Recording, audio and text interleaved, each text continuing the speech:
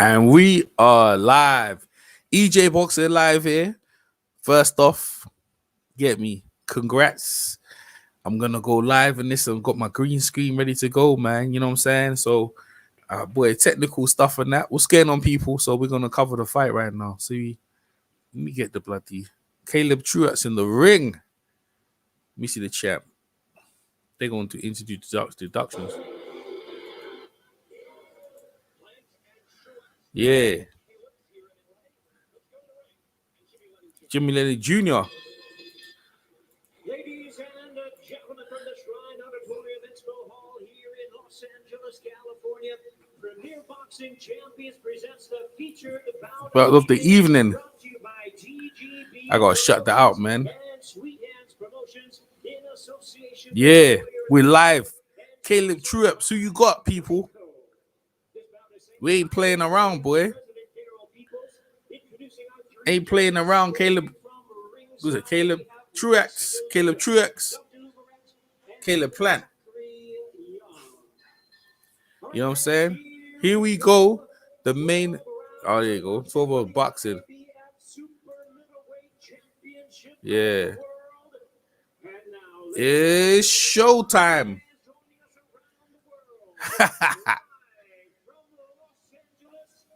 It's show.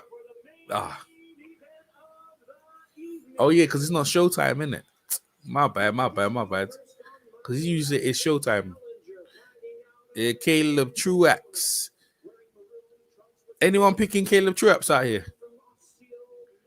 He got a record. Minnesota ain't got that many champions out here. What's going on, people?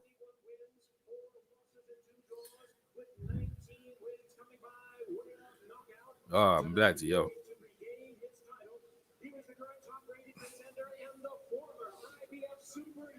Champion of the world, Caleb Truax. Anyone picking Truax out here? Where's Jalik? Jalik says. There's a link, Jalik. No, that's not a link. 1 minute, Jalik. Nashville, Tennessee. They don't have that many champions either. You know what I'm saying? At Nashville, Tennessee. 1 minute, Jalik. Ashley Fearfane Boxing Academy starting soon, so representing that. Where we at? With my dog, I'm joining a bit. Okay. Fair enough, Jalik. Fair enough.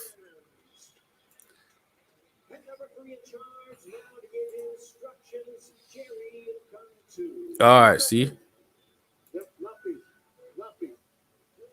All right, we're ready to go, man. We're ready to go, boy. Caleb Plant versus Caleb Truax. About to rumble, man. He was supposed to get Caleb Plant was supposed to get that fight with Canelo, man. You know what I'm saying? Instead of Callum Smith, I would have preferred that fight. It never happened though, so it never happened. So I need to get a better green screen. But anyway, there we go. Everyone's going live on this one. I just interviewed Eric Molina, so the drummer boy.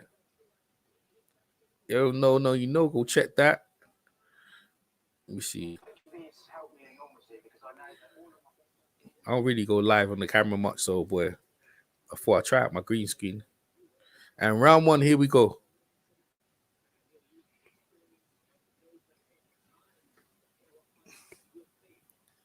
Am I frozen? Looks like I'm frozen on the screen. Damn, look like I'm frozen.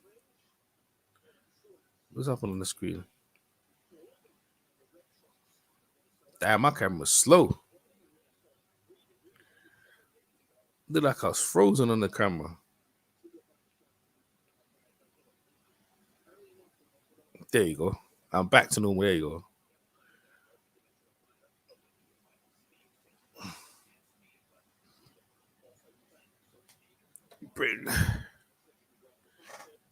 There you go. Close that shit down. All right. So let me see what's going on in the action. Let's get the action going.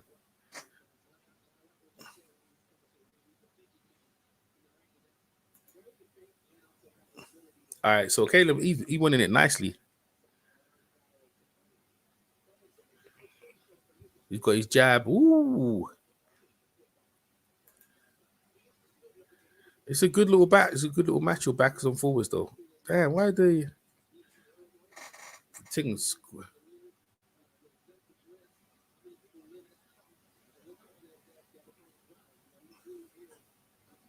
There he is. There he is.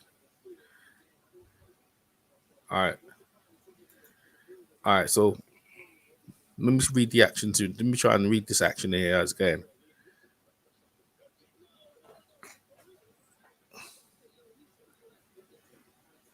I get my scorecard out as well. I'm gonna get my scorecard out.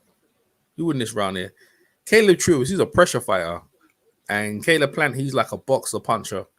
You know what I mean? He's got low hands. Ooh, some good power. He got some decent power. Good jab and left hook to the body by Plant.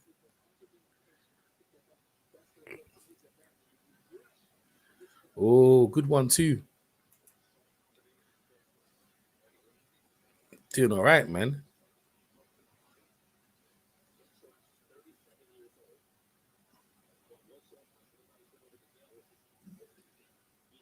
Yeah, we could like that.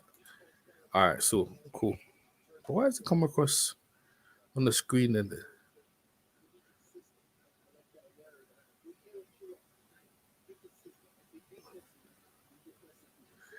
come up on the screen? Not easy, man. Keep putting them shots in. My camera be jerking. Guess I'm gonna have to try it out again, boy. Bright on my camera. The light is here when I'm here. When I go off, that's one round. Then I think that's Caleb Plant's round. Let me see what people say. Jalik, EJ, I with my dog. Yeah, bro. It was your dog. Good for you, bro.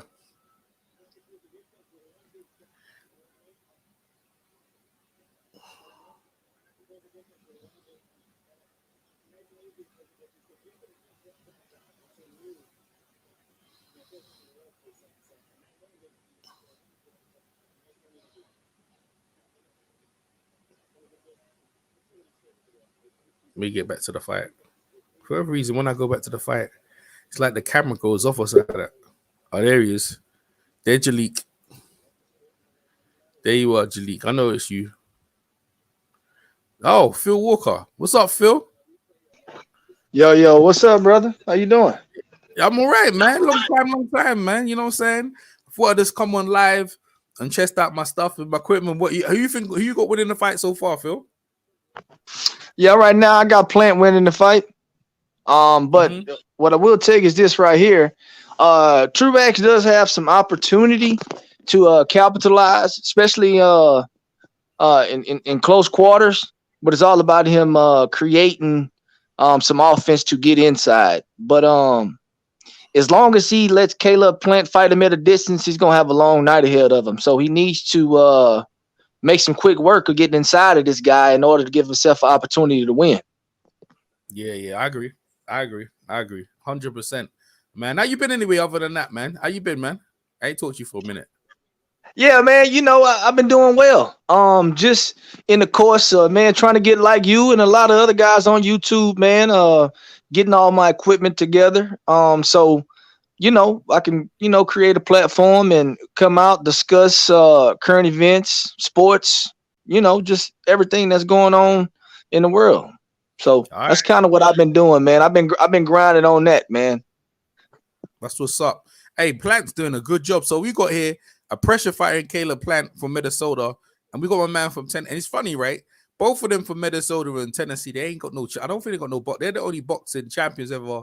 Well, for Minnesota for a long while, and for definitely from Memphis, right? So both of them got different styles. Caleb Plant's like a boxer puncher, and like he's got a freestyle, easy going.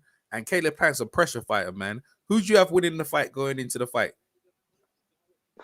Yeah, man. I went on ahead and I had Caleb Plant winning this fight going into it.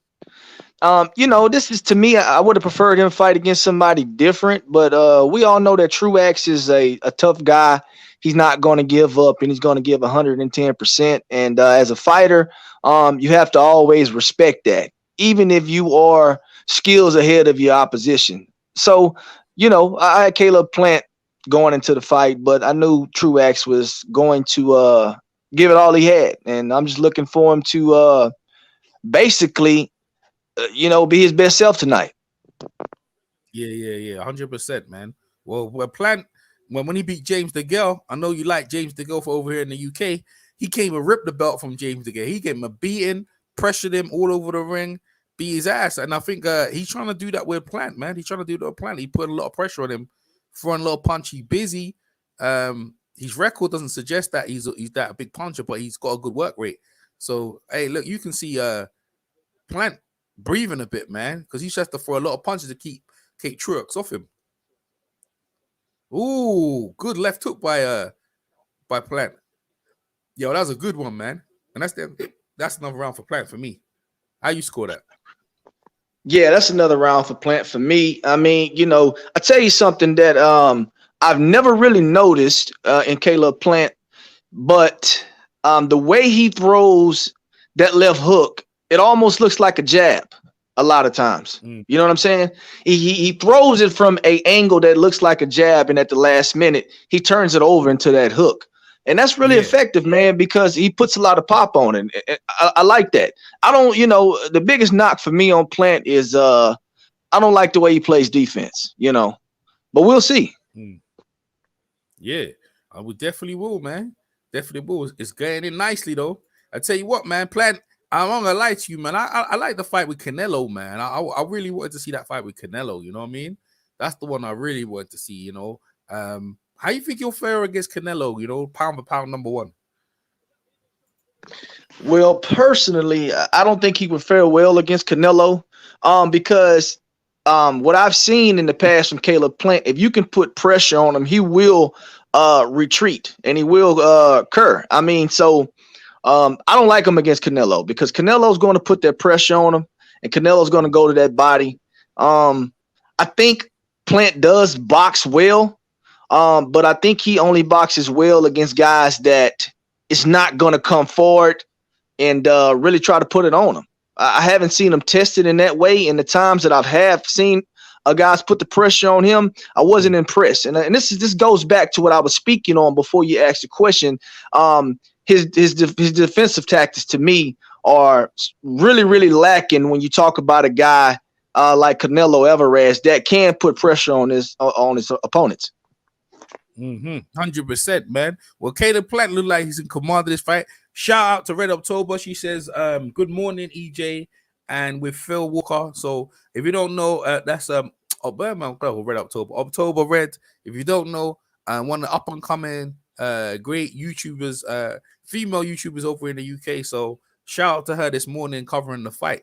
But back to the action, and we're in round 3, and me and Phil Walker holding it down right now, and Caleb Plant moving around. And the thing is, this is the thing. Caleb Truax is going to force you to throw more punches than you could never done in a round. You know what I mean? He's going to keep that pressure on it. And we're going to see, as we can see with Caleb Plant, the pressure, is starting to work for him because he likes to fight in his own rhythm, his own style. Ooh, he throw power punches, but he's really loading up with his punches right here, man, trying to intimidate Truax.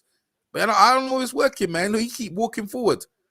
It's only round 3, but he's putting a lot. Whoa, Truax is about it, that business. I need to get my scorecard out. He's gonna go to the scorecard. Yo, he's landing him now. See, even Caleb Plant's thinking like, yo, what I gotta take to get that kid out of here? He keeps coming forward.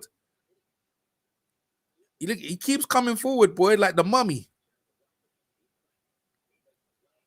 Jeez. Ooh, yo, he putting some work on him, boy.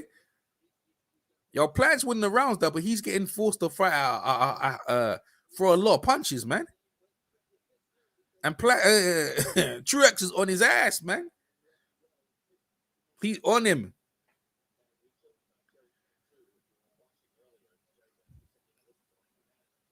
Phil, you still there? Absolutely, man. Absolutely. I'm not going nowhere, man. You know, I'm finna watch the entire fight. Mine's a little bit ahead of yours, of course, because you guys over there in the UK. So yeah, you know how it is. You know how it goes. But my stream keep freezing every minute. I think a lot of people will probably logged in. My stream be freezing a lot. Yeah. What round you in though? You in round 3? Nah, we in round 4 over here. Yeah, we in round 4. We checking it out. And it's looking good in round 4. Truax is trying to put a little pressure on him. I think he realizes that he needs to get inside in order to give himself a winning chance. Damn, I need to refresh my take. I can't be that behind. I can't be that behind, bro. We got a minute and 30 left in the 4th over here. Yeah. A minute. Yeah. I've just skipped it now. Yeah, we're in the 4th. I've refreshed it. I didn't realize I was so behind, boy. Damn. Yeah, my round 4 just started. Oh man, that's way behind, boy. I don't know what stream we doing here. But you got it live on your TV, so you know what it is. But who you go winning the round? Who do you have winning round 4 though? Right now, I actually have it a pretty close round. I think Truax is he's throwing more punches. Seems as though he's trying to walk Plant down. Plant just keeps throwing his jab out there. So right now I got it a pretty even round. If anything doesn't happen, they'll probably give it to the champion. Oh, but see right there. Plant just threw a nice little flurry. That'll probably get him the round without no doubt with about 40 seconds left. That's what I'm saying.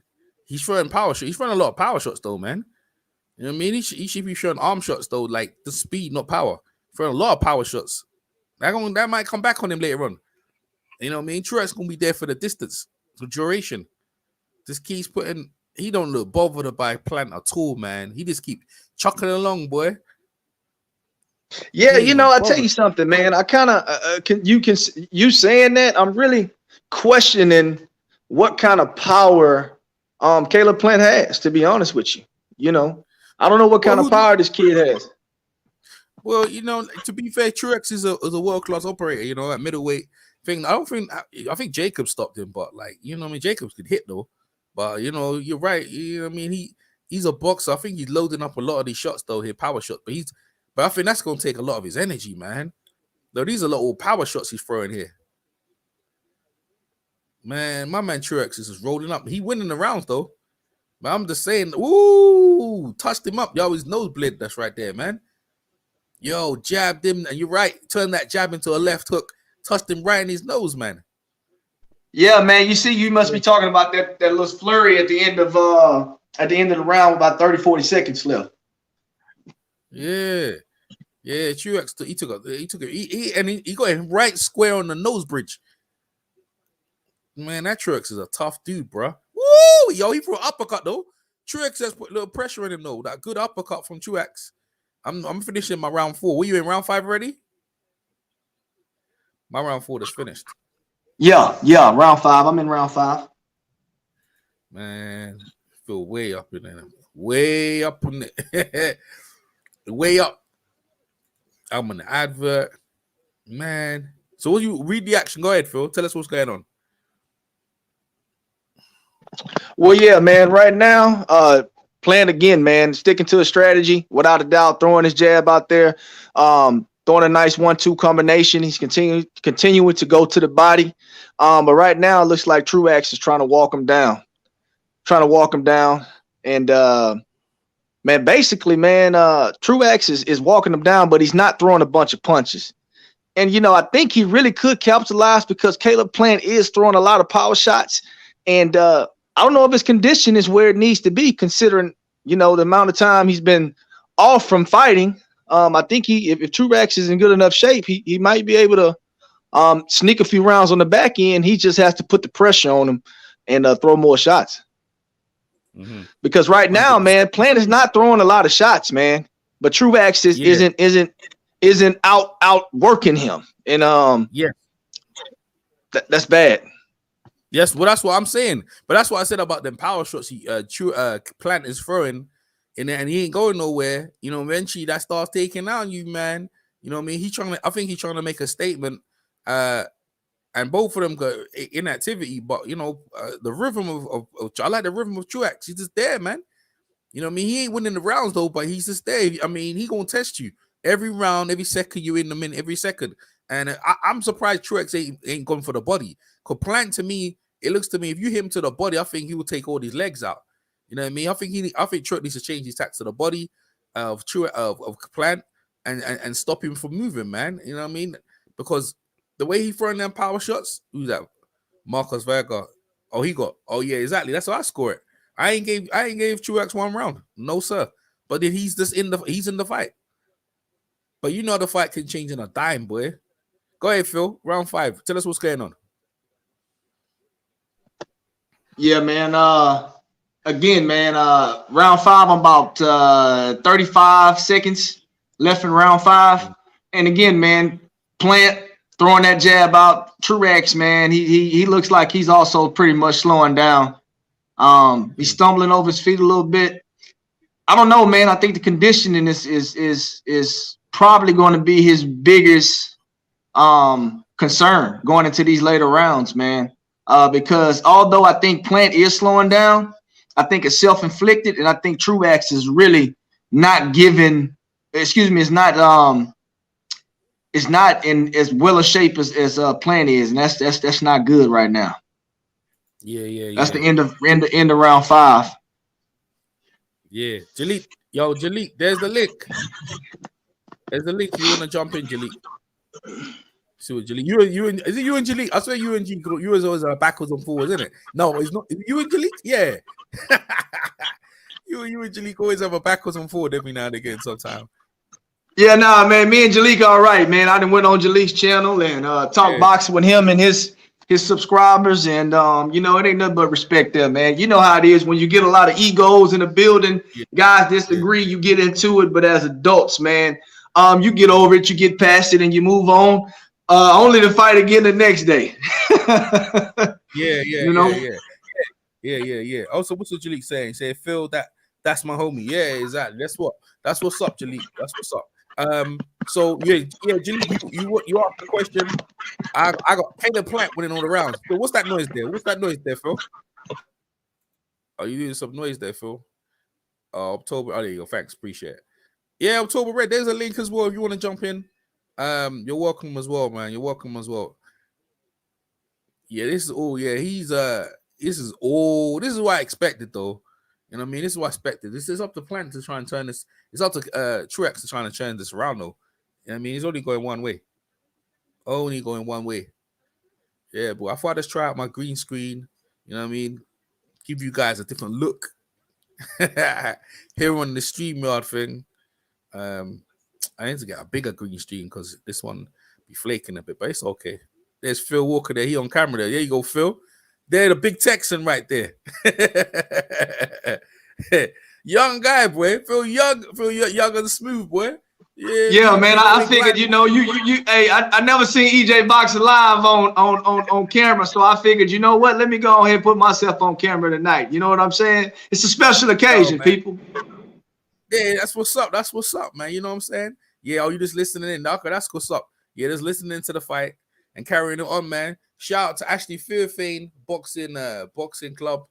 He's starting his boxing academy. So you guys make sure when Ashley Fairfane starts academy, you go support. All right, let's get back to the round. We're in round 6, right?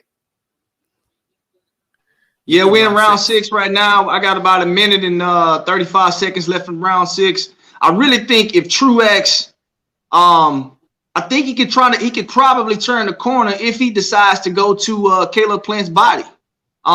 He's not going to the body at all. And I think that's just not good, man. You got to go to the body early and often. It's something that Truax isn't doing right now. And Caleb Plant, man, he's throwing a lot of power shots. He's missing a lot of shots, and it's causing him to be fatigued, man. Truax just have to have some kind of consistency in his offense. And if he can create some consistency, I think he can have some success. Yeah, I think his work rate, he needs to up his work rate for him to be successful. But before I'm looking at Plant's targeting and Truax's body now, and it's having more effect now, but that's slowing down the entrance of Truax And Plant's firmly the jab is percolating now, bro. I think it's ring rust. I think they told him to settle down, just go back to your boxing, and you winning the fight. Just go back to your box. You don't need to try and knock him out. But he's targeting the body purposely. Is Plant, and he's doing some real good shots to the body, man. And that's what I wanted Truax to do. Yeah, man. Plant has been going to the body the entire fight, and I don't know if that's actually having some kind of adverse effect on Truax's conditioning. But at the end of the day, I could tell at this point in time in the fight, it looks like Plant is not in great shape, but he's in better shape than Truax. And him going to the body may have something to do with that. 100%. My man, what's his man? Robert 584. What do you say again? He got Canelo would destroy Plant if they fight. Plant hands are too wide from his body. Yo, Canelo, yeah, man, we could see that. What's Jalik saying? Plant doesn't have a shot versus Canelo or Benavidez. Oh, you think so? I don't know. I think he got a shot against Benavidez. Benavidez can't even make the black weight. I don't know. Yeah, that's his problem, man. I think Benavidez has the talent to compete and beat anyone at 168 pounds. But at the end of the day, whenever discipline plays a role in how productive you are as a fighter, then, that's when I start to raise a lot of question marks behind your name. But at the end of the day, I do like Benavidez. I do think he's probably the best in the division after Canelo Alvarez. But at this given point, I mean, can he even make weight? Is he even considered to be 168 pound at this point? Who knows? That's a good point, man. That's what I'm saying. He ain't done nothing, bro. I mean, he won the title. He ain't really done nothing. Oh, he's the bloods. That was that earlier on. Look at that, showing the slow-mos, the blood squirting out of Truax's nose. He's a brave guy, bro. I swear down, because he's getting pumped up, boy. He's getting punched up. Woof. Yeah, man. It's one-sided on the scorecard, though. He's definitely game. It's Truax. He's definitely game. He just ain't got the power, man. He needs it. Look, man. If you want to slow a guy down, you got to work the body, son. You know what I mean? And then the legs will stay there, but he ain't doing that. So you're giving Caleb Plant do what he wants to you, man. It's a showcase.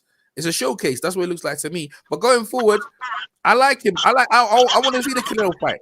I think he give Canelo problems, man. Canelo don't like movers, man. Yeah, you're right about that. Canelo doesn't like movers. But again, my biggest thing with Plant is he absolutely can move well. Without a doubt, we know he has the footwork. We know he has the hand speed to compete with Canelo. But at the end of the day, I think if you can get Plant to fight on his back foot, I think you're going to have a great deal of success. It's going to slow down his hand speed. It's going to slow down a lot of his foot movement. And that are the two biggest problems for Canelo Alvarez that we've seen in the past. Yeah, 100%, man. Well, I'll tell you what, Plant is just putting on a showcase right now. He's doing what he wants to Truax. Truax look like his offense is slowed down, his hands are dropped down, he's getting hit in his nose is bleeding. And Caleb Plant shook off the ring rust, man. He's been out inactive for a minute. I mean, the last time we saw him fight, he busted up who did he bust up? He busted up some dude. I can't remember his name. Is a long time ago though. Yeah, it's been a minute since we've seen him fight. I forgot the guy name who he fought against, but it wasn't a very good opponent. I think it was a mandatory challenger, and he went in there and he did his thing. He ended up stopping the guy, I believe, if I'm not mistaken. Yeah. And you know what? There ain't many American white guys on the scene. I think they got Takiba Barber, but like this, I think he's the only probably American white guys who are champion, right? I think he's the only one, right? Yeah. Man, don't make me start lying. But what I will tell you is that right now, I can't think of any that comes to mind right away as far as the American champions go. I don't think there is no one else, and he's a high profile. Yeah, I don't know, man. Yeah, you know what I'm saying. Yeah, the UK got loads of mixed, black, whatever champions, but in America, you got more MMA champions than you you got boxing champions right now. And listen, credit to the man. You know, in boxing though, he's tricky. He got some good styles, man. But I think he's you know, he's letting the ring. Oh, he's letting a 1-2 go down there, man. He's really good though. He's a very good boxer. Yeah, what's his amateur? What was his amateur? You know about his amateur? Oh, he's beating up. I think he's about to stop Well, Truax. He's getting hit too much. From my understanding, Caleb Plant fundamentals came from not boxing, but competing in a different combat sport. I don't know which one it was, so I don't want to, you know, make it seem like I know exactly what his amateur pedigree was, but I know he never anticipated on being a boxer, but you know, it kind of was something that presented itself to him, but he's always been a guy that's been in the combat sports, but he didn't start out in boxing. Yeah. We got D Styles boxing live over here. What's up, D Styles? Hey, EJ, can I join Thursday? You can join Thursday the round table. Yeah, man, no problem, man. Me and the Big Texan, man, we coming over, man. That's all right. Me and the Big Texan, we coming over, no problem. I think D Styles surprised. I think he's the first time he see me on camera. He's like, yo, EJ. He's surprised. He's like, yo, no problem, man. No problem, man. That's all right. All right, so let's get back to the action, though. Yeah, this is man. I like these styles, man. He got a good group of guys over there on this round table, and I enjoy listening to those guys. Right now, though, man, Truax is coming out, man, in this round right here. He just hit Plant with a nice right cross, but he's pushing his punches. He doesn't have any snap to it, and I think it's because he's probably fatigued. A guy that is in better shape probably would have been capable of hurting Caleb Plant with that shot, but Truax right now, considering his conditioning, he's pushing a lot of his punches. That's just not the position he wants to be in, considering he's been getting outboxed the entire fight and he's going to probably have to win by stoppage. I don't see that happening, considering his conditioning problem right now, pushing his punches and just not throwing enough shots to give himself that winning opportunity. 100%. At Jalik the Leader, anything can happen in boxing, but Canelo should easily beat Plant. You know what I mean? Okay, we'll see. Yeah, we'll see. If they fight, I mean, that's the fight. I mean, it's a shame we even saying that, but it's so one-sided against Truax that we the only thing we can do is talk about the Canelo fight, because this fight, it ain't competitive, man. I think the first 3 rounds he was in the fight, but it's just wide. Look at the scores. They even got the jabs, man. Like Plant, I think Truax got him in round 5, but like only by 1. But after that, the jabs have just been significantly just bouncing off Truax's nose, man. I tell you what, man, Truax is hitting Caleb Plant with some pretty good shots. And this one right here, to me right now, Caleb Plant is kind of moving away from his fundamentals. He's throwing a lot of wide shots, and he's giving Truax opportunities to capitalize. But again, as I mentioned earlier, I don't think Truax has the endurance right now to really capitalize off of that. But he is hitting Caleb Plant with some fairly good shots, and against a better opponent, I don't know how that would fare for Caleb Plant, to be honest with you. Man, I would have liked to see him against Callum Smith, man. That should have had that fight. Should have happened, man. I mean, that fight was there. That should have had that fight. I think Callum Smith was holding out for Canelo. Oh, appreciate D Stars with a donation. D Stars with a donation, man, onto my super chat. You know what I mean? Big up to D Stars donation right there. Yeah, I appreciate it right there on the screen. Yeah, I agree with you, man. The thing is, I think Caleb Plant looking on this, he's looking like, I need to stop this cat. Shout out to D Stars boxing right there. He got my man. My man said, Surf Guy, time will tell, Phil. Is pointing out Plant's flaws that will be exposed. He got legs, yeah. You gotta catch him first, though. You can't just roll up on him. Tell you that for now. What do you think, Phil? Nah, man, I agree with you, man. I do think Plant has some flaws, but it's easy to point out somebody's flaws. I mean, at the end of the day, Caleb Plant is a world-class boxer. He's a champion. He's defended his title, I think, maybe 4 times, 3 or 4 times. And everybody he's defended his title against, they hadn't come close to him. So at the end of the day, even the guys in the division respect Caleb Plant. They think he's a complete boxer. So as you mentioned, he's not the kind of guy you can just roll up on. But I do think Canelo Alvarez is the best in that division. I think he's pound for pound #1 in the world. But I do think Caleb Plant does possess skills that will give Canelo Alvarez problems if implemented properly. And I mean, that's just what it is. He's a great boxer and he can move. And we all know Canelo Alvarez doesn't really have the height of his success against those kind of guys that can do those things like Caleb Plant can do. It just all depends on what kind of strategy Canelo decides to pursue against Plant that'll dictate the outcome of the fight. And that's the way I feel about it.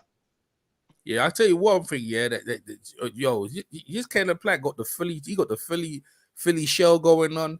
He's you know, man, like, I ain't gonna lie to him, man. He very slick, man. He got roasted. If they was to fight, I ain't gonna lie, he gonna find the fastest opponent he ever faced because Canelo's fast, right? But at the same time, Canelo really like he's got respectable power, man. I think it'll be a very interesting fight. But I think for Canelo, I think there's a danger in that fight, though. You know what I mean?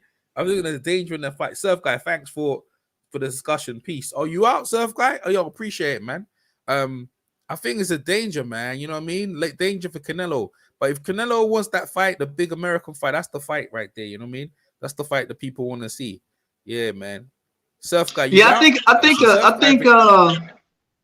they had another YouTuber today. I won't say his name on your channel, but he did a poll on who they think Canelo Alvarez should fight next. And I want to say Jamal Charlo was the majority, and then after Jamal Charlo, it was Caleb Plant.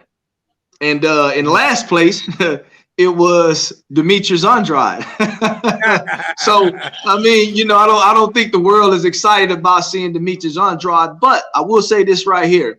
If a fight between Billy Joe Saunders and Canelo happens in May, like they say it's supposed to, and like I've been hearing, I don't know how legitimate that is. That'll be a good glimpse of what an opponent that can move would look like against Canelo Alvarez at the heavier weight classes. You understand what I'm saying?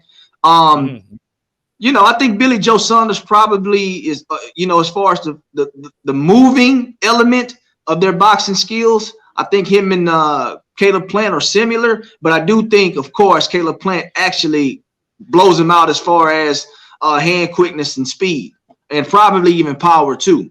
But we'll see how well Canelo fares against a guy that can actually move and that can box a little bit. I know a lot of people don't like Billy Joe Saunders, but when he brings his A game, he's one of the best in the world. Yeah, well, he's another one, man. Him and Plant, they kind of similar, you know. But you know what I mean? That would have been a very good fight because them two, the press conference would have been lit, bro. They know they can talk some, boy. I mean, a lot of these fights, they like this. I think a lot of these guys in the 168, it's time for them to he rolled that punch, man. Now he's really getting more confident as the rounds are going on. The Memphis, Tennessee guy, Caleb Plant, man, he put on a showcase exhibition here against a good, solid contender, man. He's doing a really good job on him. I'll tell you what, man. I like the fight between any of them three. Billy Joe Saunders, Plant, definitely with the Canelo Eubanks. Yeah, what's up? Oh, you look at that. He rolled it, came back. Yo, man. Yo, boy. Yeah, that was nice. That was at the end of the round, right? That was nice. That was nice. Yeah, that was nice. I don't want to say nothing. I wanted you to see it for yourself, but that was solid. But you see this is what I'm saying. I think as the rounds are going on, the ring rust is coming off, man. The ring rust is coming off. He's a very classy boxer. I mean, Truax, because Truax is such a pressure fighter, is making him look good. And you know what? Canelo's a pressure fighter as well. You know what I mean? But that fight, very, you know, if we go to the scorecards, man, I don't know, man. But I don't know if Eddie's I think he's got a free fight deal with him. But I think if Eddie wants him to wrap up the division, you gotta go after the IBF belt right there. And Billy Joe Saunders is WBO champion. So, yo, to be undisputed at 168 would be nice. You know what I mean? Carl Froch tried to do it. Andre Ward never did it. In fact, the last guy who was undisputed at like 168. You know, I don't even know who's undisputed at 168. I guess there was someone who was undisputed at 168. Andre Ward, no, he wasn't. Joe Kawasaki was unified, but he wasn't undisputed, man. So I don't think they've ever had an undisputed at 168 before. So Plants is doing it. Plants is playing with him. Let me see what Plant in the round. Rolling with him, man. Yeah, Plants is playing with him, man. Cat and mouse over there. He's just playing with him out here. See, the viewership has gone down. What's wrong with you guys here? You don't like to see boxing skills? Me and Phil like to see the art. the sweet science. Yeah, man. I tell you what, man. Plant looks like he's coming out this round. I don't know if he's going to knock him out, but looks like he may be attempting to probably get him a TKO stoppage, maybe. He came out fast, but now again he's slowing down. He's throwing several 3-punch combinations. 1-2. He's going to the body. But right now, man, he's leaving himself open to be countered, and that's one thing that I don't like about him and his tactics when he's trying to pressure and throw a lot of these combinations. This is Joey Spencer. Who's that? Vito McKinney Jr. Who's it? Who's Hazer Ramos? These are all 19, the young up and coming guys. Caleb Plant, boy, just cocky, arrogant, amen. And he work on his craft, man. You gotta beat him. You know what I mean? Listen, round 10, you gotta beat him, man. He ain't going down tonight, boy. You're gonna have to kill this kid out here to get to Caleb Plant, but he boxing the hell out of this kid, bro. I mean, I've never seen a one-sided fight, man. This is a one-sided. Yeah, this is. I tell you what, man. Now that I really think about it, man. You know, Truax is 36, 37 years old right now, man. He's been a champion before. But right now, man, Caleb Plant is absolutely making this guy look like he needs to retire. We know that Truax is a viable option for anybody that wants to fight a filler, is what I would call it. Somebody in between to sharpen your skills. Just to kind of keep the momentum going. But I don't see Truax beating any of the top guys no time soon. I think he's had a good career. He's become a champion before, and I think after taking a beating like this, he may need to consider and retiring after 2021, finish up the year with some solid fights, solid opponents, give it one more go, and then that'll be it for him, man. He's had a respectable career. Yeah, my man, Jalik, what Jalik said? He said Plant's a 50-1 favorite minimum. Yeah, laughing my ass off. Yeah, well, boy, listen, man. Listen, I'll put money down on him versus Canelo. I'll tell you that for free. I would. I'll take that bet right there. I mean, I'm not gonna lie. I'm telling you, bro. Oh man, depending on what the odds are now. I mean, I wouldn't count out a chance of putting money on Caleb Plant. I mean, I tell you that much for sure. But let's be honest though, man. At 168 pounds, I'm gonna be real with you. I don't know how strong and powerful Canelo's punches are at 168. I think that's the biggest question going into that division. I know he can box. I know he's going to go to the body. I know he may have those studding punches that can hurt you, but I don't know if he has those punches that can actually stop guys at this division. At least it hadn't been shown yet. So for me, a fight against Plant would probably come down to the cards. So if Caleb Plant could box him well for 12 rounds, okay, and not let Canelo pick up momentum and get big shots against him, he may have a chance of even beating him on the cards, but we all know how that may go. But he's not with Oscar anymore. He's working closely with Eddie Hearn. Eddie Hearn is his guy now, which is crazy. That's right. He ain't got that kind of thing where when he's with De La Hoya, all that shifty stuff going on. But Eddie's got that going on. Don't get twisted. Eddie got that stuff going on though. You know what I mean? Canelo got, but if it's a fight, you know what I mean? You right about that, man. He ain't protected no more, man. He ain't protected no more. This is all one-sided though. This is a good little fight though. It's a good little fight. Hey man, just real quick, man. Look, let me tell you something, man. I know a lot of people here in the States, man, they hate on Eddie Hearn. They don't like him. They think he's a scumbag, a sleaze, whatever you want to call it, man. I mean, but at the end of the day, he seems like a pretty good businessman. Canelo Alvarez is excited about doing business with Eddie Hearn, helping him pick his next opponents, continue to fight on the zone. I mean, well, you can't really. Eddie Hearn's good for boxing, man. He's good for boxing. So, I mean, at the end of the day, man, if you love the sport, then you got to have love for Eddie Hearn, man. I mean, It just is what it is at this point, man. So shouts out to him, man, for picking up where Oscar De La Hoya left off. And honestly, I think he's probably going to do a better job for Canelo Alvarez than Oscar De La Hoya has ever done, as far as getting him the fights that he wants, and just overall the negotiating portion of it, I think would probably go a lot smoother as well.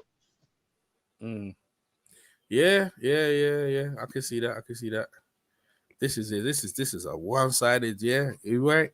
Hey, it'd be easier. Eddie gets along with a lot of people easier. You know, Oscar's limited. You know what I mean? Eddie gets along with Al Heyman, so you know the Caleb Plant fight is a possibility. And you know, Eddie Hearn, it was Andy Ruiz. You know, with Al Heyman got that fight. So Eddie Hearn and Al, they have a good relationship with the Watsons and Al Heyman. So yeah, you're right about that. De La Hoya doesn't really have a relationship with that. You know what I mean? They Al Heyman don't mess with him, man. I don't blame him. Why? Oh, Caleb Plant's coming back in this round, actually. Yeah, man. You know, when Eddie comes to the table, man, honestly, I think he comes to the table with the open mind when it comes to negotiating these fights. You know, I think when he goes into them, he hopes for the best outcome, right? Of course, he's a businessman, so he's going to negotiate to the best of his abilities, right? But at the end of the day, I think he does go into negotiations with a positive thinking. And man, like you said, you just broke it down, man. He works with all the promoters, he works with everybody. And even this little situation he has with Bob Arum going, which is extremely entertaining, must I add. Those guys still work together to make fights happen, and you can't be mad at that. Yeah, you can't be mad at that. That's what it's about, man. Getting the deals done for the fight fans. That's what it's about, man. Stop all this bipartisan. You need to stop, not bias. Just get this fights done for the fight fans. That's what we want, man. By the way, if you don't know, you guys check out my interview with Eric Molina, talking about drugs, talking about his prediction. Dillian White talking about Deontay Wilder, talking about Anthony Joshua of Tyson Fury. Check that out. I interviewed him earlier on today, so check that out. And also check out interview I had before that is Raphael Murphy. His dad fought for the IBF cruiserweight title, and his uncle fought for the IBF cruiserweight title. In fact, his uncle actually fought Khalid, Dwight Muhammad Khalid, and his dad, I think his dad or his uncle. No, I think his uncle has the only fight where they had a double knockout. I think they used it in Rocky 1, where he had a double knockout. That fight was crazy. So, you know what I mean? Check out Raphael Murphy. He was supposed to fight on the Don King card yesterday, but he didn't get a fight. But we saw a new champion in Trevor Bryant beating Bermain Stavern by knockout. So I think he's gonna easily let. So Don King's come back, but you know what I mean? It's a shame though where Don King's at. Usually he wasn't even I don't think he was at the show. Oh, this is a good little exchange actually at the end of the round, actually. Yo, they're throwing hands at the end of the round. Good. Yo, Plans, that's Truax, guys. Tough, man. I tell you, if you ain't on your game, if you're not about your game, Truax gonna make trouble for you. I think Caleb Plant would have beat James DeGale, you know. He would have beat James DeGale, man. He took a lot of shots at the end of that round, bro. Look at the towels full of blood, man. He's a tough game guy, man. I'll tell you, this guy you better bring your lunch packet. He's a tough guy from Minnesota, man. He brings it, man. Yeah, man, he's definitely bringing it, man. And even in this 12th round, I think Caleb Plant's trying to come in and make a statement in this 12th round, but Truax is the kind of guy that's not going to let him. As you mentioned, man, it's highly one-sided, but Truax is a warrior to the end. That last round, he took a lot of punishment, took a lot of heavy shots. He shook him off and went to the 12th round, man, trying to do everything that his body will allow him to do. But at the end of the day, it's really not enough. It's not even close to being enough. Nah, it's not, man. It's not. The kid, boy, Memphis, you know, Memphis, the original name actually come from Egypt. It's Memphia.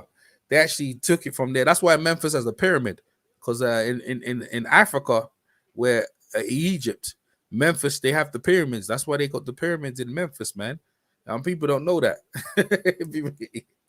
Some of the names, imagine that American places named after Africa, bro. All right, Caleb Plant, round 12.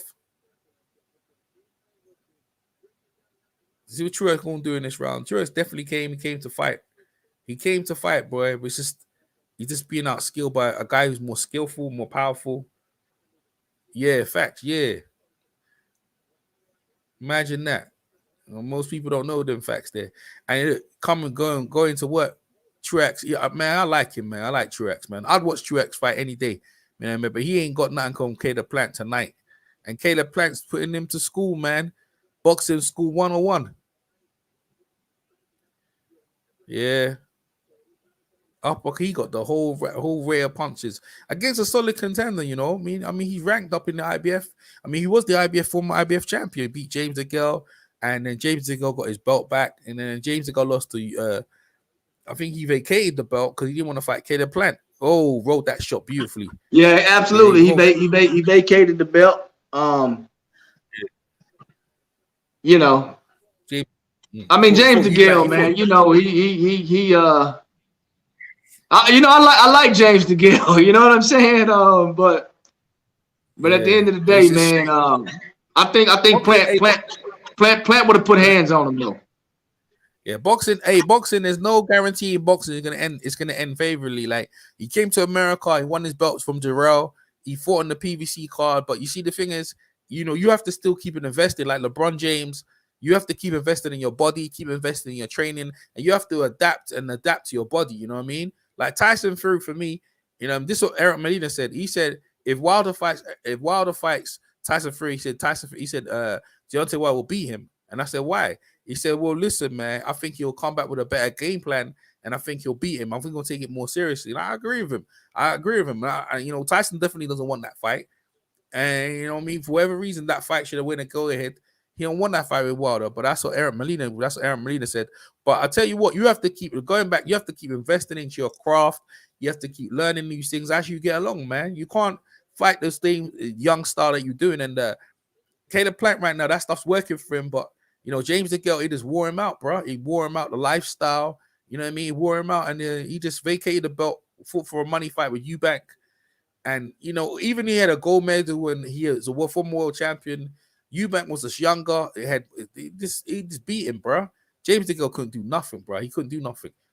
You know what I mean? He didn't really adapt as the years went on. Yeah, I agree with you, man.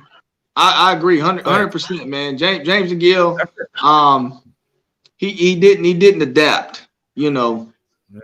You know, as you get older in a sport like boxing, man, it's the small stuff that's going to help you maintain that level of stability within the division, right? And when you kind of think what you've been doing is always going to work when you're in a sport where clearly age is one of the most undefeated things when it comes to boxing, then you got a problem. You run into a wall like James DeGale did. You know, even when you go back and you look at all these professional athletes and the guys that have longevity within the sport, the one thing that they all have in common is, for one, they continuously practice on their craft, no matter how good they are, no matter where they're ranked, no matter if people think they're the best athlete in the world. They continuously work on their craft, and they take care of their body, man. They live their sport. Their sport is their life. So, I mean, at the end of the day, you can tell a difference between a fighter, and most pro athletes that decides to make it a lifestyle instead of something that's just they're doing because they're good at it. And I think DeGale was one of those guys that could have been better than what he really was. But again, as you mentioned, he let the lifestyle get to him. And you know, guys like Truax is you know, he's 37 years old, man. He's been fighting for a while. He's always been a tough opponent, a viable opponent. But I think he should probably hang it up at the end of 2021. I mean, Caleb Plant completely dominated this guy. I'm looking at the punch stats right now. 179 landed for Plant, 47 landed for Truax. Almost 600 punches through from Plant, 400 punches landed for Truax. I mean, you talking about total punches, man, you know, 42% versus it's crazy. It's crazy. I mean, Caleb Plant is blowing this guy out of the water in every statistical category on the board right now. He's either double or close to tripling that. So, yeah, this I don't know if this was a good idea for Truax, man, to be honest with you. Yeah, man, just one-sided whoop ass.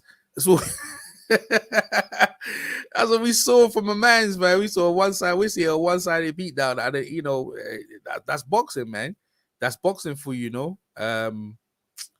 Listen, boy, you don't get, you know what I'm saying? That's what I'm saying. It was a beatdown. Yeah, man, they didn't give Truax one round. So yeah, they didn't give him one round, man. This was pretty embarrassing. But you know what? I can't say this, man, as one-sided as it was, man, Truax never gave up. He always looked in the fight. It appeared to be that he was giving 100% all the way until the end. Just sometimes it's just not. It's just different. What they say, man, it's different levels to this, man. And you can tell that Caleb Plant is on a totally different universe than Caleb Truax as far as the boxing realm is concerned. Yeah. 100%, man. Just the way it is, man. The boxing game is hard, and sometimes it doesn't end the way you want it to end. But you hear the good innings. Like he came to England and beat James DeGale in his hometown, and you know what I'm saying. And that's what he will be remembered for. But against Caleb Plant, yo, man, look at his punch stats, man. Jeez. Sean Porter, I thought Caleb Plant's jab seemed to be the best part of his game tonight. It's always going to be the best part of his game until he retires. He's got a great jab and he uses it often. Let's get the decision. We go to the ring. And let's get decision. Let's get decision with Jimmy Land Judo. Ladies and gentlemen, after 12 rounds of action, the judges are in complete agreement. We have a unanimous decision. Whoop ass. All three judges scored about 120 to 108 in favor of the winner and still champion, Sweet Hands, Caleb. Sweet Hands, you know. That's what they call him now. Sean Porter, 12-6. Sweet Hands. That's what they call him now. Everything's been great to this point. Keep working the way you've been working, and you'll be exactly where you want to be soon. That power's got to increase. He wanted the knockout. We're on the move. For winning every single round, which is what Caleb plans tonight to defend his title and stay on track. We'll hear from Caleb Plant when we return. Yeah, let's hear from what he has to say or not. Yeah, man, it was one-sided, man. It was a one-sided whoop ass. What do we expect, man? No different, right, Phil? Yeah, man, absolutely, man. It's pretty much what we expected, man. As they mentioned, Caleb Plant jab is absolutely his strongest asset in his toolbox, without a doubt. I think his jab, and I think his hand speed as well. But he's going to have to work on his defensive skills in order to really elevate himself and set himself apart from the other guys in the division. But right now, as he sits, I think he's a viable option for Canelo Alvarez. I don't think he beats him, not the way he looked tonight, not the way he looked in his last fight, but it is some skills that he possessed that, like I mentioned earlier, can give Canelo Alvarez some problems. But they're about to talk to Caleb Plant right now. I know you guys want to hear that. Yeah, you want to turn up or I'll turn up on my one? Okay, I'll turn up on my one. Yeah, turn up. You got it. Yeah, you got a better. Yeah. Okay, I'll do that on my one. What's up, Jalik? What's up, y'all? I'm going by y'all. I'm not watching it. That's all right. I'm listening to everything y'all saying and get a thing, and I'm listening to other people on Twitter, so I ain't see it. Yeah, you get a good. Sometimes some people are trashing it. Some people say he gonna get hurt by David Benavidez. That's what people. Yeah, they say he don't got. Bro, they say he don't got. Hey, look, I mentioned earlier, man. I got Canelo first in the division, and right after the Canelo, man, I got David Benavidez, man. You know, I've been on Benavidez for a long time, man. I've been screaming his name for a long time, which is so disappointing because he's not a very disciplined fighter outside of the ring. You know, I really want to see what his potential could be if he really focuses on his craft. You understand what I'm saying? Because he does have skill, man. Benavidez. Yeah, we're Benavidez. Go ahead, Julie. I was gonna say, what did Plant do good tonight? And what did he definitely need to work on? Was his conditioning good, or was he fading? I think his conditioning was good. I think he needs to stop. He was throwing power punches early, and he realized he was getting tired. I think that was to do with ring rust. I think think when he settled down, see, I think his attributes is hand speed. You know what I mean? Yeah. Like I think he's trying to be a power puncher. I think like if he could work on his hand speed and ups his work rate, I think he can stop more people because it don't have to be a one punch knockout, but the accumulation will beat someone up because hand speed. Right. But I think like Phil pointed out, he's getting older and stuff like that. But I think he's gonna get caught if he throws power punches against Canelo. Canelo may be able to counter him because Canelo's fast. So he needs to work on his hand speed. If you use that to me, hand speed and work on, I think there's hand speed. I can't really say anything more than that because he's got the full package and he beat the hell out of the kid, bro. I mean, he never lost a round. Even saying that. What is he saying in the post fight? He hurt his hand or something? I'm gonna play it right now. Yeah. He said he injured his hand. But I tell you this right here. I'm gonna let EJ play Plant's interview, and then I'll tell you what I think he did well and what he needs to work on. Yeah, because I can't hear them. Now I'm waiting for it to come on, and when it gonna come on, I'm gonna play it. Here we go. Very much, Brian. Well, Caleb, you take it to 21-0. You definitely showed the diversity and the creativity in your arsenal, but you did want to finish him. Is there one thing that you could have done more to do that? I kind of hurt my hand early in the fight, and maybe a little bit hesitant at times, but I still felt like I put on a great performance, and I didn't get touched. Damn, what happened there? He didn't get touched. He's hurt his hand. I feel like I put on a great performance. I'm happy. Most definitely. Do you think it's broken? Damn, why you keep coming off for shit? I think so. Yeah. I think so. He broke his hand. Damn. Yo, why you keep buffering for, man? Come on, man. The first round or the? It was about maybe a third of the way through. It was some time in there. I can't remember exactly, but I knew he was gonna make it. Well, you should definitely be proud. You came out here, you got a great dominant victory over a veteran and a former champion. Now let's look ahead to 2021. Everyone wants to know what's next for Caleb Plant. We've talked about it. Canelo Alvarez was not in the landscape the last time you walked to the ring. He is now, and he's talking about unifying. He has to go through you to do that. Yeah.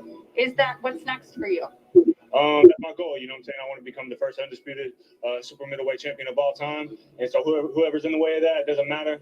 You line them up, I'll knock them down right here on Fox. How do you match up against the Canelo? As I said before, I feel like I'm the best super middleweight in the world. So like I said, who is ever in the way of me becoming the first undisputed champion, you line them up, I'll knock them down, and we do it right here on the best platform we can, Fox. Are you happy with this performance tonight? I wanted the stoppage. I'm a little disappointed that my hand got hurt early on in the fight. Yeah. And but again, I feel like I put on a great performance, and I'm ready for whoever and whatever's next. Most definitely, you retain that IBF super middleweight title. Take the record to 21. And Brian, back to you. Bro, you see what I'm saying? It's a pretty good. So let me say this right here, real quick, man. Some of the things I think he did well in the fight was his fundamentals as far as his jab goes is outstanding. He throws a hell of a jab, man. He steps with it. He throws it with precision. He even has the ability that I spoke earlier on it to turn it over into a hook on the back end of what looks or appears to be a jab. I do think that he has pretty good hand speed. I think he showed a little bit of hand speed tonight. But I could tell that he was impatient. He wanted the stoppage. And he threw a lot of heavy shots that was just basically throwing him at wind. I mean, at the end of the day, if he's going to come into a fight with a better caliber fighter, I think tonight he beats none of them. I don't think he beats Benavidez. I don't think he beats Canelo. And even the way he looked tonight, I think he possibly loses the fight to Anthony Durrell, to be honest with you.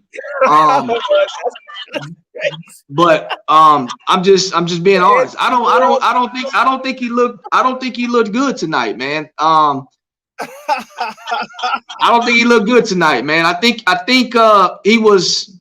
he was impatient. I could tell that he wanted the stoppage. You understand what I'm saying? He had extreme lapses on defense. But the only thing that I can take out of this fight was his jab, man. His jab was as good as I can remember it before the layoff. and leading all the way up to since I've been watching him since before he became a champion. His jab was still precise, it's on point, but patience is a virtue. And tonight, Caleb Plant didn't show a lot of patience. He fatigued late. I think that might have had a lot to do with him throwing wild, uncontrolled, heavy shots that was missing. You know what they say, a miss takes more energy out of it than a punch that actually lands. Again, man, if Caleb Plant wants to achieve what he just mentioned in his interview, he's going to have to bring a lot more to the table than what I seen tonight. That's just my opinion on it, but I still think he's a world-class fighter, without a doubt. Y'all positive. I'll give y'all credit, bro, because if he can't beat Anthony Durrell, he probably can't beat 160 Charlo. That'll move up in weight. If he can't beat Anthony Durrell, because I didn't say he can't beat Anthony Durrell. I said that he would have tonight. He would have had some extreme problems if he would have fought a guy such as Anthony Durrell. Okay. Yeah, he would have had problems beating Anthony Durrell tonight. I just don't think this was his best performance tonight, but like I just mentioned, I still think he's a world-class fighter. I just think tonight he didn't show us the patient boxer that we're used to seeing, and I think that had a lot to do with him going in thinking to himself, oh, I need to get the stoppage, instead of just letting the stoppage come to him. That will throw your game plan off, and to me, it was visible signs of that tonight. So whatchamacallit gonna take that fight easy then? Canelo, it's an easy, he'd be undisputed pretty without too much resistance, you know what I mean? And that's what it seemed like. Caleb Plant, I had a feeling with his performance he was going to have some type of excuse. But if he hurt his hand, he hurt his hand. I seen he had it. But even if he didn't hurt his hand, if you saying that he getting tired, then, I mean, you can't be getting tired on this level, bro. Especially when you got the belt and you find somebody like David Benavidez that's going to go to your body. He already frustrated. That's not going to end well, bro. Well, hey, David Benavidez. I'm sorry. Go ahead, EJ. Go ahead. No, I was gonna say to him, like, the thing is, even though he said all them things, he didn't look like he broke his hand. But yeah, because that's what I was saying. Because that's what I was about to say. He was throwing some fierce shots. Yeah, that's what I'm saying. While I was listening to him going on Twitter, I said he's gonna make an excuse. I just peeped his personality. He seemed like that tight. He'd make up something why he ain't have a good. Man, I don't know. Hey, look, man, I don't know if it's an excuse or not, but I can tell you what I saw tonight in this fight. And to me personally, I mean, he was throwing shots like his hand was okay. That's just my opinion, Like he said, he don't remember what round he hurt it in. I can tell you for sure that guy was throwing some haymakers, and he was throwing some stuff with some bad intent. They just were visible from a mile away, and he couldn't land any, So it is what it is. If he hurt his hand, oh well. If he didn't, it don't matter. At the end of the day, these guys are prize fighters, and any way they can get the win is a check mark in their book. And I completely 110% agree with him. But he didn't do himself any favors tonight by putting on this kind of performance against Caleb Truax. He did dominate the fight, but I just don't think we saw the best Caleb Plant that we can see. Right. I think he was trying to stop him, but I think really and truly, I think the best thing for him is to go the rounds, bro. Because you get the rounds, and the thing is, as the rounds went on, for me, he got more slicker, man. He was trying little things, he's rolling off, shoulder rolling. Like Phil said, he was hooking off the jab, and he busted him up, man. The only thing I think where he lacks, I think he's boxing IQ.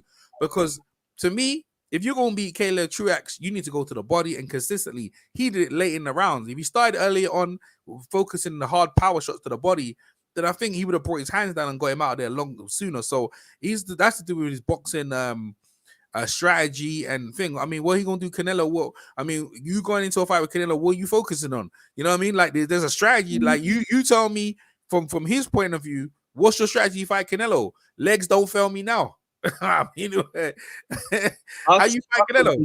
Yeah, you know what, man, EJ, you bring up a good point. I think a lot of the characteristics do point to his boxing IQ that you just mentioned. So that's a good point. I would I would agree with that. He did look like he lacked some immaturity in the ring tonight. So yeah, 100%.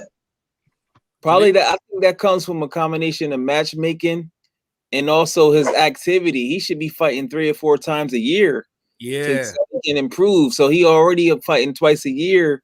He's not really improving like he should. And I think it's smart for them to put him in there with Benavidez, and Benavidez will have a higher chance of beating Canelo.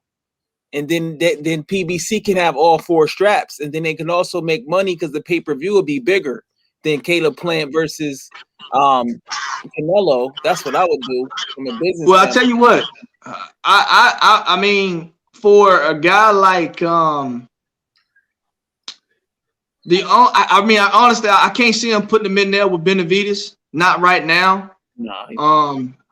But I mean, it's definitely a viable option. I think I would personally prefer him to go the Anthony Dirrell route. That's somebody that I think he could beat. That's going to be a live body. That's going to give him the rounds. That's going to prepare him to fight a guy like Canelo Alvarez, right? But I mean, at the end of the day, it's a lot of viable options out there for a lot of these fighters. It just seems as though, you know, these guys just won't jump on them. So we'll see. I know Edgar Berlanga is looking at Plant like he food, like, bruh. Yeah. That guy's pretty good. Edgar Berlanga, but that's what I'm saying. Like, but the thing is, they gotta find him first. And I think Caleb Plant, I've realized, I think what you said about inactivity, I think he's the type of guy who wins the belt and waits for his mandatories. Because you know, like, you only, this is people understand, right? You know, when you win your belt, you only have to fight once a year to defend it. So what he does, like, I'm a champ, and he walks around Memphis, I'm the champ the whole year round, 12 years round, and say I'm the champ. You know what I'm saying? And then he looks at his mandatory, he said, he ain't about it. Like, you know, now I'm gonna tell you something as well. You know, people look at boxers, right? And why some boxers are members and why some boxers are not. Because some boxers don't want to be great. They take chances. You know, they take chances. They go out weight. They go out weights and they fight guys in a couple of months, like you said, 3 or 4 times. But when you do that, you're taking chances. But I think his mentality is like, I got my girlfriend. She got pregnant. Yeah. I'm cool. Oh, she is pregnant? I'm the champ. I like being the champ. The money days, Canelo's gonna come my way. I'm gonna get paid. I'm really, he can have my belt, but I'm gonna get my money. And I think he's just trying to be smart. But you know, in the end of the day, that's why people don't remember people's name. But the way he fighting, I think he can win the fight. Billy Joe Zuniga's on the same thing, but I think Billy got maybe have a bit more ambition than Plant. You know what I mean? Like, I think Billy. I think he maybe, but them two are the same. I think them two should have fought each other. You know what I mean? And the winner fight Canelo. You know what I mean? That would be better. The winner fight Canelo. That's what I would do. I was like, yo. Yeah, I think you're right about that, Anthony Dirrell. He need a bigger chest or something. Because I asked before the fight, like, who is he fighting to get him prepared? Yeah, that's my thing right there, man. You know, I don't see any opponents that he's facing currently that's going to prepare him to fight a guy like Canelo Alvarez. And that's one of my biggest concerns for him going into a fight with a guy like Canelo Alvarez. You got to get those rounds underneath you, but most importantly, they have to be quality rounds. Tonight, these weren't quality rounds. This was basically, it looked like a guy that they paid to come in and spar you and give you a look. That's not going to help you against Canelo. So you need to get a guy like Anthony Dirrell in there to prepare you for these big fights that you say you want.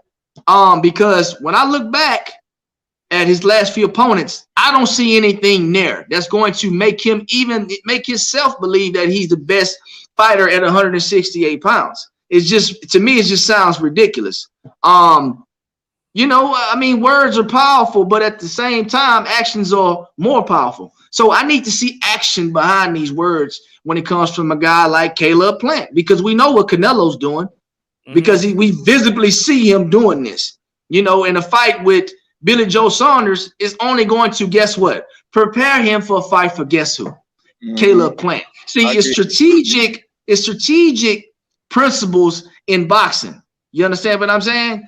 If you're not preparing yourself for fights down the line and guys that you possibly may face, mention like me and EJ spoke on earlier, sharpening your craft no matter how good you think you are, then you find yourself in a position where when you get in there with a quality guy or toward the back end of your career, you're just not what we thought you was, and you're not who you thought you was.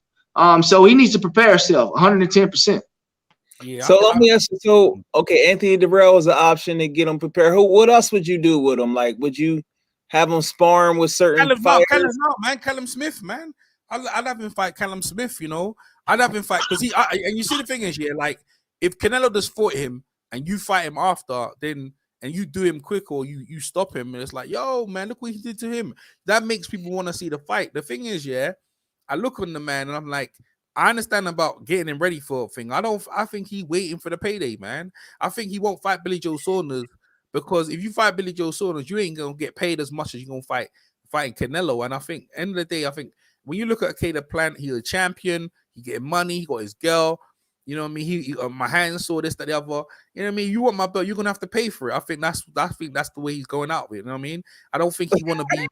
I mean, he say he want to be undisputed and stuff like that. But real talk, I don't think he about that life. I like him, but I don't really think he's about it, bro. But I like him though. I like him. I do. Hey, like you mentioned, man. Hey, you know, he to me, you know, as you mentioned, I think him and Billy Joe Saunders kind of fall in the same category as the style of fighter that they are. But I do think Billy Joe is a bit more charismatic, and like you said, he has more ambition. I think he really believes that he can go in and beat Canelo Alvarez. I don't know if Caleb Plant believes that in his heart right now. Yeah, he sound like. Especially if y'all saying his hand didn't look broken, he making an excuse and he lying. It sounds like his confidence is a little off right now, to be honest with you, bro. And you said, and he brought up a good point, EJ, about him wanting to fight his mandatories because his last fight against Fergan Boots was his mandatory too. I'm like, why is he getting all these that's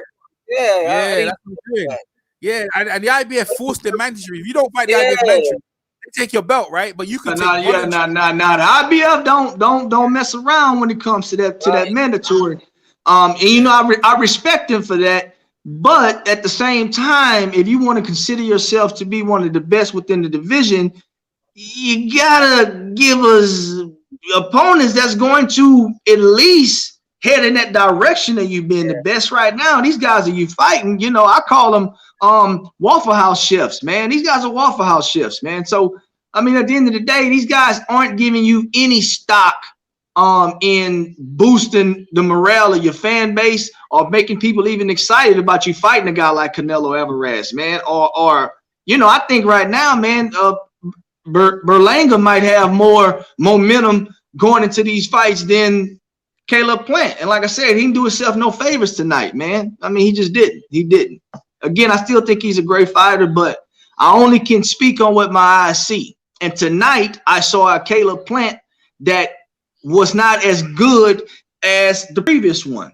And the Caleb Plant I saw before that was not as good as that previous Caleb Plant. So to me, each time I see him fight, I don't see him getting any better, and I don't know if that has anything to do with the opponents he's facing. I know styles make fights. He's been fighting against different styles, but at the end of the day, I'm not seeing any indications that he wants to be the best fighter in the world, especially with the guys he's facing. So let me ask you this, Phil. If he was with Top Rank, because we do know Top Rank probably got the best matchmakers in boxing, and they will keep you a little bit more active. Do you think he would have a better chance and have a better, you know, ability to beat these other guys, or what do you think? Because this for him fighting like he fight like once every 10 months. He don't really fight at all. Yeah, man, and to me, you know, look, I this is the thing right here. I'll be honest with you, because let's be real. If you are with PBC, okay, PBC will let you be active. They will let you be a very, very active fighter, because I don't think Caleb Plant's getting broke off tons of money. You understand what I'm saying? At least not right now.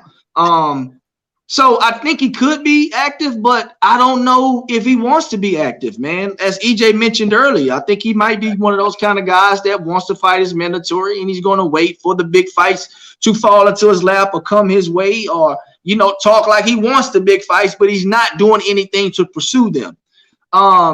So I don't think it matters what network or who he signed to or what promotional company he signed to, because I think he's dictating how his career goes at this point, and 10 months at a time might be his rhythm. I don't know.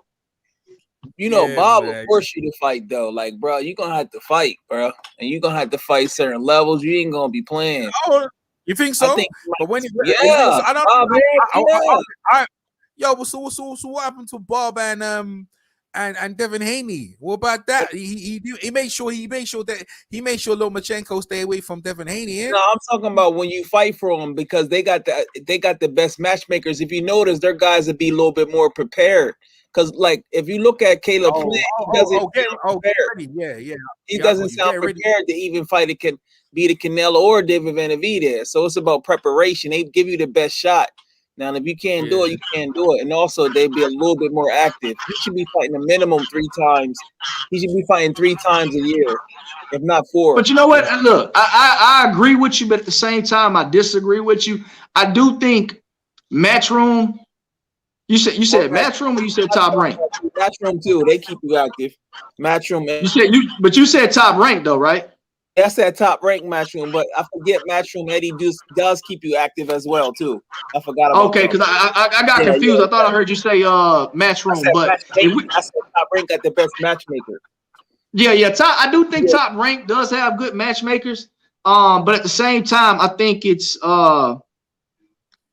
prejudice though for certain fighters. You understand what I'm saying? When you talk about matchmaking, I do think they do make good fights, but at the same time, I think they're careful with the fights they select. Now they will allow you to be active, but they'll allow you to be active only with a certain kind of caliber of opponents, right? They may put you in there with a real live body maybe once a year if you decide to fight 3 times a year. Now, what I do think Top Rank does well is put their fighter on Front Street. Mm-hmm. When Top Rank has a good fighter, they talk about their fighters a lot, and I don't know if that has anything to do with the commentators or whoever it is that pushes these Top Rank guys. But at the end of the day, when you go back and historically speaking, they do a lot of promotion for their fighters. The only problem is it doesn't always equal putting butts in the seats and eyeballs on the screen. You understand what I'm saying? And that's the problem that Top Rank is running into right now that Eddie Hearn has mastered. Mm-hmm. Yeah, we'll see, man. I wish him the best, but like I said, man, I don't know, man. My man, Eddie Hearn right now is the best guy in the business. I'll be honest with you. Eddie Hearn, he know how to talk. Yeah, man. And look, let me tell you something. He's active with YouTubers. He's active on he's always active with small networks, big networks. He's well connected. He's well respected. He's been doing it for a long time. He's going to get his fighters the most money as possible. He's not going to let you badmouth his fighters. I mean, at the end of the day, right now, Eddie Hearn is the guy. I'm going to be honest with you. I do like PBC, of course, without a doubt. I think PBC is a good option for fighters when you're later in your career, you've already been established, and you want to maximize your money. But at the beginning stages, if you are a really good contender, I think Eddie Hearn is probably the best guy to go with. And I think if you're just starting off, you probably want to go with Bob Arum and ESPN. Mm-hmm. So I think ESPN first. I think Eddie Hearn to be a good mid-level kind of company. And then on the back end, I think PBC is the best. That's just the way I would do my career if I was an up-and-coming fighter, had a chance to fight on ESPN, work with a historic Hall of Fame promoter and Bob Arum, and then move up onto, again, the Hearns, Barry, and Eddie. Those guys also will be in the Hall of Fame for as far as what they've done in boxing, what they've done for boxing. And then, I don't even have to say much about Al Heyman. You know what I'm saying? He's the guy, the ghost, the myth. You know, when people start associating your names with Ghost and Myth, you know you the dude. So I ain't even gonna go in on all that. What would you say, EJ? Nah, man, I'm just saying, like, you know, I mean, Al Heyman's the man. Like, you listen, all roads lead to Al, and the big money, you know, the big money fights and stuff. And he squashed Bob, man. He squashed Bob, you know. But these guys try to play and talk all that junk. See, Bob ain't one of them do old trainers. If he can say anything because he's a legal guy, and because he knows the laws, he can say anything, can slander you and do what he said to Mayweather and do what he does to a lot of fighters and get away with it. And my homie said, I don't play that game, bro. I'm from Harvard. You ain't gonna slander me, and I'm not gonna get into a verbal altercation with you. I tell you what I'm gonna do. I'm gonna ignore you like a child, and you know what I'm gonna do? I'm gonna slowly build my fighters, and you're gonna have to come to me. And you know what I'm gonna do? You're gonna take your old ass out and bring someone else more respectful. Cause we ain't gonna do that shit. You ain't gonna over here talking that shit. You see, Eddie Hearn don't say that.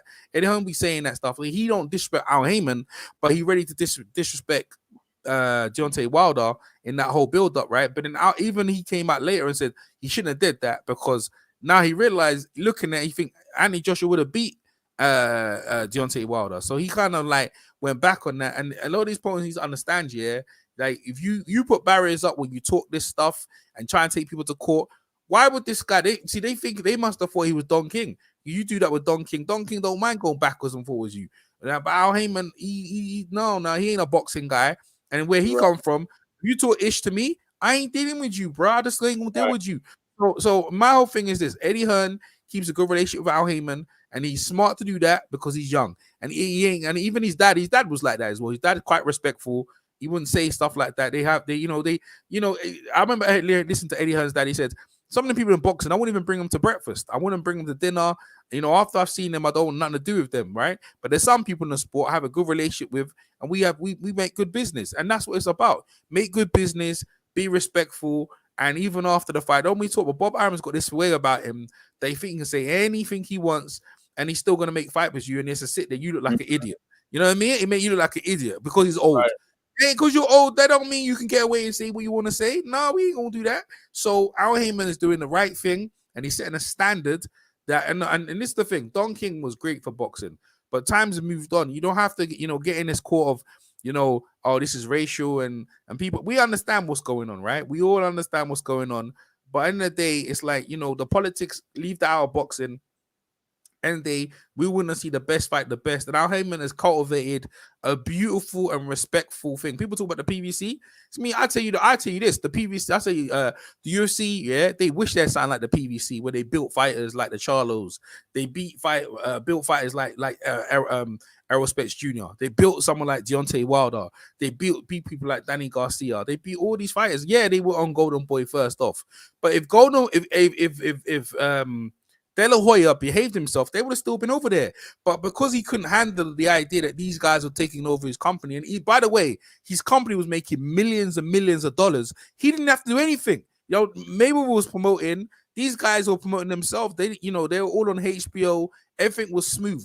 But the moment he said, I'm taking over my company, I'm going to focus on Canelo Alvarez, how did that work? The guy ended up leaving you anyway. You know what I mean? So, boxing's all about, it goes roundabout in circles. You can't get too big for the sport. And eventually what goes up comes down, and all roads lead to Al Heyman and the PVC and the PVC fighters. And definitely with Eddie Hearn, he understands that. In the UK, that's his patch. And even though he's come over and trying to say, I'm going to take over America, he realized that wasn't a good idea. You know what I mean? That ain't a good idea trying to take over America. The best thing you can do is try to work together, because all the UK fighters, as far as I understand, they've been getting their ass whooped. I'm from the UK. They've been getting turned over, bruh. So, it's just what it is. Yeah, it's what it is. I like Caleb Plant, but Caleb Plant ain't trying to be great. He's just trying to get his money, chill with his girl, and walk around the city from Memphis, say I'm the champ. That's what's up. And I don't mind that. How about they had y'all both watch basketball? Hey, man. But how about look, man.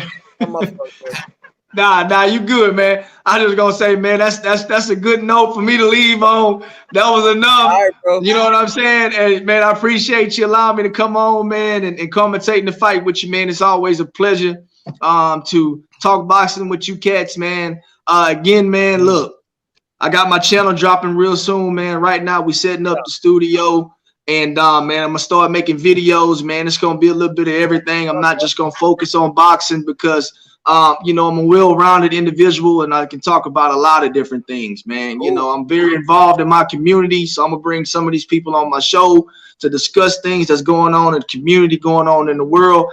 And man, whenever I get all that information, I'll be sure to hand it down to you guys, man. And hopefully you guys can come over. We can congregate on my channel like we're doing tonight, man. But it's nothing but love and respect to you cats, man. I appreciate you, man. All right, bro. Have a good night. Yeah. You too, Yeah, fella. nice one, Phil. Yeah, take care, Phil. Nice So one. EJ, let me ask you this. Yeah. Like basketball, Yeah, right? So if we can do it. Yeah, They that's can my- trade. They can do a trade. You take Caleb Plant and Ugas in $1 million and trade them to top rank for Terrence Crawford. How that sound? Oh man, I think you probably got to put more on that. I think you got to put more in that trade, bro. I think you got more. I think you got to put more in that trade. I think that ain't good enough, then, because Ugas. I think but Ugas is about to fight Earl Spence for 3 belts. Ugas about to fight Earl for 3 belts. Who he fighting? I think he about to fight Earl Spence for 3 belts.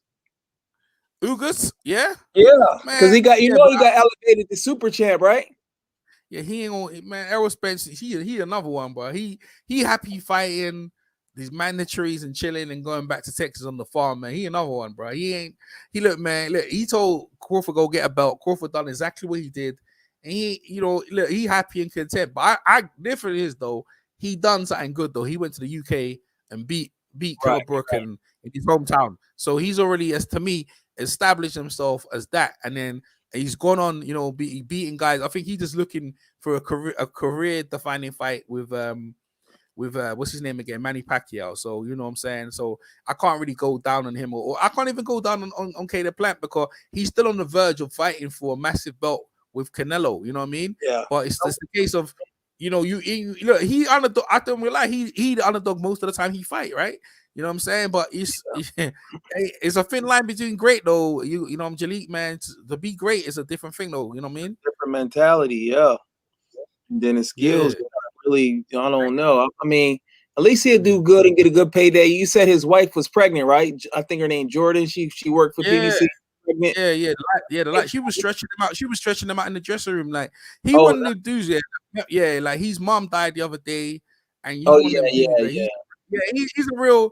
You know what I mean? Like, I ain't gonna lie, he's a real kind of like down to earth guy. You know what I mean? That has his, keeps his circle close. He ain't really out here talking too much on the media thing. I think, you know what I mean? He just focused on his craft and then let his hands speak. He called himself Sweet Hands. So Sweet Hands got his hands broke today, but I could see that coming the way he was punching because he was trying to make a statement. Trying to not go back. Yeah, that's what I'm saying. It's a business, and they want to generate some buzz for the Canelo fight because at the end of the day, you notice how he snuck in the interview. It'd be a great fight on Fox. He hurry up and added that in there. They probably told him to say that. He's like, yeah, I'm looking forward to that fight on Fox. You notice that? Yeah. So no, but as the fight was going on, like me and Phil, we just drifted off because we already know where this is going. You know what I mean? It's up to him if he can do what he wants. Does he want to stop him? You know what I mean? Like does he want whatever he want to do? You know what I mean? It's right there. Like remember again, it's like you fight Canelo, it's like the lottery, bro. You getting paid, bro. You getting your highest career ever payday. You know what I mean? Like he gonna give a go though, but you know what I'm saying? Like is he really gonna win? I don't know. It's up to him really. But he gonna give a shot. But against Canelo, man, listen, bro. But you're right. Me and Phil said he ain't with Oscar De La Hoya, so I guess he got a shot. You know what I'm saying? What you think? Yeah. Also, I'm thinking is if the fight, he might get more money if he allow it to be on the zone, and PBC don't gotta waste their money. Just let the zone put it on there, and because his chances of winning isn't that high, they say okay. And I don't gotta waste my money, and I can save that money. And if he happen to upset Canelo, just be on the zone. He have a rematch and have that on Fox. Because I'm gonna be honest with you, I'm not sure if that fight would sell that great. Plant versus Canelo review. No, yeah, but you see the thing because of the Corona thing. Like I think Caleb Plant's got a mouth on him, bro. I ain't gonna lie to him because we know he looked like he's soaking a lot of time and whatever. But I believe he's got a real wicked mouth on him, and I think one of them dudes there because he looks at me. Someone was saying he hang around black people all the day. He's around black people all the time. He looked at me. He got that kind of swag. And he feel he can, he can talk up some steam on you. You know what I mean? Like what you saying? Yeah. Nah. Where I come from, boom, boom, boom, boom, boom. You ever see a professor from the street ball thing? Professor. Oh yeah.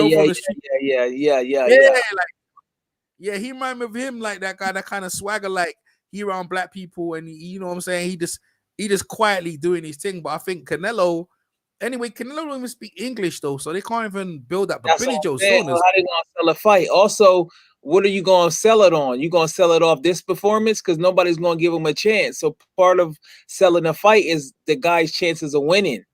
You know what I'm saying? Because I ain't gonna front. We kind of knew Floyd would beat Ricky Hatton, but the way they presented Ricky Hatton and he knocking out Castillo and he was real aggressive, that made it like, bruh, he might beat Floyd. Like, I was like, bruh, he hitting that head.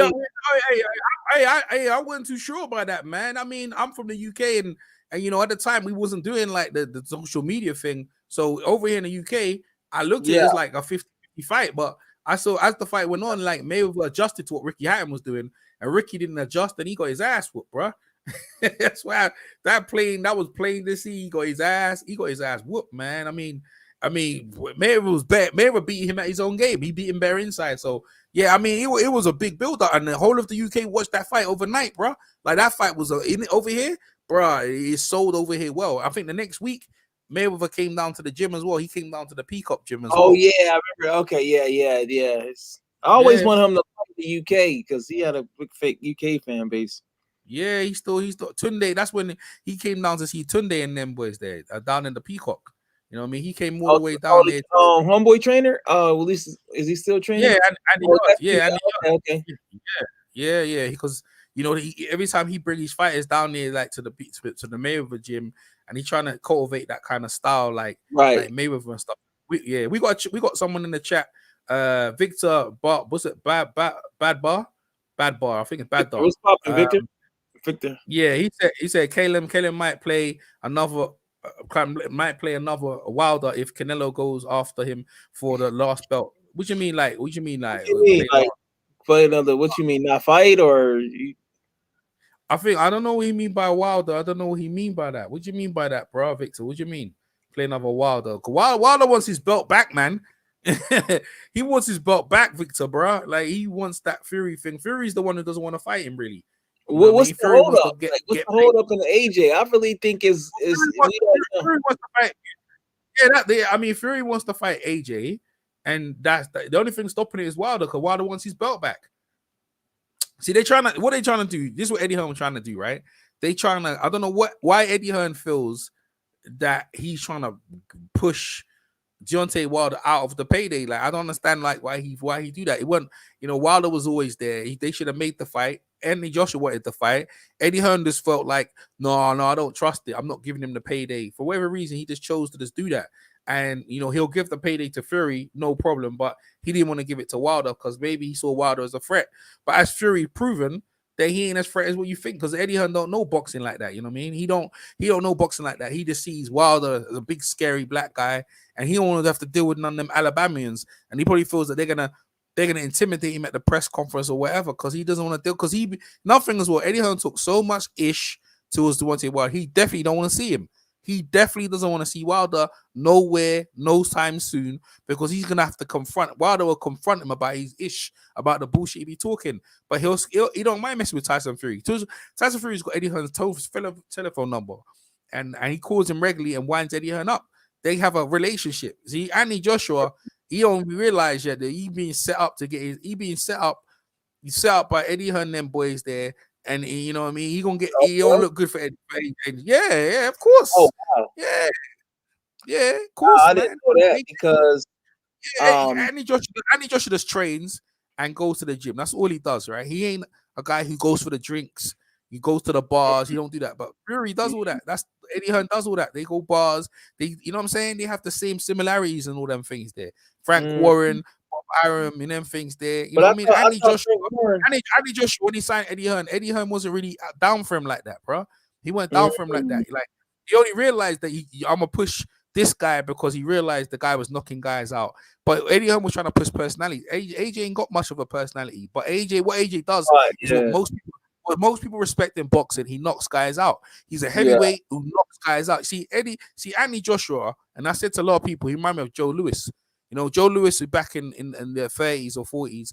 That's what he used to do, is to knock guys out, never used to talk too much. And that's what people loved him for. They like the way he conduct himself. AJ has brought a lot of casual film. Like, you know, you got Lady Shan, you got Boxing Bants. I don't know if you sub to them. And you also got October Red. A lot of female boxers, they've come, and Joshua, not because October Red is in the UK? Yeah, they're all from the UK, all female boxing channels. I didn't know that. October. I tried the Lady Shan, and he said October Red, and who else? October Red. Yeah, make sure I'm gonna show you right here. I'm gonna show you, put it on the screen right here. October Red. I know. You sub to her. October Red, sub to her. Then you got, I think, Boxing Bants. They're not here right now. They got Boxing Bants, Boxing and Bants. They're another one, right? And you got Miss Boxing. You know what I mean? And they're all UK female channels who popped up because of Anthony Joshua and because of it's all inclusive. And they bring in, and they've all this, Anthony Joshua bring a lot of casual fans into the sport because people not even into boxing, but they like the way he conducts himself. You know what I mean? He don't swear. He don't swear. He's someone you can bring to your parents' house and respectfully, and your kids will go crazy. I got the champ. You know, that's why boxing used to be. So boxing, all that smutty talking, cursing. Right. You see, you gotta do all that because you know your skills ain't that, man. I mean, Wilder be talking that ish, because he in America and he feel like he ain't getting his props. So that's why Wilder be doing that. Yeah. I feel like Wilder and AJ was the biggest fight in boxing, and that should have happened. That should have happened, right? Fury didn't see. The thing is, Eddie Hearn tried to say, well, your value wasn't good. So Wilder said, okay, I'm gonna drag Fury out from the dead and beat him. And I think if Wilder didn't do that, if Wilder just stayed on course, kept knocking out who was in front of him, then there would all roads would have led to him and AJ. He didn't have to do that. You know what I mean? But he dragged Fury out, called Fury out, and said, "Look," and because you know what that was? You know what? That's why he sacked Shelly Finkel, because Shelly Finkel was the one who told him that. He said, look, man, bring Fury out. Goes, what you mean? Goes, yeah, you get him out. I thought he still was with Shelly Finkel. Nah, they ain't together no more. You see what I'm saying? I heard that rumor, but I heard that they still was though. Oh no. Nah, I don't think they're together because Shelly was the one who suggested it to him. Bring that guy out of the dead, beat him up, and your value goes up, right? That was why he do that. Why Wilder got to do all that stuff? Wilder should have kept beating his mandatories like Caleb Plant. See, this is what I'm saying. Al Haim was like, Caleb Plant, just keep beating your mandatories, sit down on the thing. They're gonna have to come see me because they got my belt, and that's what Wilder should have did the same thing. They're gonna have to come see me. Wilder fight once a month, but Wilder's like, nah, I'm just trying to get these paydays in. I'm gonna do this, I'm gonna do that, and he's talking, and he talked himself into a situation where Wilder now when he talks. He goes, he has to go back. He goes, when I say it, then I have to believe it. I have to do what I say. See, Wilder got to that point where he keep talking, believing what he's saying, and now he put himself into a box. And now look, now he's going crazy. Now he's going mentally crazy. I was talking to Eric Molina, by the way. I interviewed him earlier on. He said Tyson Fury, he ain't them mental things about the weight thing. He got the weight thing because he got banned for drugs. That's why he was off for so long, right? And Eric Molina had the same thing. He was banned for 2 years. He said, I nearly went crazy. Well, I had mental demons. You know what I mean? The interview I got with him earlier on today, you can hear him. And he was saying, I heard a little bit of it. It was interesting. I'm gonna have to check the whole thing. I started it. I started. Yeah, like he was saying, he got mental demons, and he was saying like, what Tyson Fury was going for. But with the thing about him is that he made adjustments, and that's what I was trying to say in boxing. If you look at his team, he had Ricky Hatton, he had Freddie Roach, and he had Ben Davis. He got rid of all of them. He brought back Andy Lee, and he had Javon Hill, and that was it. He just had a simple team. He kept making adjustments, and they gave him a better game plan. Where Wilder was there yelling and screaming, Black History Month and all them things there. My man was making the adjustments, and this is the thing. If you're gonna fight someone like Fury, he's like, look, give me a couple of fights first, because I know you want to beat me. But see, Wilder's like, okay, I'll let you do whatever. But Wilder was like, after I beat Fury, I'm gonna go to AJ and say, now what? I beat this guy. I got that. He didn't need to do that. He should have left Fury there, kept beating what he did, and that's what. And now you look at Caleb Plant. Now you start making risks and gambles like Wilder, and it don't pay off. Now look what it is. Now look what it is, right? You know what I'm saying? So you tell me, what do you do? Do you sit like Caleb Plant on your stool and chill, fight your mantrays once a month, once every year, and you still the champ, walk around the city and you nice, you know what I mean? Spar every now and again. You got your girlfriend, you the champ, or you start making gamble. You fight the better beaters. You go in there. You don't have to because it's gonna be like a one-hit wonder. You better off doing that route because it's like when Canelo get all 4 of them belts, it's like what else is he gonna do then? Especially if he's not putting up good ratings, and then his fights is gonna get harder and harder because for the people coming up, he has a name, so it's only gonna get tougher now. Like man, you know the thing is, I'll be honest with you. I think like this, right? Wherever you do, wherever you gonna fail, you're gonna keep fighting. If you want to be the best, what you in the sport? You trying to be the best or you're not? Put the rematch clauses in everywhere. Fight the best. Look at James DeGale. He came to America, trying to fight the best. And look, man, England ain't rewarding for it. He ain't got no reward when he came back. He got his ass whipped by Caleb Truax, right? So and there's no reward, Jalik. There's no reward. Like try and risk yourself out there. You know, no one cares. Like, you know what I mean? You ain't getting no money no more. You pushed out, and the next guy comes in. We don't care about you no more. Like you say, you looking at the next guys looking at Caleb Plant for food.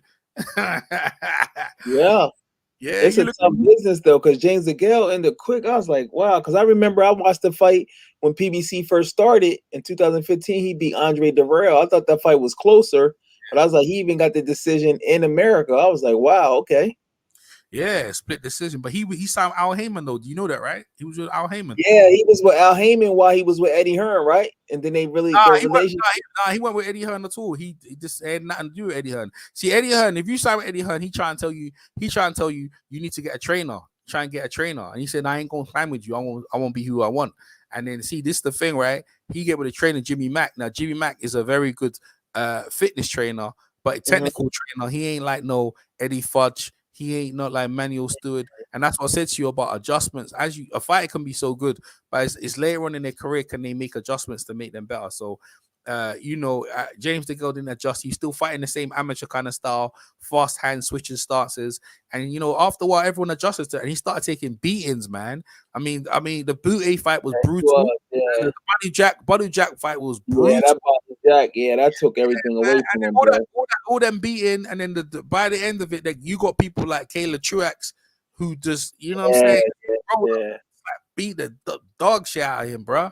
You know what I'm saying? So, anyways, man. Anyway, we're gonna keep it wrapped, yo. So EJ Boxing, like, look, Ashley Fairfane, boxing club. He gonna do Ashley Fairfane, the treasure. Oh, that's Treasure. Shout out to Ashley Fairfane. Okay, Treasure. That's his logo. You know what I'm saying? Jaleel, you doing big thing. I remember I winded up people on your platform the other day. You know what I'm saying? Yeah, I bet that boy's still tight with me. But you see, the thing is, he showed. That was a good battle, bro. I want to see that rematch. That was a good one, bro. Listen, it can't even be a battle because, like, see, the thing is, he thinks in a way he's number 2. I think we was arguing about he was number 3, but he's number 2 now, right? So what I'm saying to you is that if you got in number 2 and you think he the best, and you ain't fought no top competition when Chocolito is fighting Juan Francisco Estrada, and all them other guys are fighting each other, and you ain't fighting none of them guys there, but you're number 2. I'm like, okay, it's a political move to take the piss in the, and it's always the Ring Magazine who do this shit. They gonna get shown up, bro, because he a good fighter. He a top 10 pound for pound, but you can't tell me he better than Terrence Crawford, and he better than Errol Spence Jr. And he definitely ain't better than Teofimo Lopez. You know what I mean? And he ain't better than Lomachenko. There's no way, bro. You know what I'm saying? So if you that's where you at, and see they got Canelo number 1. I don't necessarily agree with that, but for boxing's sake, I'm gonna leave it because he's the highest paid boxer, and he did outclass Callum Smith easily. Like, it wasn't even a contest. And I did say pound for pound is always the guy who outskilled someone who's supposed to be on your level, and he completely schooled him. So let's leave Canelo number 1, but making anyway number 2, it ain't a travesty. But like my opinion is that you ain't done nothing to prove it, in my opinion. And the going life and death with Donaire, who's old, and you know what I mean, that don't make no sense to me. Yeah, that's what I said when I seen that fight, because I actually had Darnell winning after the 9th round. Yeah. See. I was like, bro, he better do something, but then he hit him with that body shot. I like the new setup, man. You got the microphone, you got your logo on the joint. That's how you go Yeah, that's what's up, bro. The bit with it on the StreamYard, like that you can do the green screen. So I got this. I just got this today, right? So I just pull it up, so you can change your pictures and stuff like that. So you know what I mean? I try, you know, like when I come, I'm probably gonna look different. I'm gonna have different glasses, different hats, and different things. You know what I'm trying to say? Make it colorful. Yeah, for people. yeah, that's good. Man. Make it fun. Yeah, I like to do the live. I like to do the live. Yeah, I like to do the. Then when's the next time? When's the next fight? Oh, we got the next. Let's see what's going on. Let's see what's February going on. 20th is fire. You got to do that one. Miguel Bichette, Oscar Valdez. Battle's guy. Battle. That's Battle's guy, isn't it? Bichelle. That's Battle loves that. Bichelle good, bro. Like that's gonna be. Yeah, and Oscar Valdez. Yeah, those two names together. The people gonna be tuned into that. More people probably tune into that than this fight. Yeah, we got next Saturday.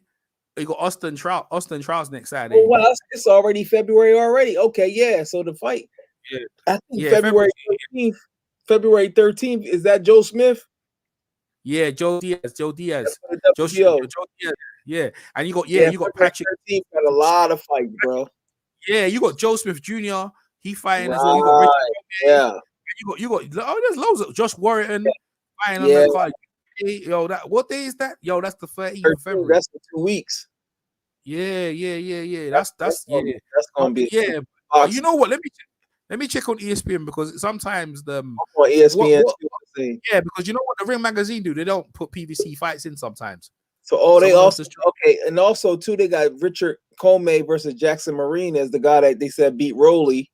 That's on the February 13th on the Joe Smith and Josh Warrington and JoJo Diaz. Yeah, that's going. Oh, and you know what's good? It's Patrick Teixeira versus Castaño. So if Castaño, go ahead. Yeah, you know if Castaño win, then they can do undisputed with Jamel Charlo in his next fight. So Jamel Charlo got a chance to get all 4 straps undisputed. That's what's up. Yeah. Go ahead. Yeah, Jamal. Yeah, what's up, PMC? What's up, PMC? How you doing, bro? We got Jamal Harron versus Carl Frampton. Yeah, man. Long time. How you been, bro? Man, it's been a minute. Yeah, man. I've been good. You? Yeah. Oscar Valdez versus Miguel Bichelle. Yeah, that's the 20th, man. Yeah. But I think the 13th is got AB too. AB fight that day too. Adrian Broner fight that day, the 20th. He fight. Wait, you know what? I'm gonna get an interview with his coach. I'm gonna get an interview with his coach. Oh, Stafford. That's cool. That's what's I'm Abenesian against Josh Kelly on the 20th. Okay. Josh Kelly versus Abenesian. Yeah. Yeah. Okay. Hey, PMC, what you think about the fight earlier on today? You see it, right? No, I ain't see it. No. Oh man, he was one-sided anyway, man. It's one-sided. I ain't see it. Yeah, we're talking about the up-and-coming fights coming up, man.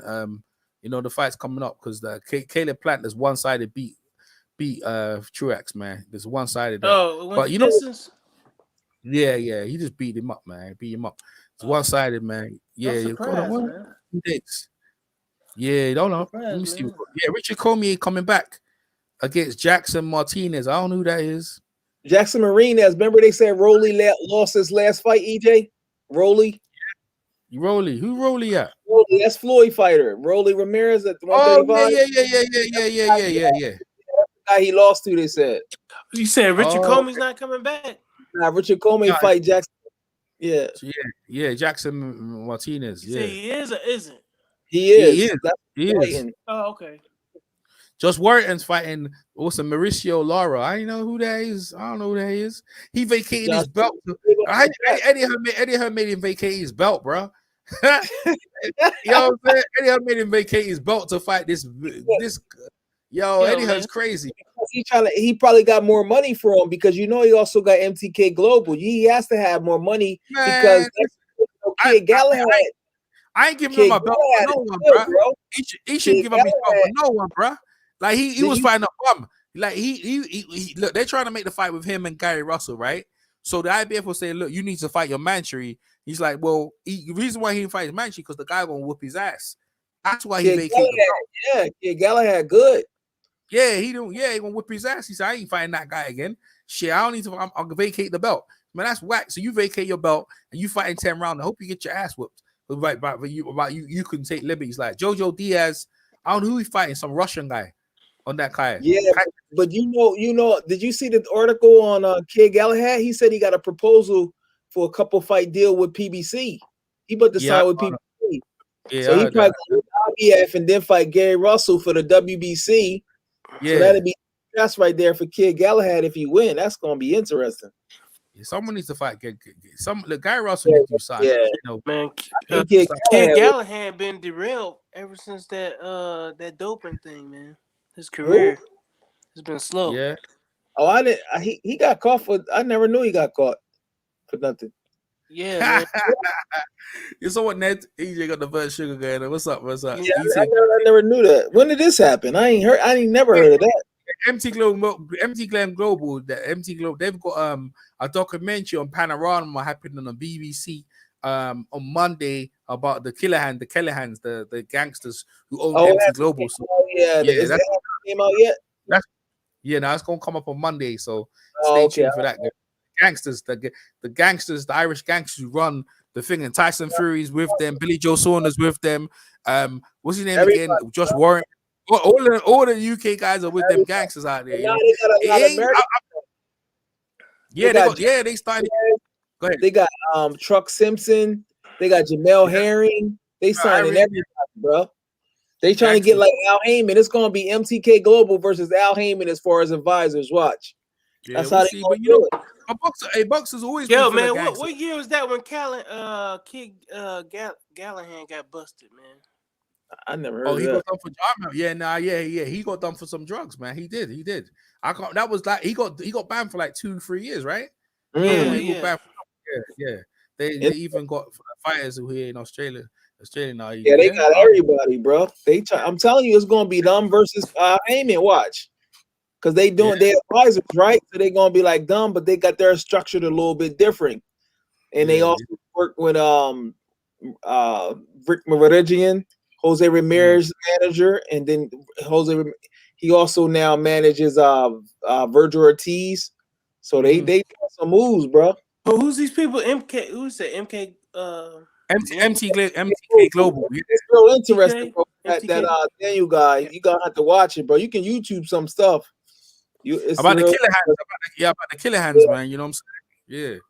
Yeah. So just people be doing some stuff. I'm gonna come off camera for a bit because I need to stretch my arms out here. I've been on camera for too long. But all I'm saying is this year, when it comes down to this boxing thing this year, we're lucky we got anything because this pandemic's still going on. And they said over in the UK gonna go until September. So we lucky we got anything. Yeah. Yo, man, this shit going to 2024, man. Yeah. It's going to another election year, man. That's what everybody been saying, 2024. Yeah. It's going to be some more bullshit, man. This shit's all planned out, man. This shit's all planned, man. Yeah, but you see this thing here? What we got here? My man, Ned Carly, what's that? Oh, they 500 million? Oh, they got that much for it? Wow. Dude, man, this shit is like the Spanish government had to give Callahan 500 mil in assets back to them. Wow. That is kind of the money they got. Really? Why do they have to give the money? Right, he knows some details, bro. Do tell, man. You put the links in, Jed. I want to see the documentaries. Oh no, the documentary. Oh, that ain't come out yet. That's gonna come out Monday. Yo, I see Callahan's or the Killer Hands. The Killer Hands, man. This ain't Callahan. You know they killing people. That's what they did. You know they shot Jamie Moore got shot. They shot his legs out. They stabbed Kell Brook, and then they threw some boxes over the balconies. That's what I heard. I remember I remember Jamie Moore. I think I remember Jamie Moore. Yeah, remember Jamie Moore got shot. This is some years ago, right? This was like years ago. Yeah. When they first came in, Kell Brook got stabbed by one of them. So Kell Brook got stabbed in the leg, man. Oh, that's how Kell Brook got stabbed? Yeah, it was down there in Spain because they're based in Spain, isn't it? Oh, they're based in... I didn't know they're based in Spain. Yeah, so... Matthew Macklin. Yeah, but his story was he went over some weirdo's house and shit. Oh, no. No. It was gangster. He was at a party. And one of the gangsters must think he was making it sexual advance towards him. And then the guy goes back off and Kell goes, what you mean? He was playing around. The guy stabbed him in his leg, innit? Really? Oh, that's how it went down. Because Kel was goes, "You want some chocolate brownies, innit?" Kel was playing around. The guy stabbed him in his leg, bro. Yeah, bro. Pat wasn't on that. He's not about that chocolate brownies life. You know what I mean? No one's on that shit. You know what I'm saying? Brownies. Well, because he said he was at a party, right? Because with the owners or some shit of a bar, and then he went off with this dude to his house or something like that. Mm-hmm. That was the story. That's what he said. Crazy. But you saying it's something else, huh? Yeah, I'm telling you. Yeah, that's what I heard he was at a party and he's playing around. He be engaged. He trying to play around, man. The dude don't fucking play with me, bro. Because now he try to act, some people act gay sometimes, try to clown. Guy wasn't playing with him, bro. He went to some dude's house. He tried to roll up and the guy stabbed him in his leg, man. You say stabbed him in his leg. Dude's house. Did you see anything? Did y'all see anything? Yeah, the party was in someone's house, though. The party was in someone's house, PMC. You know what I mean? It was a mansion, you know? Yeah, the mansions and that, bro. I know. It was the owners of a bar. He said it was at their house. Yeah. I don't know, man. It got weird. It's the first they said it was at the club. Then it went to the owner's house. Ned's saying it as well. Look, Ned's saying it there. He goes, the size of the money is when they were arrested, but had to give it back because they couldn't prove the charges. Because I heard that too. See, look, he heard the same thing what I heard. The Kel Brook, yeah, you know what I mean? That's why he on that chocolate brownies and stuff, man. Man ain't playing that chocolate brownie stuff over here, bro. That's what everyone's supposed to. What's that chocolate brownies, man? Yeah. What you mean? I feel you, yeah. Talking about your dick, man. Oh wow, yeah, that's not Yeah. Chocolate brownies. I'm gonna give you this chocolate brownies. He said, "Yo, bro, they ain't give you none of that shit." Spencer, you ain't getting none of that shit. He ain't give you none of that. Abs, Kel tried to offer a guy a private boxing lesson. Y'all funny. Y'all funny. Y'all funny. But did y'all hear anything about Al Heyman trying to make the Crawford and Virgil Ortiz fight? I ain't heard that, but I won't be surprised. That'd be good, and that could be his last fight against Virgil Ortiz. Virgil Ortiz got to get by Maurice Hooker though. Maurice Hooker gonna get his ass whooped though. But did you hear anything about Crawford trying to make a fight with Virgil? Al Heyman? Nah. I heard say he was ready for him, but I mean, hey, you might as well. That'd be a dangerous fight. That'd be a dangerous fight for Crawford if he's gonna try to, but hey, he got to do something. But that's a good fight. Eventually someone's gonna knock Crawford off, man. You know what I mean? Because it's like you focusing on something else and someone gonna roll up, man. That's how boxing is, you know what I mean? You take your eye off the sport. Yeah, and that's why it's hard to stay up top. You know, when you get to the top, you're trying to get the most money, you know what I mean, and not fight the hard contenders because it's like snakes and ladders, you get knocked right back down again, you know. Yeah, Earl could lose too. To see it happen, AJ and Water lost before, so yeah, that's a good fight though. Ortiz versus Hooker. That's a real interesting fight in Texas. Texas got fans though, so I don't know. Texas is starting to be the home of boxing in the U.S. They're getting all the fights with fans. Yeah, but you see, but that's what I'm saying. But you see, Al Heyman. That's what I said. Al Heyman. Yeah, it's Al Heyman. Al Heyman's invested in. That's what I said to you like earlier on. Al Heyman's invested.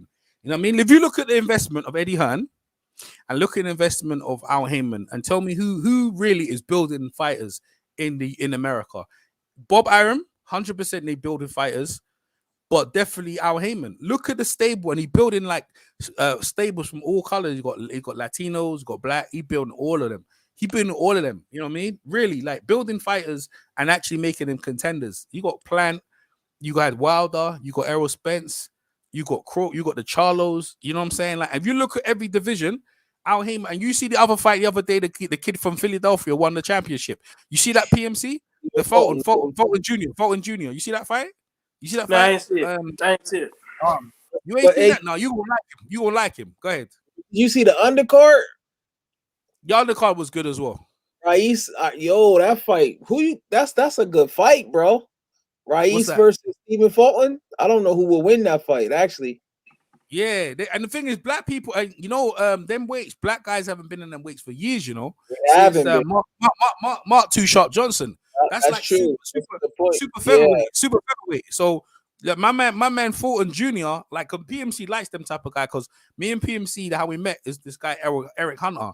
He was going against Lee Selby. He was doing that work, bro. If you ever see that fight, yo, bro, like, yo.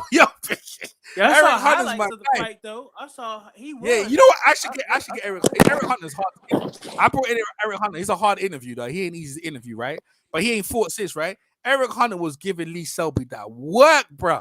And the referee started like joining the fight, saying he let it low and messed up the man's rhythm. So, but you see, Fulton Jr. No, he ain't. But listen to this though, PMC, right? Fulton Jr. He like thingy, bro. He from Philly.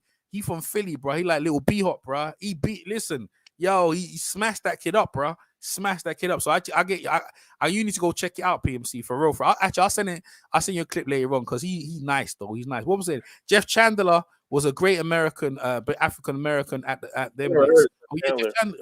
Joe and Jeff Chandler. Yeah, for real. Yeah. What's his name again?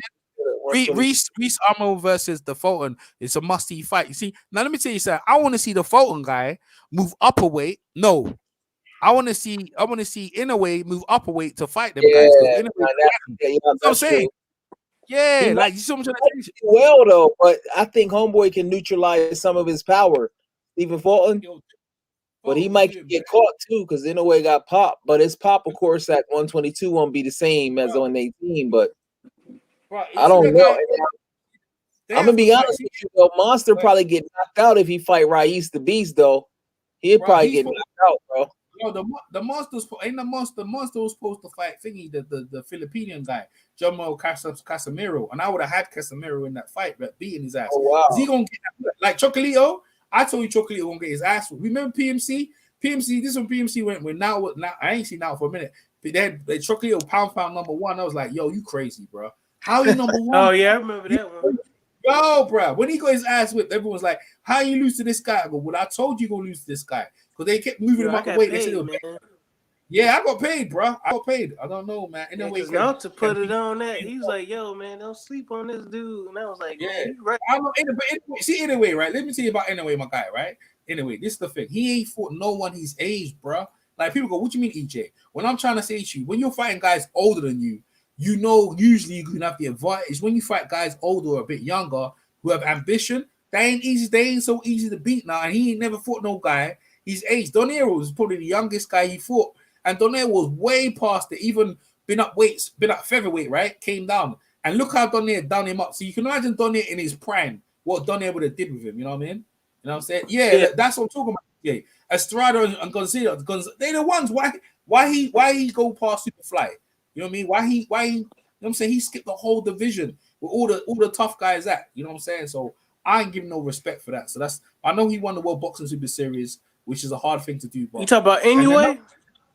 Yeah, because I went to fight the African dude. Remember the division? He skipped the division in Superfly. He went from light fly. He went from light fly, right? Was it light fly? Yeah, he went to light fly to bantamweight. Miss Superfly, innit? Yo, he ain't no good at bantamweight, man. I saw his last fight, man. No, he went to light fly. He went to light fly. Then I think, he went to feather, and he waited till Chocolito left the division because he didn't want to fight Chocolito because they in the same stable with Takum because they got the same promoter in Takum, right? Then because Chocolito was in Superfly, he went to bantam, and that's where he at. You know what I mean? And they're like, yo, he the greatest. He the greatest, but he ain't fought nobody. I don't care. People say, EJ, you hate it, EJ. I don't care. So yeah, it is. We get Raíz the Beast. If he beat Raíz the Beast or Stephen Fulton, then that's when I'm gonna be like, okay, this dude is. Yeah, that's gonna be serious right there. Okay, then there you go. You see, this is what I'm saying. You have to earn the right to say. Yeah, that's gonna be serious. You have that's right. You earn the right to say. That'll be serious because he won't be.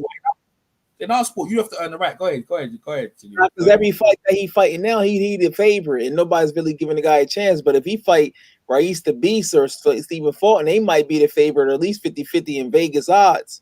But when you talk to people, they're gonna be like, Monster probably lose. A few people will pick him, but that's gonna be there, especially against that's gonna be. I can see him.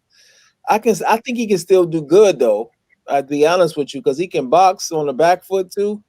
But it's just gonna be way tougher to get them knockouts. So and then his defense isn't great. Well, all of these fights, the majority fights, in the way fights, they've been in Japan. You know what I mean? The only time he left Japan was in last year, right? And he fought over in England against Manuel Rodriguez, who was 9-0, and he beat him in 2 rounds. And then Donaire, he had a life and death with Donaire. He went to 12 rounds, and Donaire was old, Donaire's record was 40-5, and then he went against this guy, Jason Maloney. He beat him, but these guys, Jason Maloney and Emmanuel Rodriguez, like who like if I go, let me go click on their record. What they do though? What did they do? You know what I mean? Like, you know what I'm saying? Good debate, bro. Y'all gotta run that. Rances Barthelemy is fighting in Thailand on the 12th of March, man. That Rances Barthelemy guy that beat up Chocolito. Sarah B-side? Oh yeah, who that? I think she's a kid. Yeah, he fights. Rances Barthelemy, He kid, fight, whatever you want to call it. Yeah. He's fighting in Thailand on the 12th, and then on the 12th and the 13th of March, you got Chocolito fighting Juan Francisco Estrada. Mm-hmm. You see they rescheduled that Floyd Mayweather and Logan Paul because nobody don't want to see it. I want to see that. I want that. What that? I mean, hey, Floyd versus I didn't want to see that. It don't got no buzz, bro. People tired of that. It don't got no buzz. Nah, you got buzz, man. Your Logan Paul, like you won't watch if it comes on now, huh? You won't watch if it comes on now. Yo, Logan Paul got a chance, man. Logan Paul beat up Nate Robinson. Highlights. I never even seen. Hey, didn't Logan Paul beat up Nate Robinson? Or who? No, that was Jake Paul. That was Jake Paul. Yo, Jake Paul can fight, bro. Jake Paul. Man, you see how he slips to left? You see how he slips to left?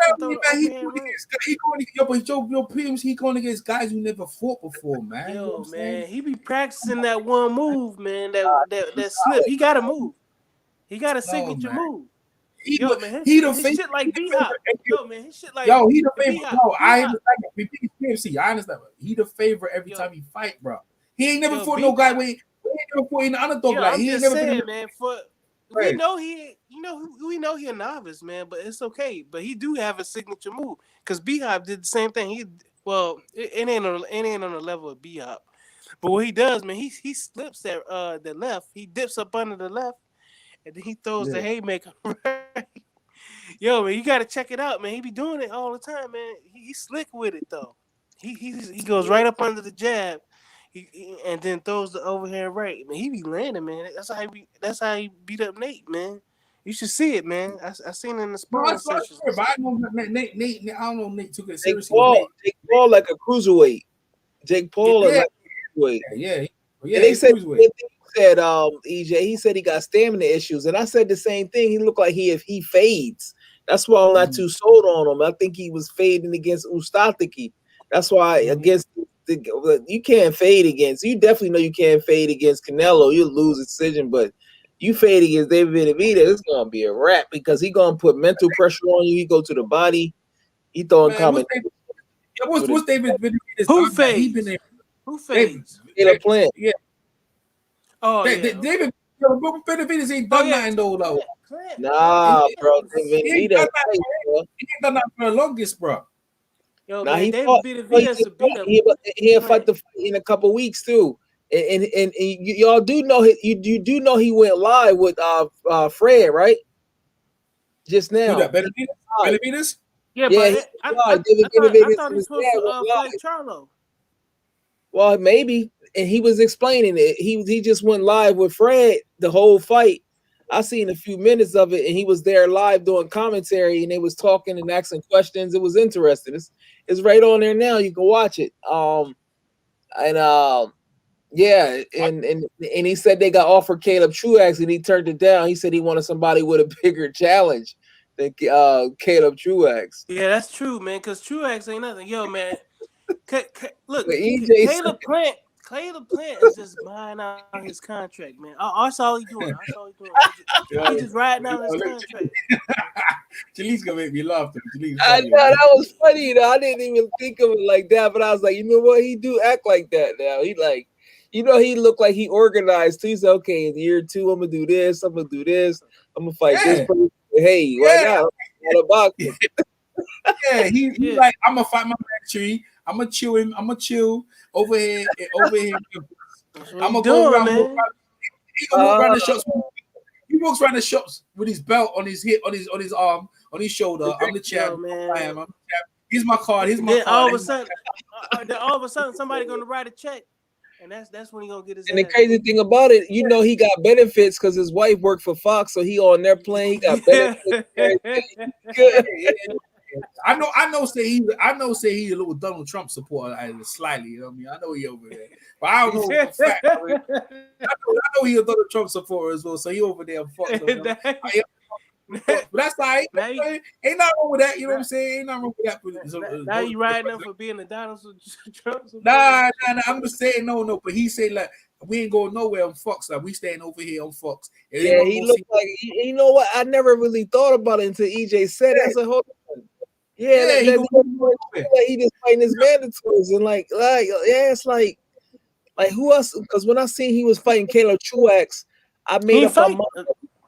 I made up my mind that I wasn't gonna watch it. I purposely didn't watch it. I said, bro, I'm telling you, man, they saving him for somebody, man. No, he fighting Canelo. Canelo.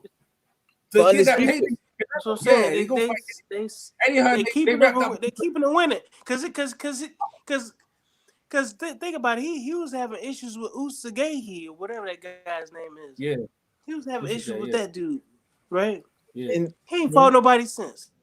Is that what I'm saying? Yeah, exactly. Yeah, that's what I'm saying. What are they comparing them for? Like, and then the crazy thing about it, they giving up free TV dates to him. Why would you do that? You can just. If you want to fight that level of competition, let them fight on Bounce TV and give it to somebody that's right. You could have put this Steven. You could have put that on Fox. That would have got more ratings. Man, and they milking the story with his kid and shit, man. I feel sorry for him, but I mean, man, that's old, man. That shit old, man. That's the market. Somebody on Twitter said, Fox loved Caleb Play. Yeah, I ain't gonna lie to you, bro. I knew what was gonna happen before. I just want to. It's like boxing. You think you know what's gonna happen. So let me go see it. But you know what? You know what?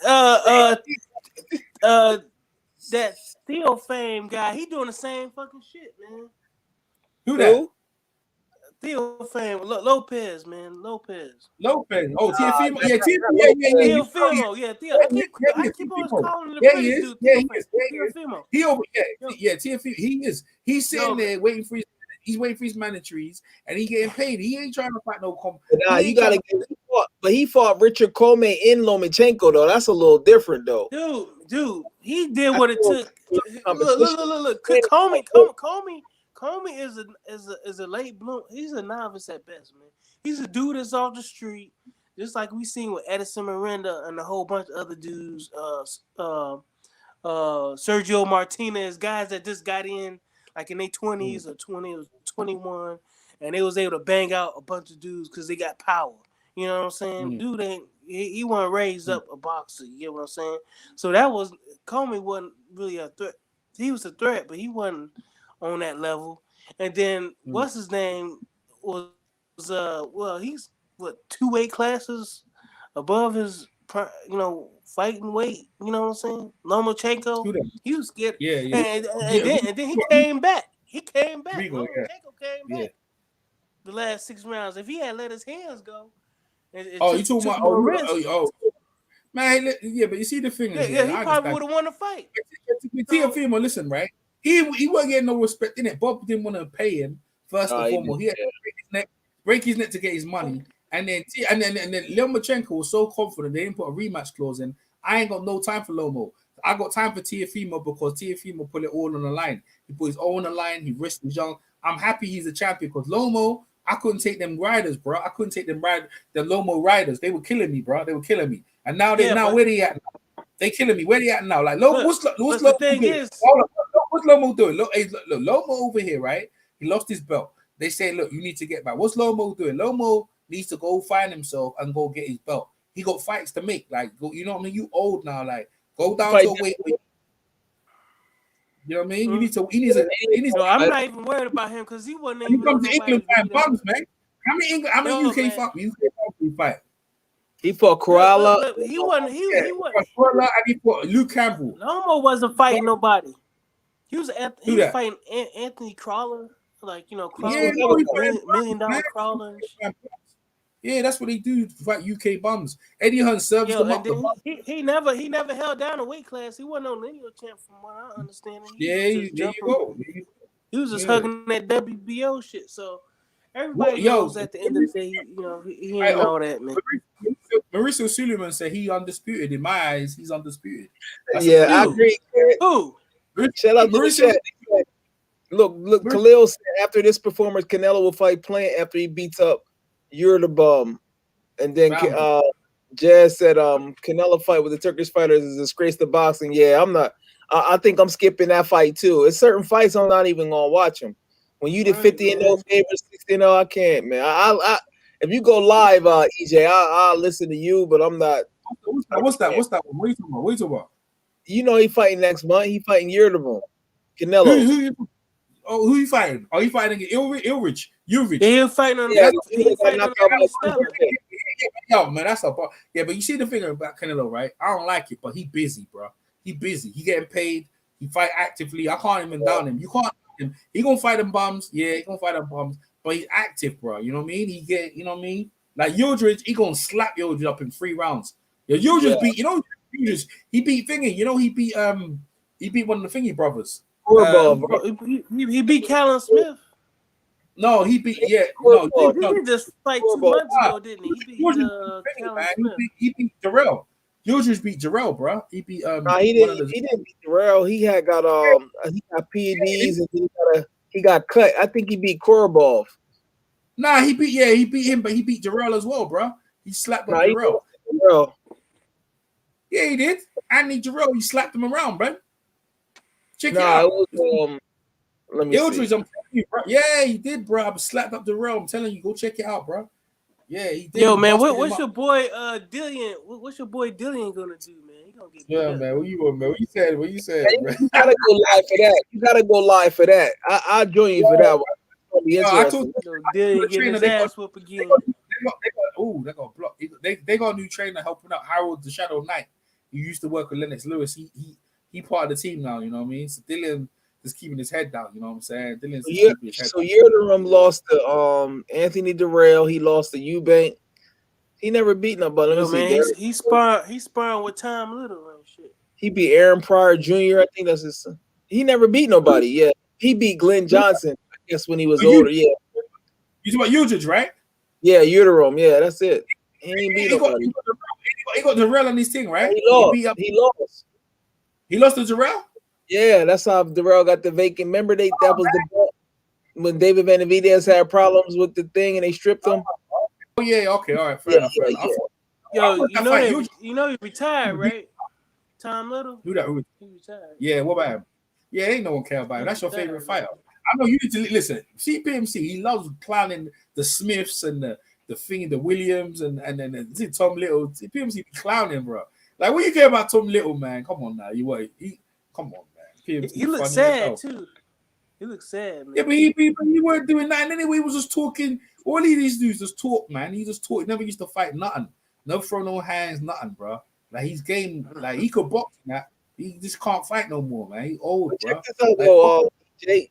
How about Canelo fight Chris Eubank Jr.? A lot of people is ducking Chris Eubank Jr. because he high risk. And it's like, okay, he don't got no belt, but they need, man. I wanted to see him against Jamal Charlo. That's who I thought was going to fight when he fought Korobov a year ago, because that was literally almost 2 years ago when he dominated James DeGale, and he only had one round after that. So he need to get busy. I know he just sound with Kelly Sauerland, but come on, bro. Yeah, Eubank's another one, bro. That dude's sitting down there. He going to middleweight he should have stayed at 168. Down, But he because look, everyone's at 168. He going back down to middleweight because he wants to beat old Golovkin up, bro. So they're trying to get him to fight Golovkin because Golovkin looks like he's ready to be taken. But I don't care how old you think it is. Golovkin will land one of these bombs on Eubank's legs gonna go. I don't care if you're training. I don't think so. Either. What? Nah, man. He go. Eubank used to when Golovkin touches it, bro. He gonna knock out. I think he'd knock him out and make Triple G quit. To be honest with you, I think Triple G ready to quit. Nah, what you mean? Nah, man. Bro, the guys have over 300 amateurs and all that. Eubank only had 3 amateur fights, bro. Like, there's no way. He come in there. Nah, man, Eubank gonna get he got a good chin. He got a good chin, though. So he used to find guys at 168. Now arguably, Golovkin beat Canelo, bro. So what's Eubank got on that? You know what I'm saying? Eubank ain't got nothing on that. Come on, dog. Like, come on, man. Nah.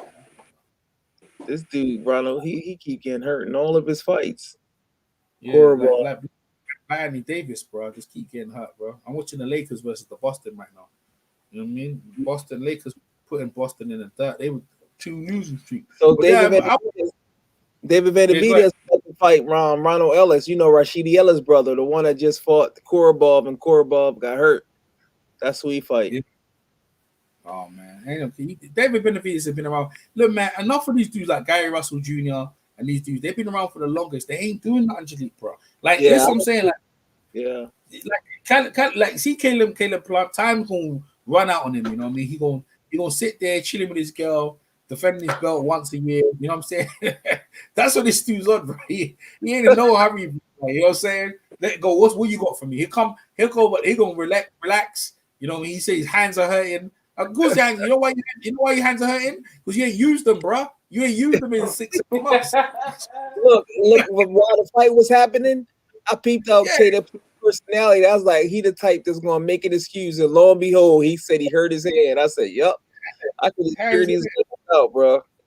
Oh man, you know what I'm saying? That's what he doing. You know you broke your hand without an X-ray. How you know you broke your hand without an X-ray? You know what I'm saying? Yeah. It could have just. Let's talk about Broner, because Broner's going down to 140. I said Broner at 140 is better. That's where he belongs at. Yep. Yeah, that's 140, right? 140. Probably 135 if he really should be at 135. He was lazy. He was a lightweight. He was lazy, and then he was trying to chase that money, man. When he was a lightweight, no one was touching him. Super feather, he worked. Lightweight, he was dark. Lightweight, he was bad. He could have been a great lightweight. Yeah. It's just that he could have been undisputed. Because like from Cincinnati, Aaron Pryor was even in his dressing room when he won his first title. You know what I'm saying? And then from that to go where you is, I know you're a 4-weight champion, but you never been undisputed. And real talk, like bro, like the hype he was causing that lightweight was damaged, bro. People hated that guy so badly, but you know what I'm saying. All he had to do stay at. Man, they keep showing that Marcus Maidana knocked down. Yeah, see, that's what they love, man. They love seeing him in his ass script. They love because they can't get Floyd. Because they can't get Floyd, they got Adrian Broner. You know what I mean? Yeah, that's true. That is so true, man. Yeah, they can't get Floyd, so they got Rigo. They can't get Floyd, so they got. I'm glad Rigo sat on his stool. You know, I want to see Rigo lay out on his back. Yeah, I want to see Rigo lay out on his back. Usyk's another one. Usyk's another one going to get his ass toasted. He fought, right? This is what Usyk tried to do. This is what the play he tried to do, right? He tried to ransom the WBO and try to get. The WBO said to him, "You ain't gonna get nothing. You sit on your laurels now. You ain't gonna get nothing." He tried to say, "Oh, I done all that work at cruiserweight, so I need to fight Anthony Joshua." Eddie Hearn and them boys said, "Yo, you gonna do fight when we tell you to fight," because they were gonna offer him money, but he started going like, "We want 50 mil or we want 10 mil." They said, "What?" So you ain't Usyk, yeah, because you know he was mad. Yeah, remember the Fury, the whole Usyk was supposed to fight Anthony Joshua. They were looking for that fight, and he was supposed to be mandatory.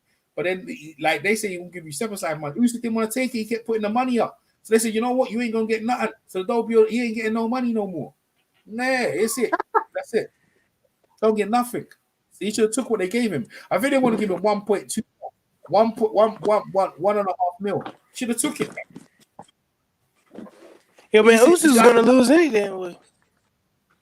Usyk AJ? Yo, man, Usyk, man. Usyk's trash. Yo, man, Teddy Atlas. Some dude on no, I don't know if it was Teddy Atlas, but somebody said like Usyk is the most deserving to fight Anthony Joshua or some bullshit. I was like, what the? He had a great run at cruiserweight, but not height. It's not height. I was just like, dude, I had to stop. I had to stop watching that YouTube video. Like, these people don't know what the fuck they're talking about. I can't watch them. No, I don't think he a hype job. I don't think he a hype job. Of course, he got weaknesses because he fighting the. But I don't think he no hype job. He actually don't get a lot of hype. Give me his best win. Cruiserweight ain't that popular, EJ. But he did. Give me one. I know. Give me one name. He got Value. He got Value. He got Breedis.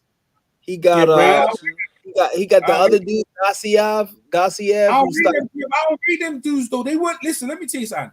They weren't the best at cruiserweight. The best at cruiserweight, was Guillermo Jones when he beat Dennis Leverett, right? Marco Huck was a long range. Gawaki beat him. He beat Gawaki. Gawaki's was one of his best wins, right? He beat Marco Huck, right? But he ain't never faced Dennis Leverett. He didn't face Guillermo Jones, right? And there's another one, the Nigerian guy, Junior Carbo, right? The one who got knocked out by Bellew. He's a WBC champion. He ain't never faced none of them guys there. But he's the best at cruiserweight. He should have kept that cruiserweight. When he was undisputed, he should have defended his belt. Stay there. He didn't defend none of the belts, bro. He just got the belts, took the money, and moved up to heavyweight, and he ain't done nothing. Derek Zura, he ain't done nothing, bro. He ain't done nothing. Derek was boxing, bro. That's what he did. Derek savaged him up, man. But that's what these Ukrainian guys are doing. They just jumping in, making a splash, and then trying to rob the bank, man. All right, everyone. Hey, Caleb Platt's on there trying to rob the bank with Canelo. He ain't trying to do nothing. He's just trying to sit there. Billy Joe Saunders, yeah. See, Billy Joe Saunders, with him, I don't think it's money with Billy Joe Saunders. You know what it is with him? He don't want to get embarrassed. That's what it is with him. He don't want to see his kid look at him on a film with him laying on his back. That's what it is with him. Man, that dude's a grifter, man. He's a grifter. Yeah, Billy Joe Saunders don't want no part of seeing him on his back. See Tyson Fury? I give Tyson Fury credit, yeah. He got beat down by Wilder in the first fight a couple of times, and he got the draw, right? But I give him credit for coming back, changing his whole team. But whether you cheated or whatever, he ain't gonna get away with that cheating stuff with AJ. I tell you that for free. All that stuff ain't gonna happen. None of that glove stuff. He is. That ain't gonna happen. No, he ain't. No, sir. No, sir. No Jim Bob. No Jim Bob. Happen to him, man. I don't think so, sir. His team is too. AJ's team's on it, they're man. Not fighting in the UK. They're not fighting in the UK. Oh man. But who's the A side? Who's the A side? Tyson. Andy Joshua's the A side. No, I know he ain't, man. Tyson Fury's the A side because it's the show. How many stadiums? How many stadiums he sell out? They want to see the white boy beat the. How many stadiums Tyson Fury sell out? They want to see the white boy whip on the black boy. If you ain't got the white boy whipping on the black boy, it ain't no show. He ain't the A side, bro, against AJ. Man, it ain't no show. I'm telling you, it's gonna be the white boy. I tell you what, the lineal champ. The lineal champ. Okay, so here's the go. Here's the story, right? Anthony Joshua had the chance on being the lineal champ, all right, but he blew it calling his own brother the N-word from Alabama that ain't got no money. He blew that, and he got beat by some dude that's south of the border, some taco burrito eating ass dude. Yo, man, he got beat up. He lost it because that doesn't mean losing a fight don't make you a loser though, bro. That's what people don't. He disrespected his brother, man. He called him the N-word, and he got beat by some Braille bean burrito eating N-word. He got whipped. Right in the United States. Disrespect Hold Wilder. on, let me finish. Right in the United States of America, where he said he couldn't fight because he said he had to fight in the UK because that's where because he loved the fans so much. But he lied, right? Trying to fight some other dude from Brooklyn, which that didn't work out. But he got beat up by the Mexican dude. So we all know that story. So he ruined the whole him becoming lineal champion. Who cares about the lineal though? That's what would have been on the line. He would have had all the belts. Hey, bro, he'll fight Tyson Fury. And then Tyson Fury would still be the whacked out, coked out white dude begging for a fight. Okay, don't tell me that wouldn't have been the case. Because they're about to fight each other for all 4 belts. Tyson Fury would have been coke in the UK, broke in the UK or whatever, doing circus acts. Okay, that's the truth. That's what it would have been. But Wilder, he was dying for an opponent, and he was like, you know what? Let me just do my own thing. He done a bad built his status up. Wilder ended up getting it. The money Wilder was asking for from Anthony Joshua, he got that 2 times over already. Okay, he got that money. Okay, and then another white dude. What's your point? Because they're about to fight for all 4 belts. Anthony Joshua and Tyson Fury, right? My point is that Wilder, well, what he did was he took a diamond out of the rough. He shoe shined the diamond because you got to think about it. Tyson Fury, he was the real champ, the lineal champion. He never lost it in the ring. He never lost none of those belts. So people took his belts. That's only like 3 years out. It was like 3 or 4 years out since he was out. You know what I'm saying? He was out for a back. Look. It's 2015. Wilder had the WBC belt, right? Because Klitschko. What do you think about now, though? You're about to fight him now for all 4 belts now. But what about now? So now, when those two dudes fought each other, Tyson versus Deontay Wilder, what was up? The Ring magazine. No, we talking about right now, bro. Anthony Joshua and Fury. So Anthony Joshua, all he is just he's just food for the king right now. Okay, that's what you think. Okay. So you gotta think about it. You gotta think about who fought for the title for the man. Who fought for the man? I'm confused on what you're saying because that was Tyson Fury. They're about to fight. They're about to fight for all 4 belts, and we're gonna have to see who's gonna win. Look.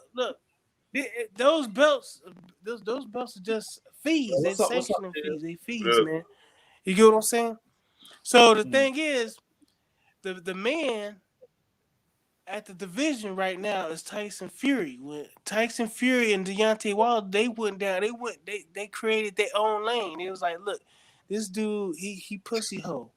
You know what I'm saying? This other dude, Andy Johnson, he's a pussy. He got his ass whooped. Already. Fight make you a pussy. No, here it go. Because Ali after he lost to Frazier was weak. Okay, that's what you sound like, bro. Check this out. He had 2 undefeateds at the time. Hold on. You got 3 undefeateds, right? 3 undefeateds. One dude, he pussy hoe. You know what I'm saying? He got beat up by the Mexican dude. And then in the rematch, he go 12 rounds with the Mexican dude. You know what I'm saying? Okay. Dancing around and shit like a bitch. So he looked like a bitch in the rematch. So he done. He already got an L. He got an L. You gotta make a last minute replacement. Look, this is what I'm telling you, man. He got an L by a last minute replace. That's what it is. Okay, that's fine, bro. Okay, and then so you had 2 other dudes that came out who were undefeated. They fought each other once, still undefeated, right? So because they didn't clear anything up. Then they fought each other again. So where's Anthony Joshua after Deontay Wilder take the L? He behind him in the rankings and shit. So bro, he ain't the man no more. He avenged his loss. He ain't the man no more. Do you know who Lennox Lewis is, bro? He ain't the man no more. Bro, do you know who Lennox Lewis is? And then he goes 7 or 8 rounds with Kubrick Pulev. What's that? He must have won like 9 rounds with that dude, man. He don't like Anthony Joshua. It's all good. What's up, Khalil? He did destroy that dude. What up, man? He destroyed that dude, man. Come on, Yo, BSC. man, he took forever to knock that man out. He took forever to knock that man. That man was in done. the past, bro. He took forever because he's scared. Know about right now. He's scared. And that's why the fight ain't gonna happen with Fury, man. That fight ain't gonna happen with Fury. that Fury, because you gotta think about it.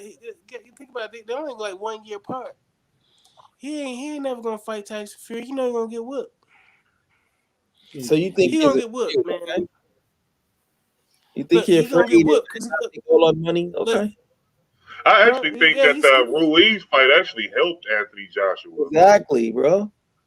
Because it unlocked something in his fight style. Like, I mean, you say his pussy that he was running around and doing all of that, but what it really showed is that he can box. Like, he does have the ability to box. Like, exactly. You can't. So knock everybody you need that element though, because before, if you just running through guys and knocking guys out, then when you finally get in there, you can't knock the guy out. Then what do you resort to? Like, what's your strategy to you know what I mean? PNC, bro. This ain't he's not a boxer, man. He all right, bro. All right, bro. All right, if you don't think you're a boxer, man. Good opinion, bro. He boxed well enough to keep Ruiz away from him, man. Ruiz got fast hands. Since he was 8 years old. Anthony Joshua went into boxing as like I don't even know how he got into it, but he got into it late. I mean, it's the heavyweight division though, PSC. Like, them dudes fight each other at some point. But he lost to a man who was boxing 10 years prior to when he started boxing. Yeah, man, but Ruiz was still a decent guy, like a decent fighter. Hey, yo, do you know who you gotta tell me this. Look. Okay, so and then the dude then in the rematch, he didn't knock the dude out. The guy was supposed to knock him out. Dude, I want look. The odds was for him to get knocked out. No, the betting odds. I don't understand what you're saying, bro. I'm actually. What's up, Khalil? What up? He underperformed. I'm just confused by what you're saying. PMC, I mean, ultimately, he won. That's all that really matters. Is that I'm just saying. So maybe they'll set up a rubber match at some point down the road, but they on to bigger and better things. This is so crazy. How is it that everybody talks when Wilder knocked somebody out? You know why everybody talks about how he was getting outboxed? Well, Wilder is a different breed, dude. He always get beat up, and then he end up knocking you out. How is it that we can't point out that Anthony Joshua struggled to knock out a obese, short, fat man? He probably was using PEDs like he did before. In the second fight. Realize how the good guy was obese. We know what the issue was. It was his weight. Anthony Joshua didn't do nothing special, but just run away. That's all he had to do was just run away against a guy who's 40 pounds overweight. Just because he chubby, that don't mean he don't got no skills. Like, no, man, that man was overweight. He had the skills, but he couldn't move. He was dead in the water. But everything is not. It's not about knocking everybody out. You got to fight smart, bro. You don't knock everybody out. No, it's not. He's already a star, bro. What is he gonna do? He has to win. He almost knocked him out the first fight. He went the distance, man. It's nothing cool about being dumb. It's not cool about for the knockout. Yeah, but PMC, no one's knocked out Andy Ruiz. So what you saying? Cool about fighting like you in a bar. He had that man down. Look, I'm gonna give you a perfect example, PSC. You look at this recent fight that was with Joe Joyce and Daniel Dubois. Now, Daniel Dubois is used to knocking everybody out. When he couldn't knock out Joe Joyce, he lost decisively because he doesn't have another game plan. I knew he was gonna lose. But I mean, he was still a betting favorite. Like, people still bet that he would win the fight. And when he couldn't knock out Joe Joyce, what other game plan did he have to resort to? Because he ain't know how to box. Like, Joe Joyce wasn't doing nothing spectacular. He stuck his jab out there. He countered the guy when he got inside because experience played a big role in the fight. But ultimately, you have to have some level of boxing skills because at the highest level, you're not going to knock everybody out. That was his step-up fight, and he lost. decisively because he didn't have a counter move to what Joe Joyce was doing. Like it's the same with Ruiz. Like they just said, nobody knocked out Andy Ruiz before. Like this dude is fast as hell for the division. He got power in both hands, and he know how to put his punches together. So Anthony Joshua couldn't stand in there and mimic what he did in the first fight, or he would have got knocked out again. So he had to do something to switch up his game plan in order to get the victory. That's all that mattered. Like I get what you're saying, but ultimately he won, and now he's looking for an undisputed bout, hopefully, with Tyson Fury. Imagine that's kind of interesting, man. I wish a lot of people go that hard for Wilder, man. You know, I love Deontay Wilder. I like Wilder too. Like that. I like both of them. Like that's just boxing. I don't know if you watch basketball, PNC. Imagine Steph Curry trying to prove that he tough, and instead of shooting 3-pointers, he try to drive to the basket and just take punishment like Iverson used to do. That's dumb. There's nothing cool about that. Now, if you missing your jumper, then you gotta go to the basket. That's not his game. It is the same. You don't prove nothing to people. It's not. Why do you have to? That's not his game. That's not his game. Almost every single fight he got knockouts except Joseph Parker and Andy Ruiz. So what does he have to prove? He's one of the highest knockout percentages in boxing. I mean, I get it. That's not your guy, but I mean, come on, bro. You got to fight smart. It's just like Wilder. Wilder gonna have to, once he realizes he can't knock nobody else out, he gonna have to come up with a different adjustment to get the victory. Yeah. I know Eddie. Well, I'm just saying, man. He's not the A side, man. You know. Okay, it's all good. Honestly, it don't really matter. I just want to see the fight. Like, I just want to see the fight. Like I just want to see an undisputed heavyweight champion. Just somebody. I know Caleb Plant getting called out. David Benavidez just called him out on Twitter. He put up a post. Yeah. With him and Plant, you know, as a next fight. He gonna fight his. He said he just gonna fight his mandatories.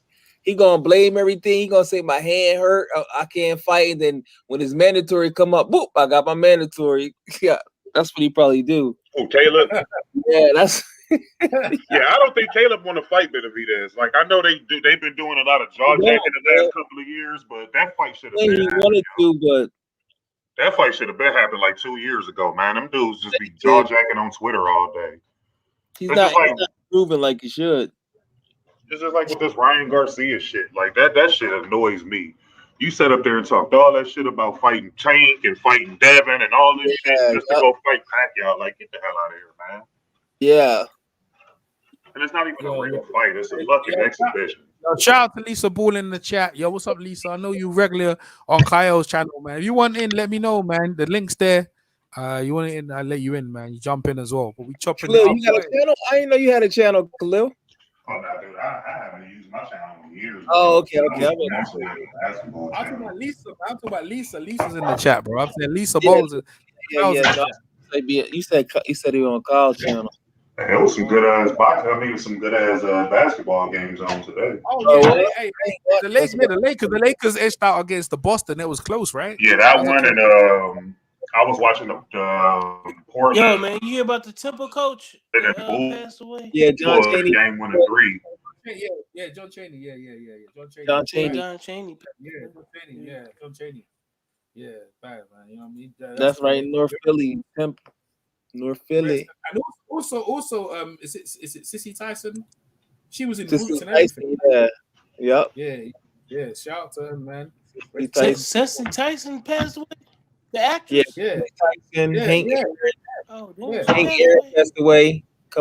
Hank Aaron. Yep. Who? Yeah, Hank Aaron. Yeah, you know why they said he passed away, bro? Man. Why? He said he took that COVID shot. And maybe like 2 weeks after he took that COVID shot, he passed away. Well, he took a COVID shot? Yeah, he took he didn't even get to the second wave of it. He only took the first one. He took the first shot, and man, you should see this. What I'm saying about that, man. None of that.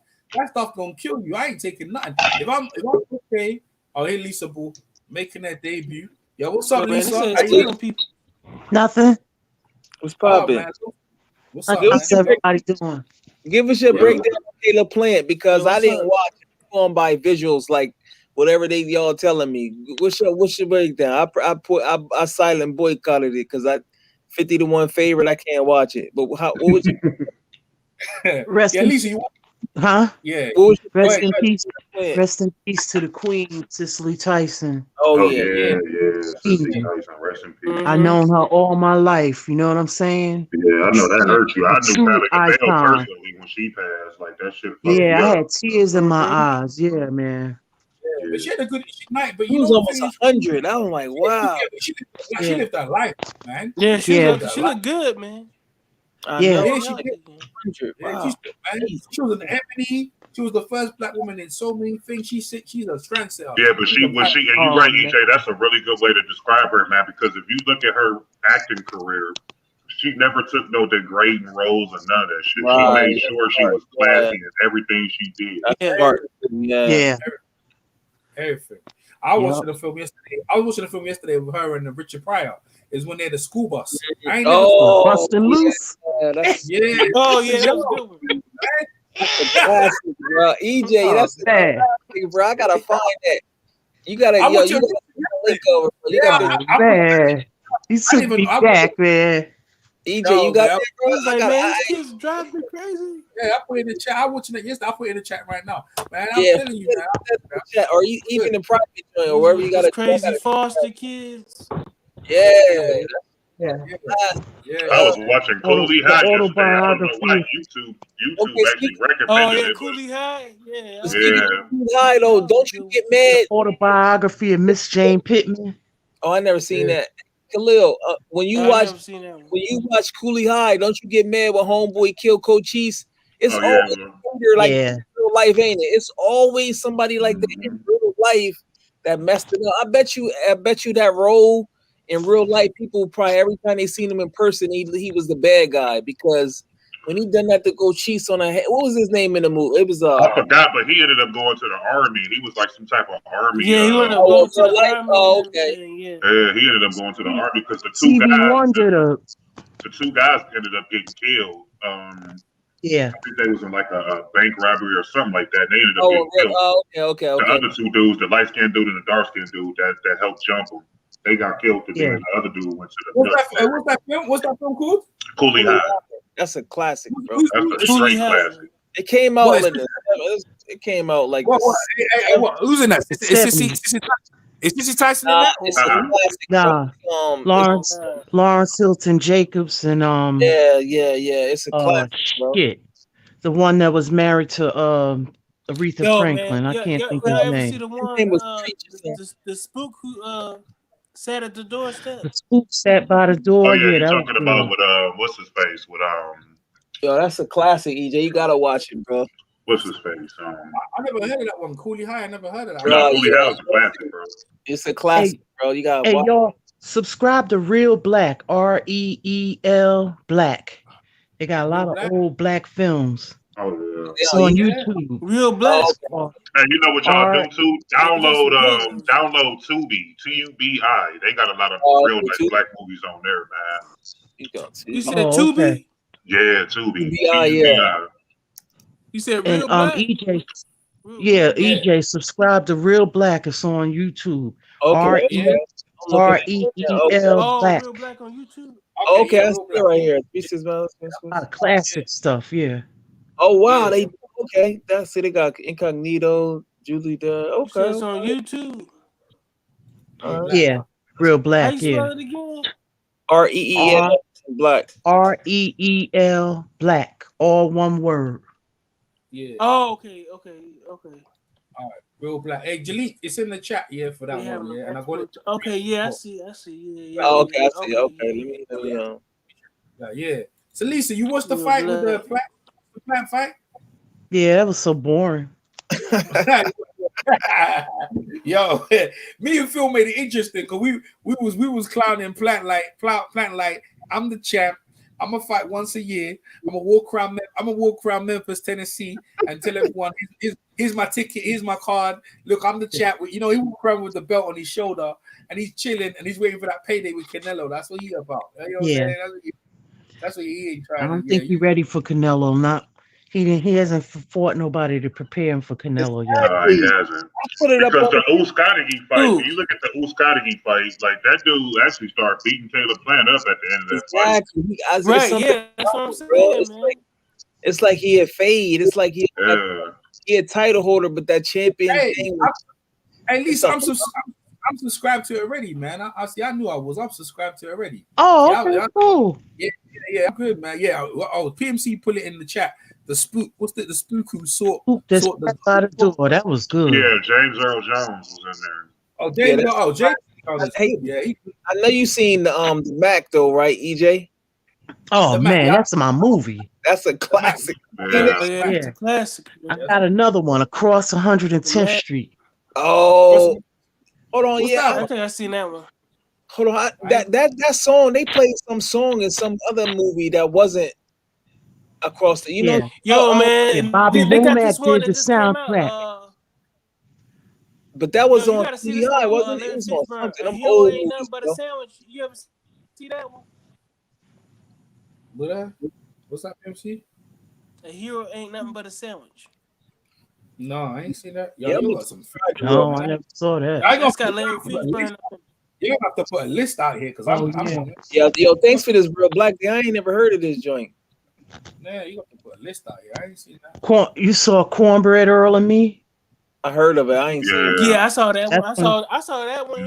Yeah, Hero Ain't Nothing But a Sandwich. Yeah, because it got Larry Fishburne in it, and then they had that basketball. Yeah, he was a kid when he was in that. He was little. Yeah, he was doing. Yeah. Oh, they got a Richard Pryor movie up in here too. So. Adios Amigo. Check this one out. Yeah, I remember that. In England, right? In the UK, they censors a lot of things. So that film with Richard Pryor, the reason why they probably didn't show it because he had the KKK. Because in the UK in the 80s, I don't know about no KKK. I ain't know about no KKK or Ku Klux hanging black people until like late 90s, bro. I didn't know nothing about when they. They teach different. Yeah. You know, Donahue, whatever his name is, when he was doing talk shows and opera in the 90s, right? Yeah. And they had people who hated black people. I was like, what? There's people here hate black people, and then that was the first time I ever knew that there was groups. Yeah, they teach you different. Yeah, I know there's some people hate black people, but hang? I said, what? They hang? I said, no. I said they actually hang black people and kill black. I never heard of that before, bro. They showed that stuff like real talk in the UK. They didn't, you know what I mean? They really showed that stuff in the 90s. Like it was hard too because all the talk shows they had Jerry Springer, and I was like these people, the white. Coming to KKK, we hate black. Oh people. Yeah, but in the 80s, that shit was like shuttled down, bro. Like we didn't know about it. I didn't know about that. But I didn't even know what Uncle Tom was until Lennox Lewis called Frank Bruno. I swear down, I didn't know. He goes, yeah. He goes, Uncle Tom. I thought Uncle Tom was a good thing, man. I know. Uncle Tom is not a bad thing. The real Uncle Tom is Josiah Henson.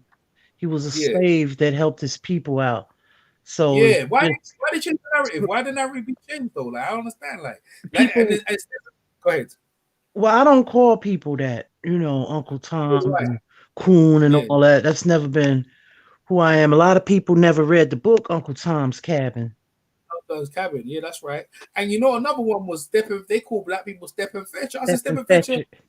Ali used to like Stephen Fetcher. Ali was over there. We gonna drag him out. I mean, Ali was talking with Stephen Fetcher and go, "What you think about that step?" They go, "Yeah, we gonna drag him over here and beat him down." He goes, "He's the one who showed me the ankle punch from the great Stephen Fetcher. Used to hang around with Jack Johnson.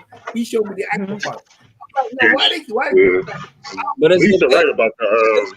It's like right about the Uncle Tom book, though. She right about that because a lot of people didn't read that about Uncle Remus and Sambo and all of them. Sambo was actually the enemy. Yeah, Sambo is worse than Uncle Tom. Yeah, Uncle Tom was actually the hero if you read the book. Yeah. See, you know what I'm saying? But you can't go by what people say. They just you gotta do your own research and its own context and people just mimicking. Yeah, I'm gonna have to check out some of these movies. I appreciate that. I ain't never heard of this joint on YouTube. Yeah, because I saw Chris Tucker. Chris Tucker was on Shay. You know Shay, what's his name again? Shay from the Shannon Sharp. Yeah, Shannon Sharp. He got a channel called Shay. Yeah, Club yeah. And Chris Rock was over there. and they were talking about the old film, and they said, "Why you do Friday?" And it's like, well, I did that. I won't do something else. I won't get paid. I ain't trying to go over there. And I was like, in a way, I want him to do this, the second one, but the first one is so iconic. You know yeah, but I mean, the reason you hear the stories about that movie is because when you hear all of the actors and actresses that was in that movie, they really didn't get paid anything. Like, yeah, you know what I mean? They got like 10,000 or 10,000. Yeah, but the budget, right? The budget, they had some, but the thing is, like, we all about pay sometimes. I understand that, K. I agree with you. But they had fun, man. And it was a classic, definitely a classic. But a lot of them was kind of reluctant to do other Fridays, because if you look at it, when Chris Tucker did that Friday, this dude took off. Like, he took off and started doing movies with Charlie Sheen and all that shit. So he getting paid, because if you stay in the same thing, okay, they got this film called Cornbread, right? Okay, but if you stay, you can get tape, because you look at Witherspoon, right? You could think of Witherspoon, you become typecast. It's like that's all they know for you is acting in the old man and this. And you might, but then Chris Tucker was like, well, man, I'm gonna go start with Jackie Chan. I'm gonna do Widen My Horizon. I think it was good to see him go up from this and to that, and just try and develop his character. Right. It's about Hey, you remember he could have been like Pookie. You remember Pookie? You know who Pookie is, right? Yeah. TV4. Chris Rock, right? Crackhead, yeah. He could have been Pookie. But they got some, bro. I'm looking at this. I'm looking at this thing, Lisa. They got some stuff on here, bro. It's a lot of classics, man. Shit on They got some music. They got some shit on it. Trust me. Chris Rock could have been Pookie the whole of his career, but Chris could now. So EJ, I got a question. Go ahead. Chris Tucker ever, after he became famous, he didn't pay the people? Chris Tucker? Yeah, like after the movie got successful. No. What he's saying is that, like, when they made that movie, the budget was very small, and they only had 2 takes. So what it is, the budget was, because remember it's Ice Cube and someone else. It was them directing it. Right. So when they had so much money from the film, then obviously he brought them back, and everyone got paid more money. But what he was saying, he didn't want to get typecast, so he moved on to other projects because he realized that he was more like, I did this, I need to do something else. But the other people was like, yo, it was good. Okay, I ain't on. Because remember, a lot of them guys, when Ice Cube brought them on, it was like they ain't working, like they ain't get no. And it was that EJ, and it was the fact that when that movie hit big, once the main like distributing companies and like shit like that picked that movie up and it got big, Ice Cube got a big ass check. Yeah, he didn't pay none of them. So like that's why you didn't see a lot of them, like Regina King. Regina King ended up going on and doing some good shit herself. But a lot of them didn't really get that big money that he got on the back end through the residuals and shit like that, because he needed that money to do other projects. Like, because remember, Ice Cube, after that, he started doing movies. One of the movies, he was a cop. I forgot, that was the movie directly after Friday. He played like a cop or something like that. Then he went back and did Friday After Next, and then so on and so forth. And then he started doing them little kid movies and all that shit. But he used a lot of that money to fund those projects because he was an independent director. Him, and a lot of people don't know this, but Red, that was in the movie, DJ Pooh, he did a lot of work too. Like, people don't know how talented that dude is. He had a lot to do with that movie too, and them other Friday movies and the soundtrack and shit like that. Yeah, that's DJ Pooh. Who played Red? Who was Red in the movie? That was DJ Pooh, the dude that kept getting, they got his chain snatched and all that shit. Oh yeah. Yeah, DJ Pooh was a real talented dude, especially on the West Coast during that period, like the early 90s and all that shit. He was doing a lot of them West Coast videos and all that stuff. Like, so that dude had a lot of influence behind like the creativity of that movie too, that a lot of people don't know. Like, I'm a real movie buff, so I get into all that type of shit. I'll be wanting to see who doing what and all that. Okay. Yeah, wow. What I'm saying is that when they come on, they move on to the next project and they do stand up and they move in. Like, I'll tell you another good movie was Car Wash. Car Wash was a real good movie. Oh yeah, that's my movie. I've never seen that. Car Wash, man. You notice who was in that? You notice who was in that? EJ? The Pointer Sister. Yeah, the remake. You talking about the remake with Dr. Dre and them, right? I'm listening to the soundtrack right Hell now. no. Song on there. The original one. Oh, the original Car Wash. Okay, I thought you the were original is the Hey, best. my Yeah, the favorite. original one was real You good. know what my favorite scene in that movie is? I ain't seen it now, at least. I ain't seen it, at least. Oh, never mind. Never mind. Yeah, no, watch that, man. That's a good ass movie. I dude. see. Watch the, Jalik, how old are you, bro? Who, me? Yeah. I'm 20, I'm up there. All right. Well, I'll be 40 years old this year. So The Warriors to me was one of the best movies ever during that time. Who's in there? Oh my God, The Warriors, bro. I heard it. Yeah, I remember Yeah, that. the Warriors really good. Go watch The Warriors, bro. I don't know who's in it though. I done heard of that. Who's in it? Like, what's that? There's a lot of like older actors in there. Yeah, but you see the Jalik, G gonna watch it. Jalik gonna watch it and cost it. Like, go back to it was really good. No, the Warriors is the cult classic because nobody. I know, but Jalik gonna laugh his head off. Yeah, I remember that. You know why it was cool? Because the black guys in there, they look like superheroes. The kid, they're kung fu, martial like the Last Dragon. Like the Last Dragon was another one, right? The Last Dragon was another I one. hated that movie. Whoa, you I used to really? love I didn't like that. What? Show enough. You didn't like Show Enough? I'm the baddest. Show. I'm the meanest mofo down around It this was town. a lot of Jalik. It was a lot of actors in hated there. that movie. You would probably It's just so recognize some low of them. budget to me. They were so young. Like all of them actors were so young during that period. What y'all I think saw about that movie when it came out. Oh yeah, I see. Like the Spirit was made in '79, so I know you would probably know Leah Thigpen. She was the lady that was on Lean on Me. She was one of the head people on Lean on Me. The black lady. She was a really good actress too. Who? Leah Thigpen. Oh yeah, I remember her. Yeah, she was on Lean on Me, but she in the Warriors movie. She doing the radio. She the radio DJ on the Warriors movie. But I'm telling you, bro, you gonna love that movie, man. Like, you heard it here first. That should be shit. What do y'all think about? According to Yahoo Sports, I'm gonna try to put the link in there. Bob Arum is working on Crawford versus Virgil Ortiz.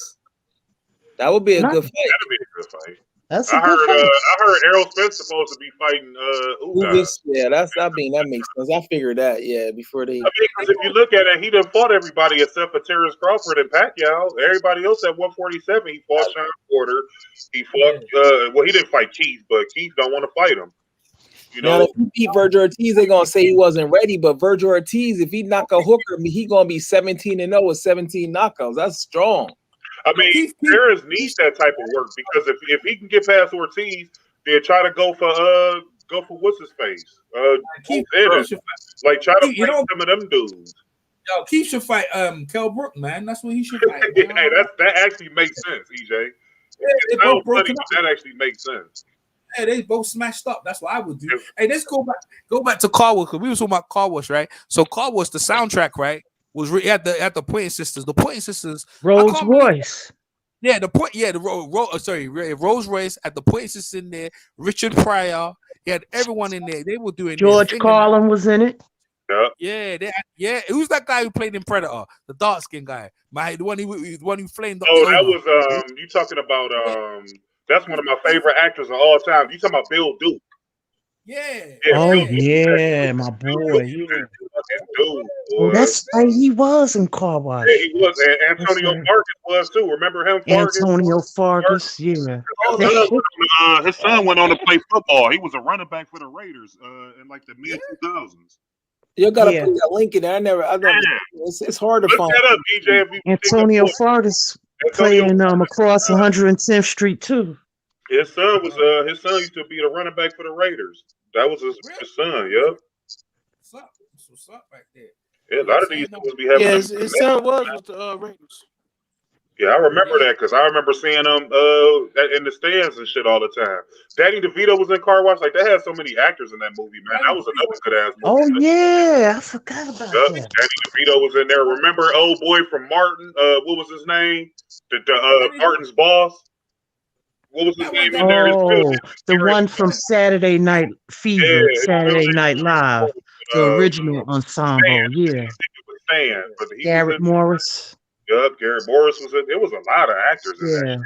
See, back in them days, dude, in them 70s, it would be star-studded cast throughout the whole fucking movie. Even like the extras would be like up-and-coming people. Like, you know what I'm saying? Wasn't Garrett Morrison Cooley High? He was a teacher. Yeah.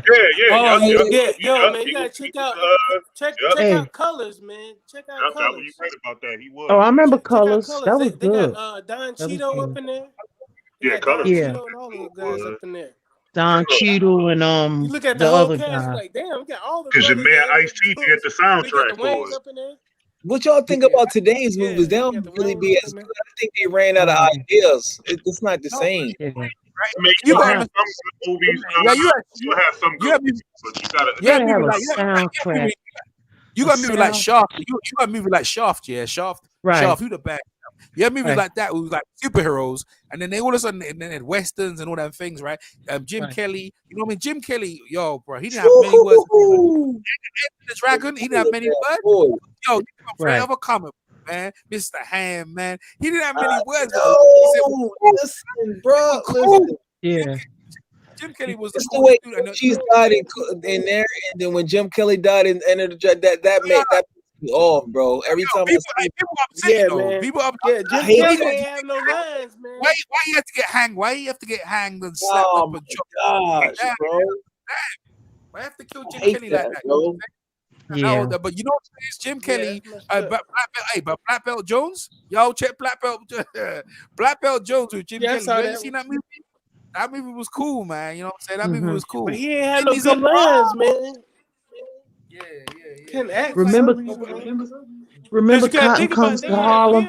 So you couldn't mess up. You know them films bother me though. I don't know why. You know, black people got the numbers games, right? And then the Italians always come and take over, or someone always comes and take over. And like, have you seen Fargo? Fargo, the latest Fargo one with Chris Rock in it, and he was like the black gangster. They developed the credit card, and they went to the bank and they said, "Look, this gonna be a new thing about the credit card." And then the bank they go, "We don't want the idea." They took his idea and then they went and done it themselves. It's like, yo. And then this is in Fargo, and like, and then I think the other film they done the other day was Black Wall Street, when they done the move the car, was it? I think it was a car. It was a comic strip they did the other day, and then they did it, and then they had Black Wall Street getting shoot. I was like, I can't be watching them. Oh, Tuskegee. I mean, not Tuskegee. Tulsa, Oklahoma. Yeah. It had a comic. It was done in a comic thing with Regina King. Yeah. Oh man, you should hear that song. McDonald's, man. That song by the Gap Band, "You Dropped the Bomb on Me," is about that Black Wall Street. A lot of people don't know that. Gap Band is made the name Gap Band, the GAP, right? The street names.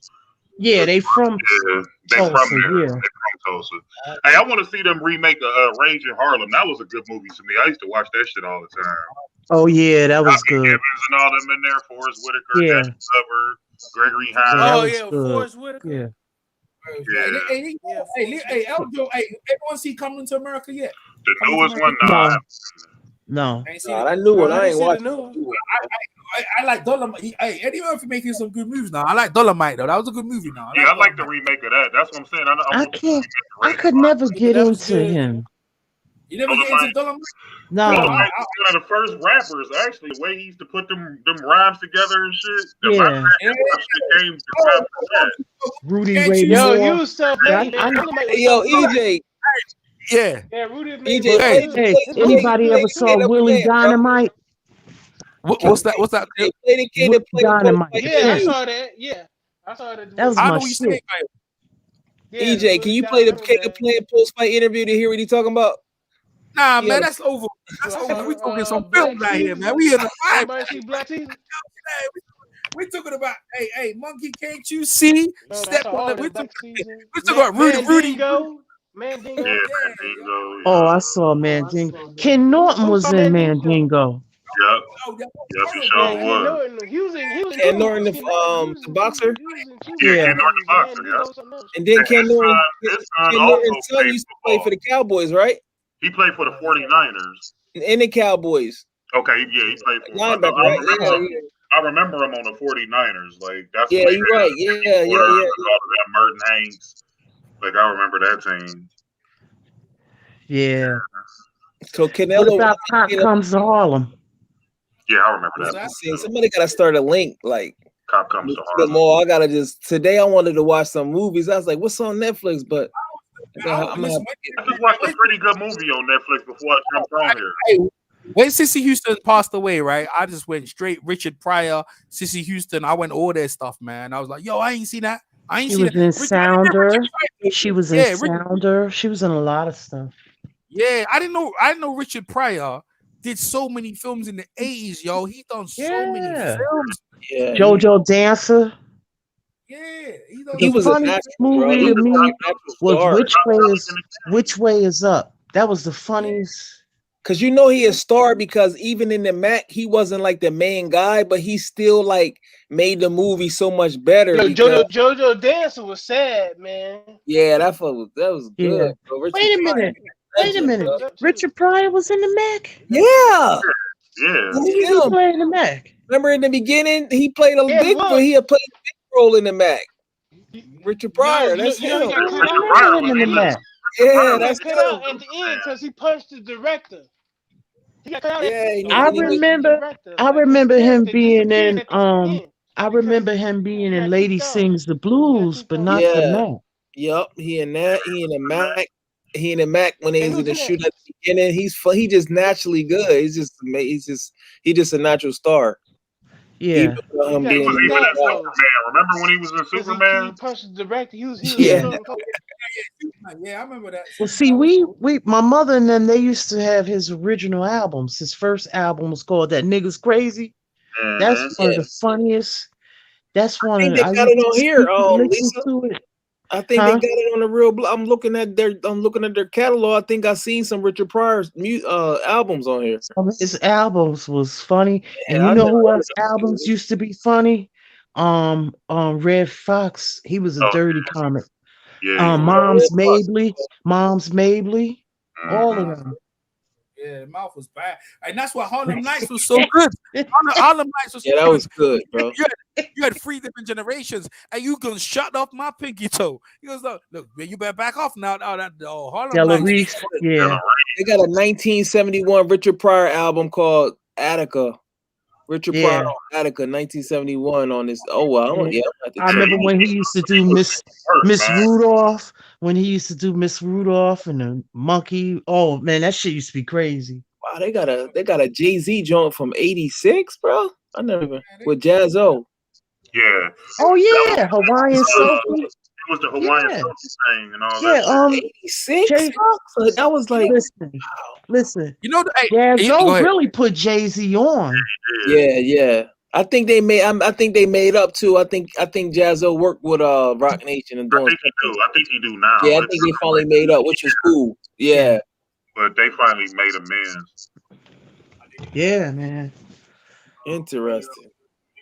That because they used to play that on Video Music Box. Yeah, but you got to think that first Reasonable Doubt, people really wasn't feeling that because it was so ahead of its time. It took people like 10, 15 years before they caught up to that album. Once Jay-Z blew up with the blueprints and all that shit, that's when people went back and was like, wait a minute, this shit actually nice. Because you got to think this was right after Biggie died and Pac died and all that, so it was like a huge void in rap. And they was looking for that next dude from New York because Nas wasn't as commercial as, like where they wanted it to be. Like Biggie knew how to do both. He knew how to do the underground and the commercial. And Pac was from New York, but he transitioned over to the West. So the East was like, they had a big ass void. And you know what I'm saying? Like you had other like different, like with the Midwest, I know we had like Twista and Psychodrama and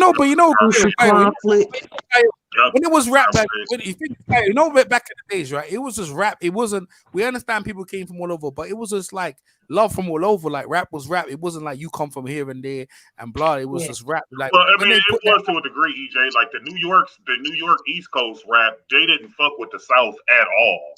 Like they didn't like the South. The only people they kind of respected in the South was UGK. That's why UGK used to get those features with Jay-Z. And Scarface was another one, but like Outkast and all them type Atlanta down south. It's because it's regional. I'm from the East Coast, so not at first. Not at first because it came from the the BX. So Right. so a lot of times it wasn't that. It's just that they didn't play it on the radio up here. Yeah, that's what I'm saying to you. Because look, you understand, yeah. Certain rap, when it crossed over to come over to the UK over here, there's certain guidelines and things you got to go over. So if it was nice, it was nice. The Ghetto Boys, my mind playing tricks on me. I got that. That was from Houston. What I'm saying is that if they unite, unite. So rap wasn't about East Coast, West. It was like, when NWA came on the scene, that's like the West Coast. It's like if they that's when it started. Yeah, like rap was, that was all into the mid 90s. That all came down. But what I'm saying is that hip hop was just hip hop. It wasn't divided by where you came from. You know what I mean? Like it got to the point where they didn't care about like commercial. Like give an example, like Nelly. When Nelly was talking, it's hot in here. Like people in the UK, we listened to it, we didn't know what he was saying. All we know is that we used to sing the chorus. It got to the point where rap was getting to the point like it weren't for people from over here. It was like we were rapping to our peoples. Who just a minute, we ain't doing it for you. We're doing it for my guy who lives on the block. That's what I'm doing it for, not for anyone else to get it. And that's where it became like local and regional. Well, you know what, EJ? I'm gonna send you some links to the origins of hip hop. Oh, that's on Netflix. I'm gonna send you some and this is pre Rappers Delight. Okay, it's a channel, and it comes out of the Soundview projects and the BX.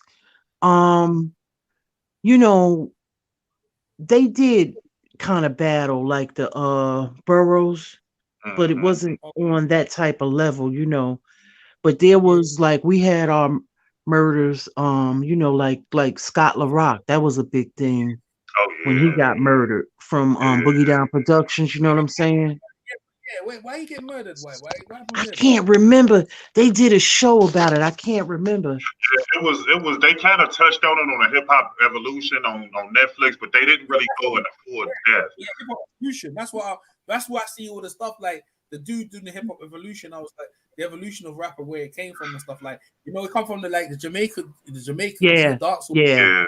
I mean, they kind of touched on everything to a degree. They didn't really go into full depth. Like when they went to the Eminem part. See, I'm from Cleveland, so like we heard about Eminem for a long time before he came out. He actually was with Raw Digger and all them in a group called the Outsiders. I don't know if y'all ever heard of them. I remember the Outsiders. But I didn't know Eminem was with them. I didn't know Eminem was in there. It was Eminem, Bizarre. They kind of came a little later. They came in at like 95-ish, 96, but it was Raw Digger and all them. Like it was about like 12, 13 members. But like they was from. They from over here where I'm from. They're from Jersey. You from New York, Lisa? You from New York, right, Lisa? No, I'm from Jersey, but I lived in New York. Also. Yeah, from Jersey. Okay, yeah. Okay, so yeah, you know. No, by nature. From New York, like Jersey goes from Noy by nature came from Jersey, man. It was Jersey had a big rap scene. Like people don't realize them outside dudes. Them dudes was pretty good, man. Like go on, all of them.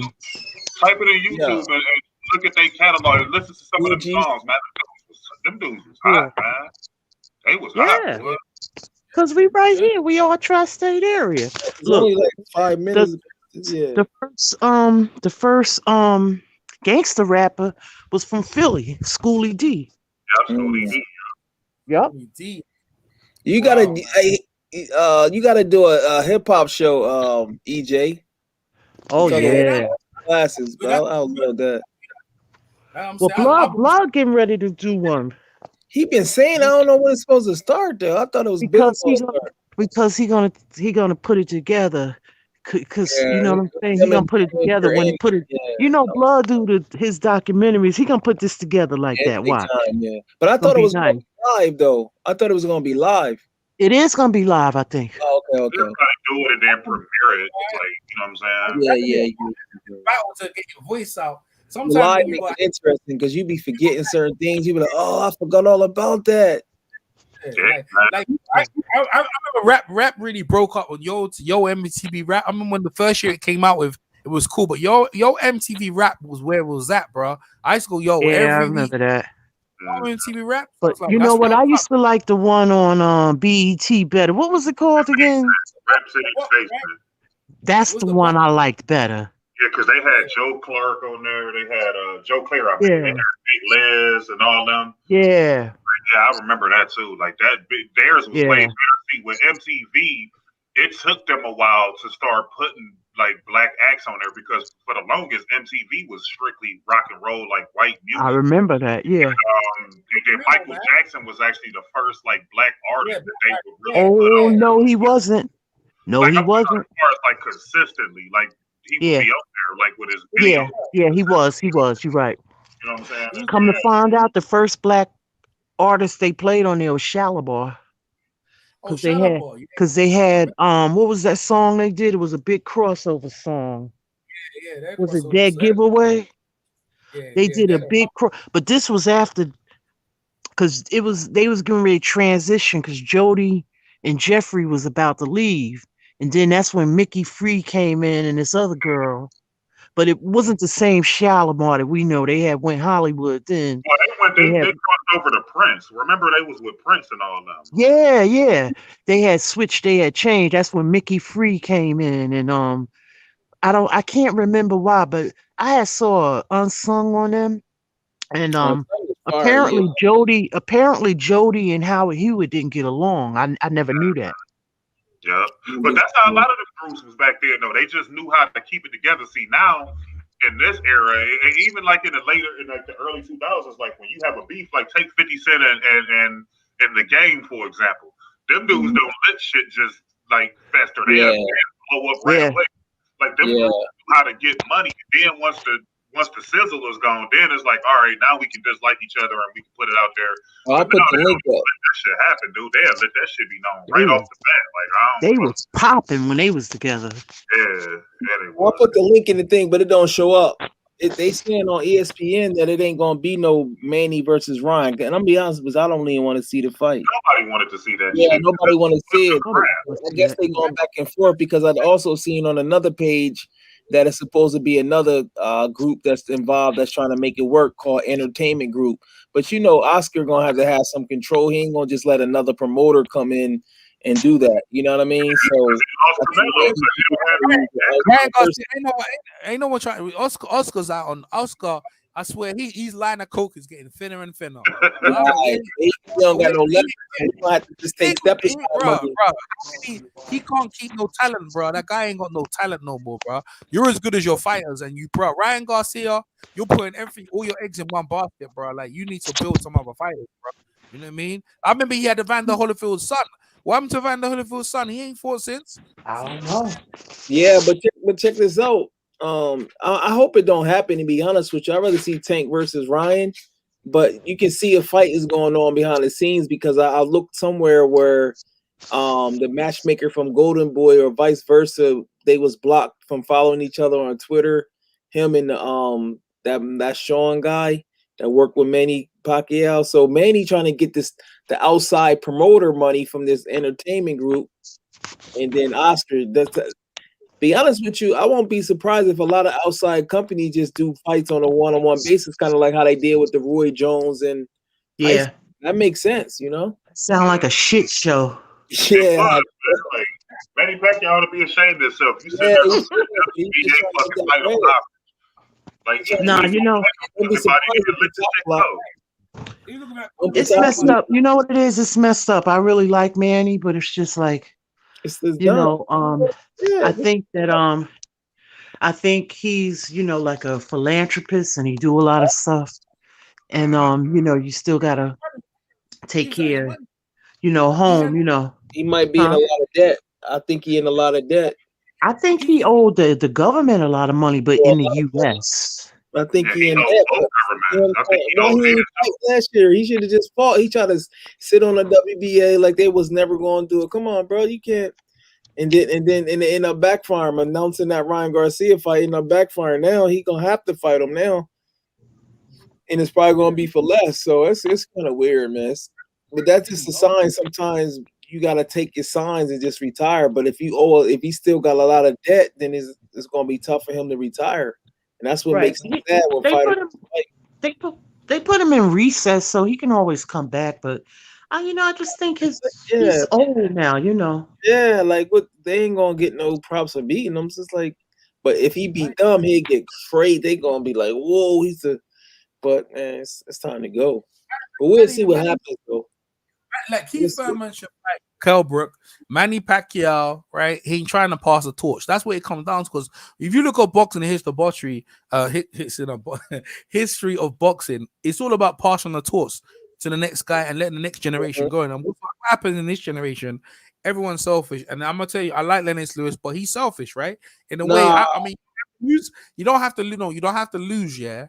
But like the next generation, there's a gap, and then the next guy has to build his credential. Like Vladimir and Vitaly, they had to build their reputation, right? And then they become the best, and that's what it's like because boxing is like a lineage. Like the last undisputed heavyweight champion was Lennox Lewis, right? And he loves that. Like he loves that. Oh, so you saying I got you, yeah. Yeah, right.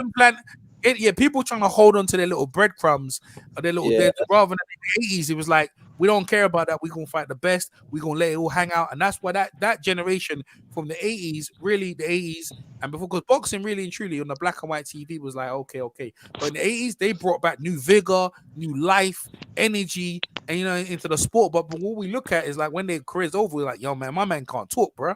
My man can't. My man's dribbling.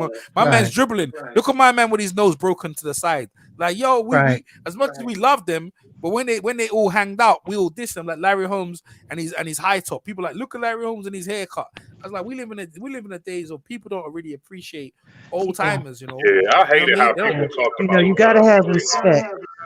You gotta have respect. See, what Larry Holmes' only problem was is that he came after Ali, and people really didn't appreciate how good that dude was.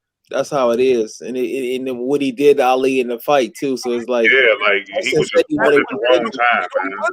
You know what it was? I tell you what it was. It's because he's with Don King. Let me be real. Because anyone with Don King, their neighbor was mud. That's what Bob Arum was doing. And this is what I say about Bob Arum is lethal. He controls certain amount of the media, and he puts these sort of things out. Don King that for the whole of the 70s and 80s, they read Don King. Don King, I don't care what they came. I'm getting paid, and I'm gonna do my whole thing. And they kept riding him. Didn't matter what Don King did. And this, that, the other, they kept riding him until eventually, look at Don King. Now, you know Don King's better than Bob Arum. He's a better promoter than Bob Arum by far. But how come Bob Arum still legit and and Don King can't get 2 cents out here? And he better for and you know Don King, he's better for boxing because he actually makes the fights. Unlike Bob Arum, who goes around dissing people. Look at his point card. Look at everything he ever touched, right? Yeah, people we ain't getting paid. We ain't getting this. Oh, yeah, that's all you complain about. But okay, where was you before Don King even knew who you were? Like, before he even knew you were, like, Don King was the one who put you on his card, made you get paid, now you think you deserve more. That's what all I hear. It's like, oh, I deserve more money. Bob Arum cheating me. I said, oh, look, you get what you negotiate, my man. Like, I don't understand it. Like, and you see, the thing is, if he was in control of the sport, I think loads of fight. He made undisputed welterweight. He made undisputed middleweight. He made undisputed like cruiserweight. I remember like with O'Neal Bell, right? He made that as well. He made undisputed heavyweight with Mike Tyson. He done so many things in boxing and get no credit. None. No one's ever did that. Like Bob Arum ain't sat down and done no tournaments. He over there blocking fights. You know what I mean? Blocking fights. No, we need to marinate it. Like, hey, Don King understood it. It's like, yo, how much you want to fight? You want to fight? How much gonna get paid? Okay, let's put it on TV. That's what Don King used to do. So Bob Arum is the one, and he got the media behind him. All they do is criticize Larry Holmes because he was with him. That's what it was about. You know what I mean? That's what it was about. Right. Because Arum, he still try his media tricks now, but it's not the same because you got YouTube and people are smarter now, and you got social media.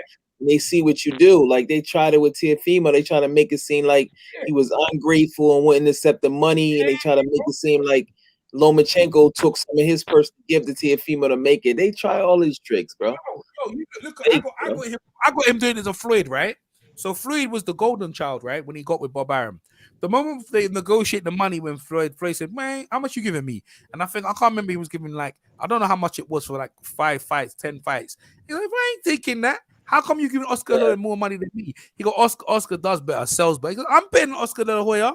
I'm betting. And Floyd, this is the thing. Floyd saw what they did to Parnell Whitaker. If you look at Parnell Whitaker, the reason why Parnell Whitaker lost against Chavez is because he was rigged the wrong promoter. Who was with Chavez? What? Don King. Yeah. who was with Parnell? He was a main event. Steve Duber and I think. Yeah. Man, you ain't gonna beat Don King. That's why he got the draw. Now look at this, right? Randall, is it Randall? What's it? Randall Bailey? Is it Randall Bailey? Yeah. The one who beat Chavez. Frankie Randall. Frankie Randall. He went in there as a Don King fight and whooped Chavez's ass, bro. You know what I mean? He went in there, but then the next fight, I think it was a cut. And Chavez beat him later on. But what I'm saying is that the majority of guys who got with Bob Arum was good. Let me tell you another one. This is another story I give you. Larry Holmes. You know why Larry Holmes didn't beat Rocky Masters' record? Because he signed with Butch Lewis. That's why he didn't win. He left his trainer, I think he Cicchetti, whatever his name, the Italian guy, and he left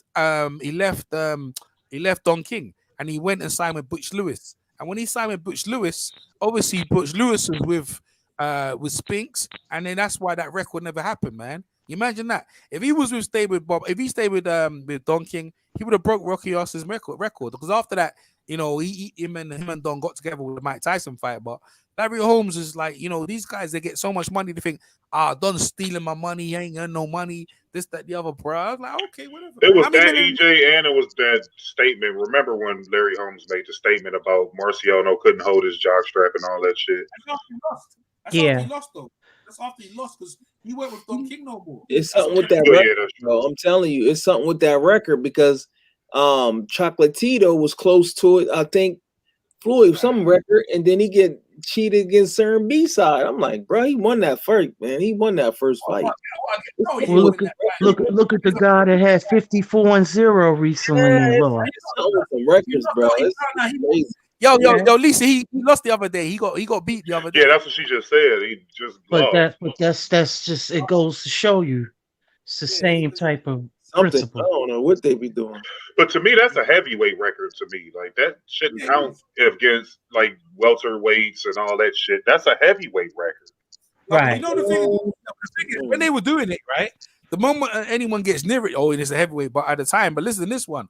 They try and say that Vladimir was going to beat Joe Lewis's record of 25 defenses. How the hell he going to do that when he ain't undisputed? Ain't no one going to touch Joe Lewis's record, bro. You ain't going to touch it. 25 defenses of the undisputed title. That's what they were trying to say about Triple G's overrated ass breaking B-Hop's record. I'm like, dude, B-Hop was undisputed. Like, this motherfucker was never undisputed. How is he going to break that record? Nah. B-Hop's only undisputed like for 3 fights. Well, he became undisputed during that win streak. I'm talking about no. bro. But B-Hop was only holding one belt, right? So Triple G, but look at but the thing is, right? When they look at the win sheet, like B-Hop can beating better fighters than Thingy, but you only beating one, but like being undisputed, like Hagler, you ain't gonna beat Hagler and Monson.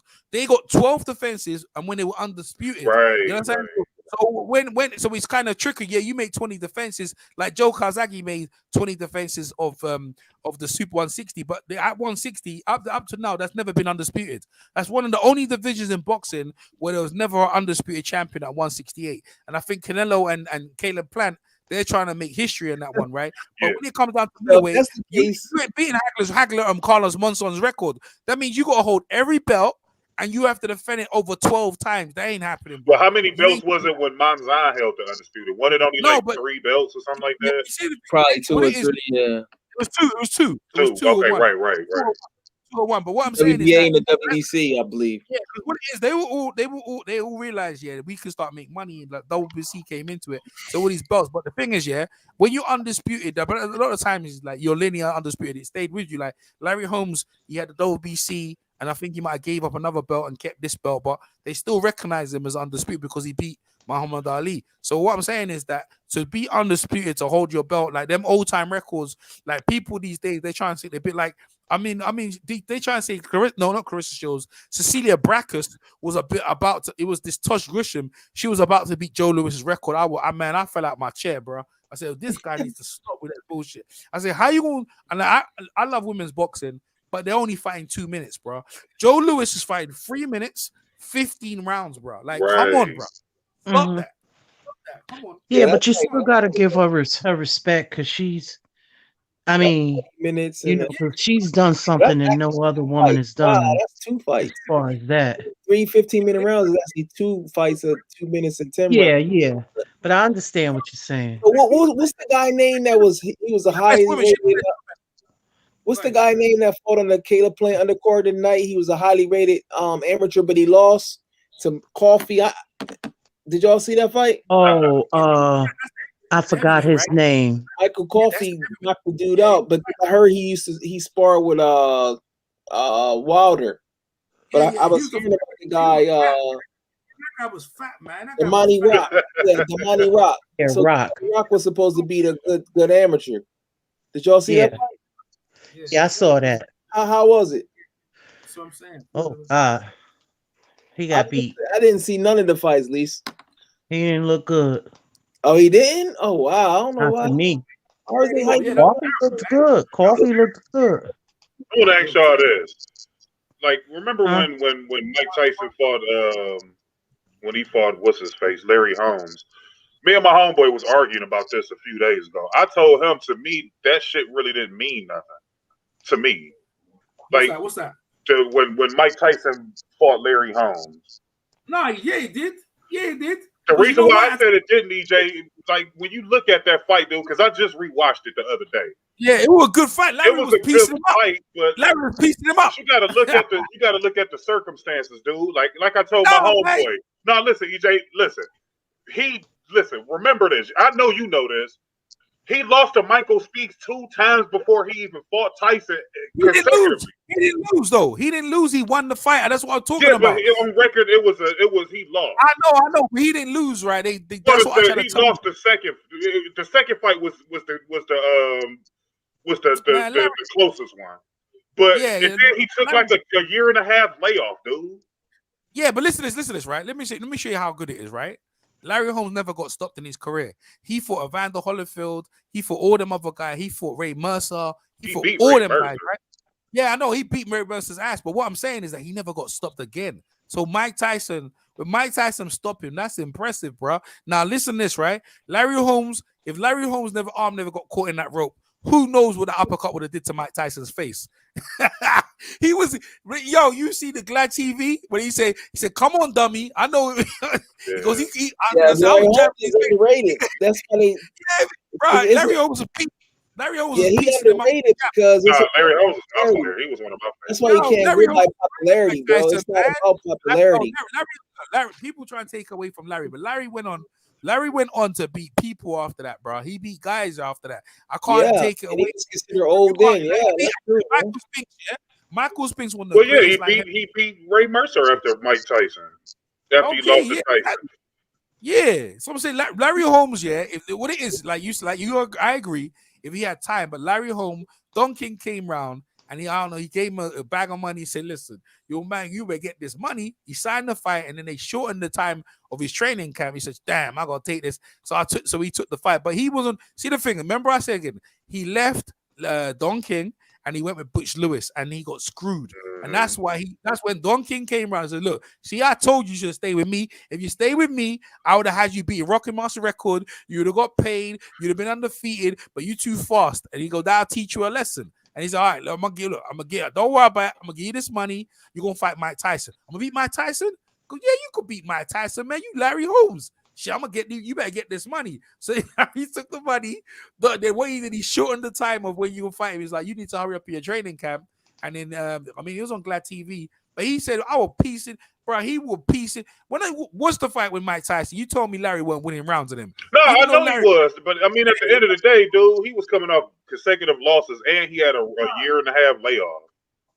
He was, but you ain't. Yeah, but what I'm trying to say to you, in boxing, it's like they pay for your record and they pay for your belts. You know what I'm saying? Look at Callum Smith, right? You know Canelo was paying for that belt. You know what I'm saying? That's how boxing is. Look at Caleb playing though. He playing selling that belt. He better get at least 10 million because if it's for he's selling that. I think he's gonna avoid Benavidez. He gonna sell it. You're right. He's gonna avoid Benavidez. Wait, what's everyone talking about Benavidez? He ain't done nothing. Like Benavidez ain't done nothing. Nah, Yeah, but he's better, mandatory bro. though. He got talent, and then he made some mistakes. But I think I don't know, bro. That guy can't even make weight, bro. How many times he lost the WBC belt? Twice. Every time He about to fight. He about to fight in a couple in March 13th because it's already. It's about to be tomorrow, February 1st already. Okay. That guy's window. What's happening? What happened to Verdo? Man, what was his name again? What's his name again? The other one, Verdo. What do you name it? Andre Oh, Zerdo. Yeah. Oh, you talking about the other one. Ramirez. Ramirez. Yeah. He nice though. I don't know. I don't know, bro. Don't he got a belt still? Nah, he had one. He moved to 175. Oh, so he went up. Okay. Yeah. Damn, EJ, I'm glad I forgot all about that motherfucker, man. He got his own promotion. He put Jesse Hart, right? And then I was like, yo, what's happened to this guy, Ramirez? Because he was supposed to be James the girl, and this guy, no one even heard. And well, I'll give you another name. What happened to the guy? What the one Alejandro at 154? What your name there? Alejandro, the one with De La Hoya. You know the one was killing. What's his name again? The Mexican guy. Oh, you talking about Jaime Munguia? Yeah, what happened to Jaime, bro? He's supposed to fight Triple G. Yeah, he probably gonna fight Triple G because Triple G kind of the least risk for the easiest fight. He don't want to fight Andrade and unify. That's why. Shout out to Jed. Shout out to Australia. He get on my nerves. Like he just trying to, like he don't want to fight nobody. He Triple G is like phony. Like he always talk all this stuff. People ducking him now. He don't want to unify. He just come on, man. This guy got to go, bro. Jaime go. I'm putting money on Jaime. I put money on Jaime to whoop his ass, man. I'm gonna put money on Jaime, bro. I'm gonna they gonna have to do something, bro. Triple G be ducking. All he want to fight is guys from 154. That's what I'm saying. Come on, bro. What we need more of in boxing is where guys that got a belt, they still can become the mandatory in other divisions. That's fire. So that unifications. They should do that. You see what the Charlots are doing, right? You see what the Charlots are doing. What you do in boxing, you with this all Wilder, because I was talking.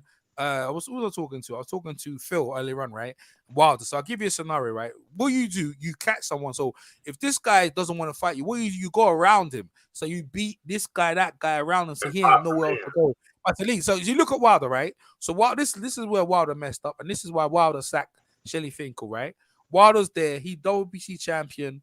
You know, he fighting guys. They go, you ain't fighting no one. You fighting bums. I'm gonna just keep knocking out whatever. I'm gonna fight the guy you call the boogeyman. I'm gonna go to Russia. I'm gonna fight Povetkin. Povetkin takes some drugs because he didn't want to fight Wilder and gets out of that fight. Wilder's in Russia. I'm over here. I don't care. Let him take the drugs. I still fight. They said, no, we don't go do that. He go back to thing. They still call him names. So I'm gonna fight the next boogie guy. I'm gonna fight Ortiz. I'm gonna show everyone. I'm gonna knock out Ortiz. He a boogeyman. All right, I knock him out. So now Wilder's sitting there, and then Eddie Hearn's telling you ain't got no value. No one knows who you are in your country. So Wilder's like, okay, all right, cool. So I'm gonna do. And then Shelly Finn goes, look. This is what you need to do. You need to dig up the dead man. Dig up Tyson Fury, bring him out here, knock him out, and now we got value, and now we ain't got no one else. Now, Wilder shouldn't have did that. Well, Wilder should have did say, I don't give a ish what you say. I'm going to sit here. I'm going to get 35 defenses on my WBC belt, and I'm going to force the public to make you make the fight. That's what he should have did. But when he tried to bring Fury out, Fury saw, okay, you trying to beat me because I'm a corpse, right? Fury goes, oh, just give me some time to get ready. So he does 2 fights, 3 fights. Wilder comes over to Ireland. They throw chicken at him. Disrespect. He should have looked the thing up there.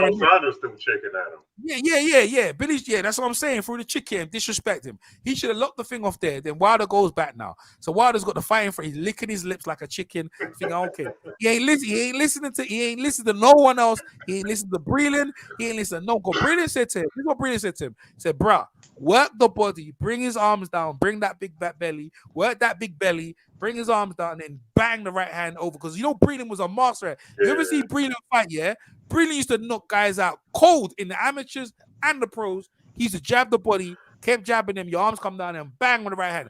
Wilder said, I didn't care about none of that stuff. I'm just gonna go for him because he's a bum. And then you see what happened in that. So he let Fury off the handle.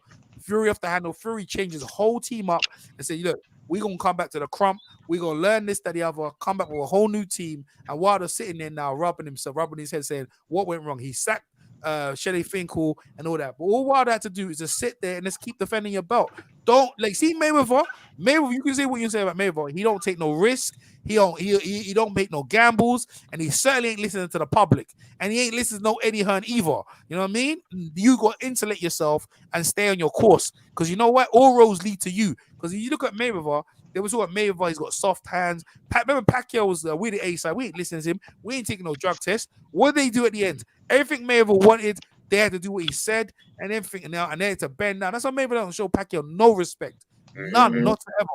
Beat him because you gotta stay in your lane. That's what Errol Spence trying to do to Crawford. He won everything. They're doing the same thing. They're just trying to, but eventually these things get over marinated. So it's, I mean, the thing is, yeah, you gotta look at it like this. There's too much to lose, bro. Like, no, so look, Errol Spence, good example. So Errol Spence gonna stay over there in the PVC. So he told Crawford what to do. Crawford did it. I'm gonna got a belt now. Now I got a belt. Go, why are you listening to me for anyway? Anyway, if you want, you know where I am. If you want to work, you're gonna need to come and sign on my side of the fence. Oh, but if I sign your fence, you're gonna fight. Well, I don't know. I might fight you. I might not. Because the way I look at Errol Spence, looking at, I'm gonna take my money. I'm gonna go to my ranch. I'm gonna play with my kids. Yeah, that's corny, bro. And I'm gonna chill. Some guys don't want to be great. Like, but the thing is, when you do that, no, but yeah, it's boring. But what I'm trying to say to you is that you gotta understand, right?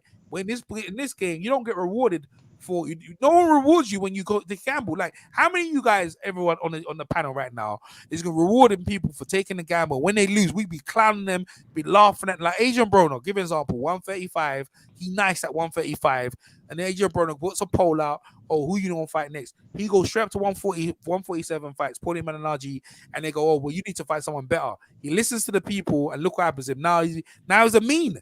He's a mean, bruh. Like, right. Yo, you know what I'm saying? Like, so, you know, you gotta stay on your craft. You can't be listening to these idiots, man. You know what I mean? Mm-hmm. I agree. Yeah, crazy. It's kind of certain things just get over marinated. That's why I think if they can do one thing with these belts, if they're gonna keep them, just allow where your champions can also be the number one mandatory, and they enforce it kind of like how the IBF does instead of playing these games. If you've done that right there, you'll always see some type of unification, and then the last man standing. If you're the number one mandatory, then you just going that will be. Yeah, I agree with you, Jalik. That's in a perfect world. But see, you got to understand, the IBF does enforce mandatories, but the rest of these sanctioning bodies, specifically the WBC, people like to blame these fighters for a lot of this shit. It be these sanctioning bodies getting in the way too and protecting these motherfuckers. Yeah, like they came out with that franchise shit. That put a fucking big ass clog in the game because now Canelo, he can do whatever he want to do now.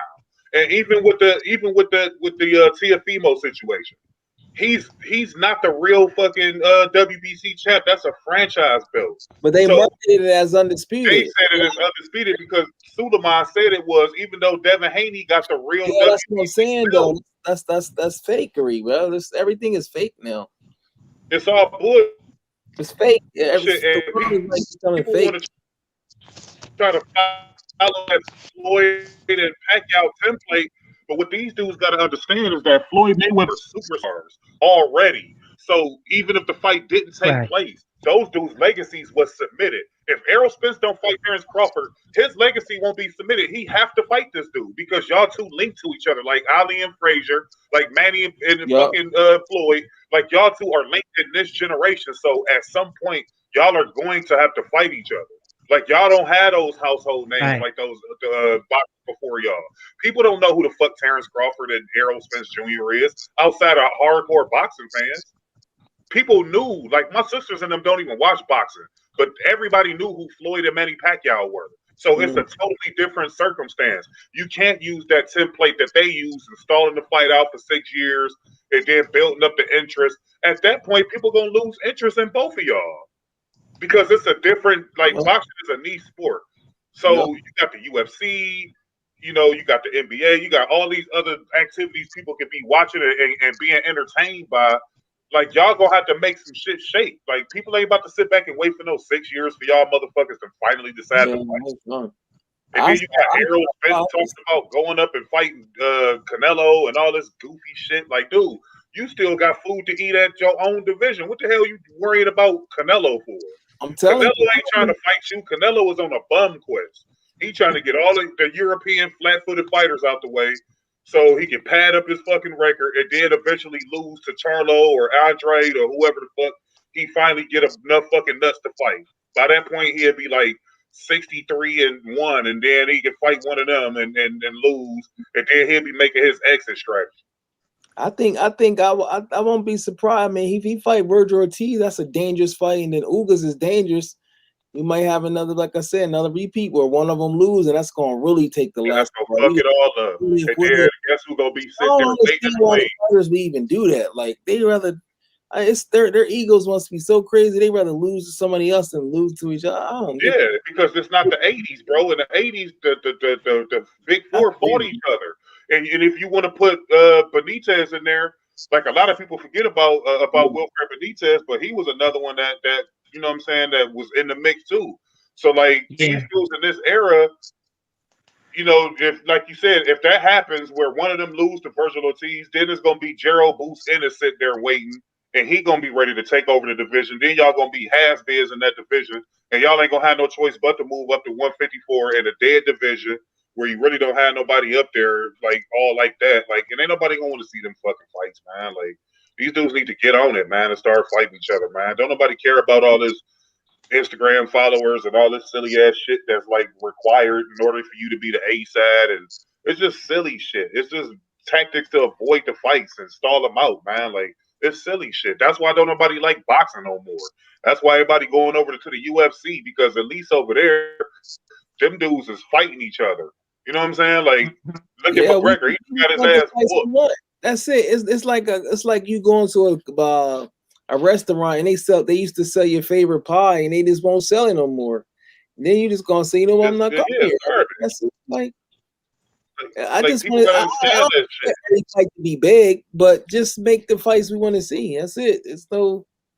Man, the '80s is long gone, bro. At that welterweight and all that, like you got some talent. Like, but it's becoming dry because people ain't fighting. Like, you know what I'm saying? Like, and Terrence Crawford and Errol is really holding up the division, because once they fight, then that's gonna open everything up. Errol probably gonna move up to 154 and 160 or whatever. But until then, dude, like Boots Ennis and all these guys, Virgil Ortiz, these are the younger up and coming guys. And if they get in these fights before the Terrence Crawford and Errol Spence fight, then that's an injustice to boxing fans. Like, how the fuck is this dude Virgil Ortiz about to fight Terrence Crawford? Like, how is that possible? That's why it's hard to just make the fight. Why would you lose to a Boots Ennis or Virgil for less money when you can, you know, lose to each other or whatever for more money? That just doesn't make sense. Yeah, I mean, we could get like a trilogy or something. Y'all fight once, whoever wins, then y'all fight again. Like, you know what I'm saying? Like, get some shit going like that. Like, look at how many times Manny Pacquiao and fucking Manuel Marquez fought. And look at how many times he fought, what's his face, Eric Morales. And look at how many times he fought Timothy Bradley. Like, it's okay to fight 2 times and 3 times. Like, you know what I'm saying? Like, ain't nothing wrong with that as long as the fights are exciting. Like, every single one of those Marquez fights and Pacquiao fights were exciting. Every one of them. Why can't we get that with y'all two? Y'all so worried about this. No, but you know what? HBO, ain't around no more, bro.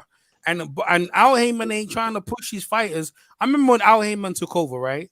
And Al Heyman was like, yo, because I remember what happened to his brother. He ain't trying to push fighters. I remember he paid Kid Quillen not to fight Carver, or think Matt Carver or something like that. And I thought, yo, what you doing? It's like, yo, you ain't gonna fight him? Was I ain't gonna fight him. I remember they were talking about Kid Quillen was gonna fight Triple G, and he was never the same again, because the thing is, fighters need hunger. You know what I mean? When these fighters got money, then what's their hunger? Like, Al Heyman actually gives them money. Like, you know what I'm saying? He like schools them. Yeah, it's like, and it's not as strict on them. That's what I'm saying. And it takes like you said, homeboy could just fight his mandatories. Pay the yeah, go sit on my throne. I go look what's happening with Gary Russell. Ain't he doing the same thing? Yeah, so look, he's doing the same thing. Walk around the city. He's spoiled. And it's funny. He walking around like he a bum. Like, it's like, yo, you a champion. You out here begging begging people free weight classes up just to get some attention. I thought he called out Burchell. Didn't he call out Burchell at one point? He about to fight. He about to fight somebody. He about to fight his mandatory. They moved. Ray Vargas was his mandatory. Oh my god! Don't nobody want to see that Ray shit. Vargas moved from 122, and then he probably gonna fight Kid Galahad in the unification. Oh man, at least they fight that. That's actually dangerous. Galahad might beat him, but I picked him to win. But Eddie Hearn unveiled, a roster of what you want to fight, and I said this is the worst thing ever. Like I remember one time he said, Eddie Hearn, we've got a real live opponent for Kell Brook. We've got a top American. They said Carson Jones. But I hate all my American friends say, you know who this guy is? I said, I don't know who he is. I go, he from America, yeah. I said, I don't even know if Eddie Hearn trying to con people, bro. And he got Josh Warrington fighting some bum. He got this guy fighting a bum because all Eddie Hearn goes about fighting this guy, keeping. That's what everyone does. They're all playing safe. No one's really taking no risk in boxing, and they're trying to keep what they have. I go, all you're doing is stinking up the thing, bro. You're stinking up the whole thing. But everyone's doing the same thing right now. There ain't no one. Canelo, like he ain't taking no gambles, man. Like most of the time, Canelo fight, you know he gonna win the fight, right? We're like, how wide on the scorecard you gonna be? How wide is it gonna be? Yeah. Well, he took the gamble versus Aaron's Landy Lara, and he got his ass fucking deconstructed. And he didn't want to fight that style no more. And there's a lot of guys with that similar style, with the Charlos, the Andre, even Billy Joe Saunders to a degree, even though Billy ain't as strong as an outboxer as those other guys. But still, he doesn't like that outboxer slick style. And he like I don't see the Charlos as being slick. I don't see them as that. They're a lot slicker, more slicker than fucking Liam Smith and all of these dudes that he right. Caleb Smith and fucking Albany Durham. Like, get these dudes out of here, man. Canelo is a fucking he on a bum quest. Like this dude trying to get all the flat-footed bum quest dudes so he can pad up his record. I'm telling you, he gonna pad up that record, and then he gonna fight one of them. And if he lose, then he gonna be making his exit strategy. Canelo ain't got let me ask you this. Each year we say it's some upsets, some major upsets coming. Last year we had Lomachenko losing the decision and Wilder getting his KO. Those probably the two biggest upsets. Do you see any upsets happening this year? You see probably not, because these motherfuckers ain't gonna fight each other. So they all trying to protect these toes and shit. Virgil Ortiz got a chance against Crawford, and then Ugas got it. I think I know too much about it. I'm gonna put something on the screen right now, and I want everyone to comment on like these guys. Do you think these guys are gonna be Hall of Famers? Because that's the question someone put. Because I like these little quizzes, so I want everyone to get first. So first of all, we was talking about that earlier in Blood. Like who you think can make the Hall of Fame? I got on the screen right now. So Lisa, you go first, right? You go first, right? So you go first from A to F. So first off, the question: who's gonna be an all-time great? Let's go Errol Spence. What do you think? I don't know yet. All right, too soon. All-time great is better than Hall of Fame, right? But it's like projection. But your projection, like, do you think projection? Let's say he fight Crawford, he beat him, and like maybe that's the best one, right? If he beats Crawford, you reckon he'd be an all-time great? All-time great, you know. See, this is the thing. See, do you mean a Hall of Fame or all-time great? Because let's put it like this, right? When you think of all-time great, let's say Hagler, Leonard, Duran, Hunt, on that level, just underneath them, on that level. So all-time great. Do you think Errol Spence can become an all-time great? That's gonna be not at this rate right now because he's 30. I mean, unless he get a lot of great fights in, because you're talking about an all-time great as opposed to a Hall of Famer. Yeah, that's right. Hall of Famer is different. If you're all-time great, you straight. You could be a Hall of Famer, but it's like if you because remember again, it's like I mentioned them guys, but you're probably he ain't gonna be above Duran and Leonard Hearns. I don't care what he does right now. That's just me. But what I'm saying is that maybe he can be in the top 10 of like greats or just even the top 20. Do you think Errol Spence got the potential to be all-time great, Lisa? Yes, he got the potential. I mean, he got the potential, but it's right now he's see Sugar. I don't know. Is he going? He would have to be undisputed, and then There you go. He would have undisputed. he may have to go up and wait. I mean, like Sugar Ray Leonard had fought Hearns. They was like 25. So yeah, that's what I'm saying. Because you got to like this is the question. Like the question really is like what like so okay. Lisa, you think on that a bit more. Let's go, Jael. Jalik, what do you think? you didn't. You asking for each person? Okay. Yeah. I was gonna do all. Start with Earl. Do I think he can be an all-time great? All-time great would be like undisputed at 147 and then undisputed at 154. It's not impossible, but I don't see it happening. But I can see how he can get in the Hall of Fame based on he does got some names there, and I can see him end up being in the Hall of Fame. You know what I mean? But all-time great is I don't know. All right, All-time cool. guy, bro. Y'all think on it a bit because we're gonna go back. Kyle, go ahead, Kyle. What do you think? It's tough because he's gonna have to fight Crawford, and then if he can fight Crawford and get him in, and get past him, then to me, there's nothing really left at 147. He will have to move past 154, maybe fight once there, and then move past 154 to go to 160 and get some of those fights up there. Because when you look at 54, 54 isn't as stacked as it was a few years ago, back when you had the Charlos and Lara and those type of guys down there, Lubin and them. Like, I think that it's iffy with him, man. Like I said, he's gonna have to do some great shit at 160.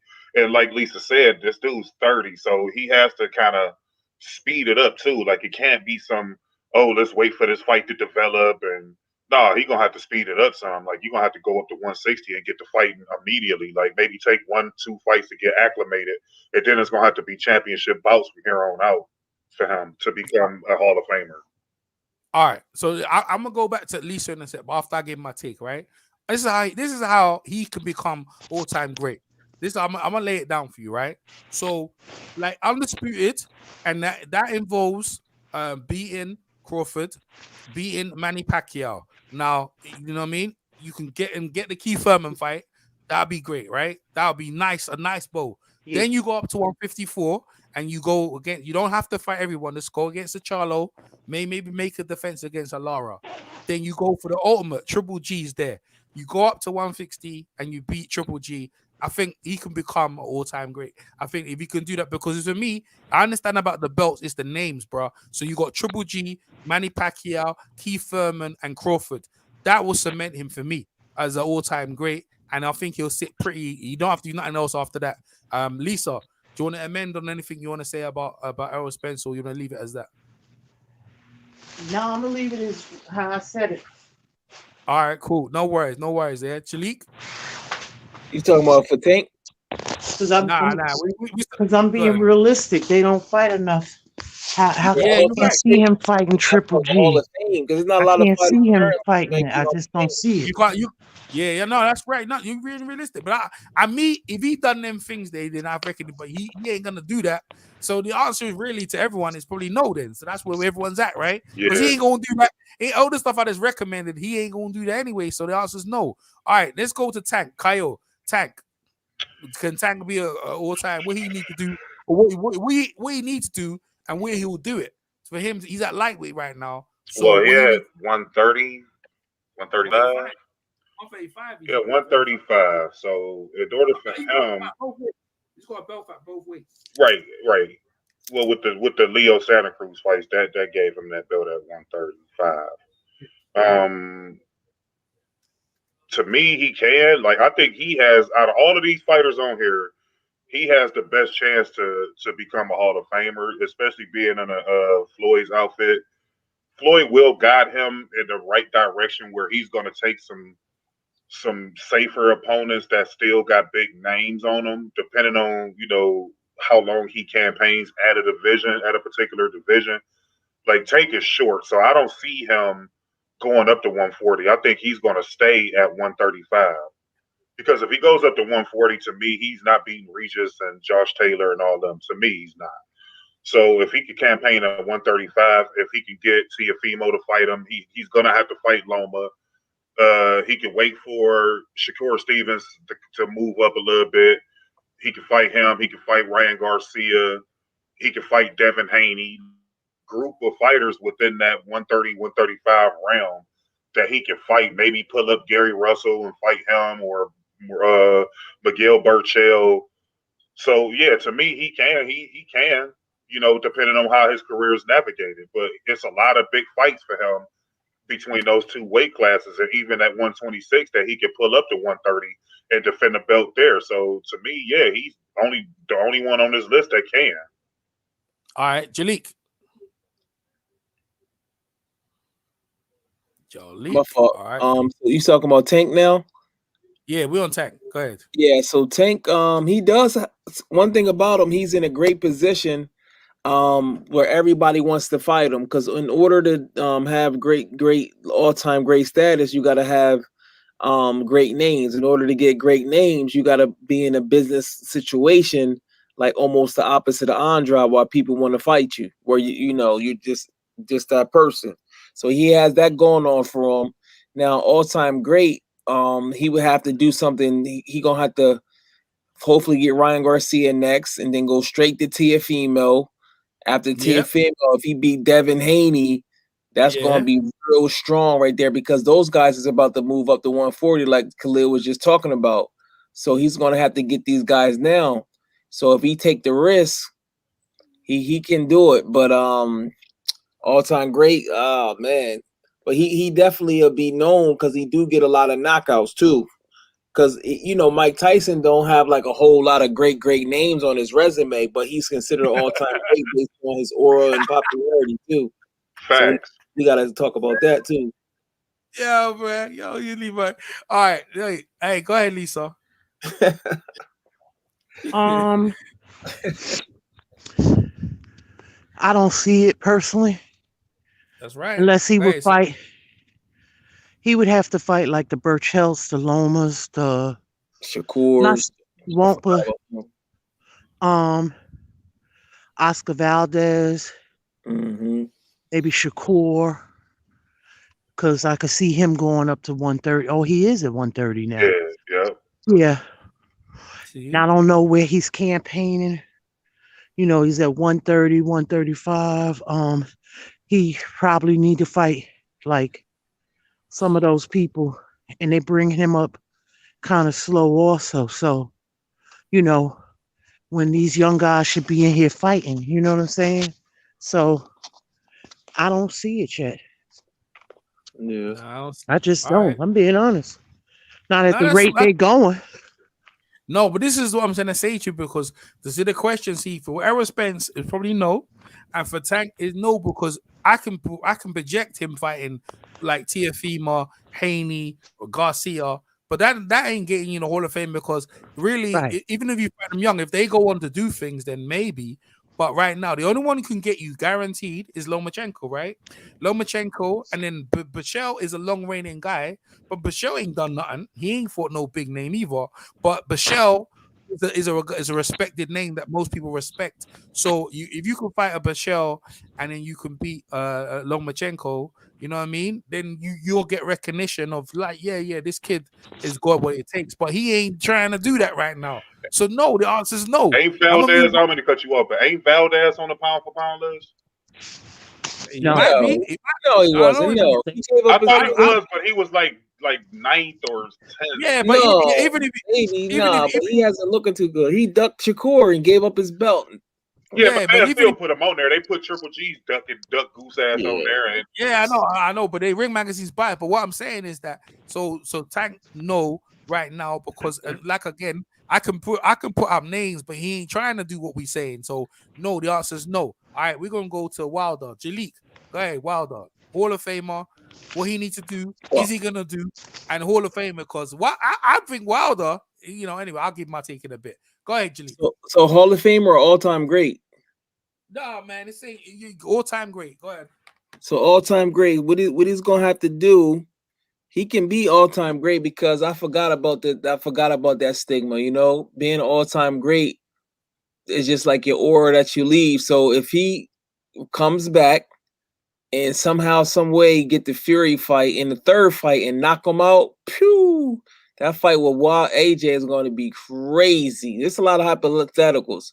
And then if he knock out AJ and come back, that's like resurrecting your career like crazy. So all those excuses they made, people will forget about that. He made excuses, kind of like how George Foreman made the excuse for Ali, but then he came back and beat Michael Moore and became a champion. So people forget about things. So if he done that right there and then end up with like 50 and whatever with like 48, 47 knockouts, that will be some all-time great stuff. Get some defenses, knock out Usyk, former undisputed guy, come undisputed with 4 belts. Yeah, I can definitely see him doing that. Is he But trying to do that? is he going to do it? I'm not sure. What's the option? Is it yes or no? It's highly unlikely, but it's possible. All right, cool. Go ahead, Kyle. For Wilder, like Jalik was saying, on the aura of knockouts, maybe, but unfortunately for Wilder, this version of heavyweights isn't that popular, just like with the Klitschko's. So he's not going to have the necessary names to make him an all-time great. He's just going to be one of them guys known for knocking out dudes. But, I mean, if he get the Fury fight, he can knock Fury out, knock out AJ, knock out Dillian. You know, to me, that's not really that highly, like, impressive resume like a Ali or any of those greats, like, in the 70s and 60s and shit had. Like, this isn't the golden age of heavyweights. So to me, no, unfortunately, he'll be popular because he was able to knock out dudes and shit like that. But in regards to Hall of Fame status or all-time great status, no, not in this era. It's not that many names. All right, good. Lisa Bell, what do you think? Well, you know, based on the knockouts alone, you know, he has a shot for that. But as far as like the brother said, he would have to come back and like beat Fury or AJ or, you know, like a Dylan White, somebody, you know, like that would add more cachet. Sorry, I'm outside. And it's cold to his resume. It's cold. Yeah. Yeah, it would add more cachet to his resume. But you know, but an all-time great, I don't know. Oh man, all right. I'm gonna give the Hall of Famer. Yeah. Hall of Famer, what? Hall of Famer, you think? Maybe. Yeah, I think. Not sure what the criteria is. Yeah. I'm all right. So everyone gave their take on it, man. I'm gonna tell you this, right? I think Wilder, if anyone is actually trying to be that guy, he been trying to make the fight with AJ, right? And if he had AJ fight, he would have knocked AJ. He went and fought Fury, like, and he's ready to fight Fury a third time. I think out of anyone, he's probably highly likely to be on there because the losses in boxing don't really matter to me. It's how you fight. And Wilder's the most exciting fighter, one of the most exciting fighter on there. And you know, with Wilder, you're gonna get your money's worth 100%. Whether he get knocked out or he knock out his opponent, you gonna get entertained, bro. I remember that Spilker knockout. I ain't never forgot it. Bro. Oh yeah, right. I thought Wilder killed someone on TV. Yeah, I know. Yeah, they had to carry him out in the stretcher. No, imagine this. Imagine this now. Imagine he did that to Fury in the third fight. Imagine he does that to AJ. That's what I'm saying. Yeah, so Wilder, in my eyes, out of everyone we're talking about, unlike Errol Spence, unlike Tech here, is actually trying to fight the big fights, but he being blocked by the promoters. So I think out of all-time great, Wilder he won't be up there like Joe Louis or George Foreman, like me, but the Ken Norton, Joe Frazier. But I think if Wilder goes and he goes back and beats Tyson Fury, and he goes and gets the AJ fight and he knocks out AJ, I think just beating them two alone, and like you said, let's throw Usyk in there because he would fight Usyk, yeah, and he'll fight Usyk, and he broke up Usyk.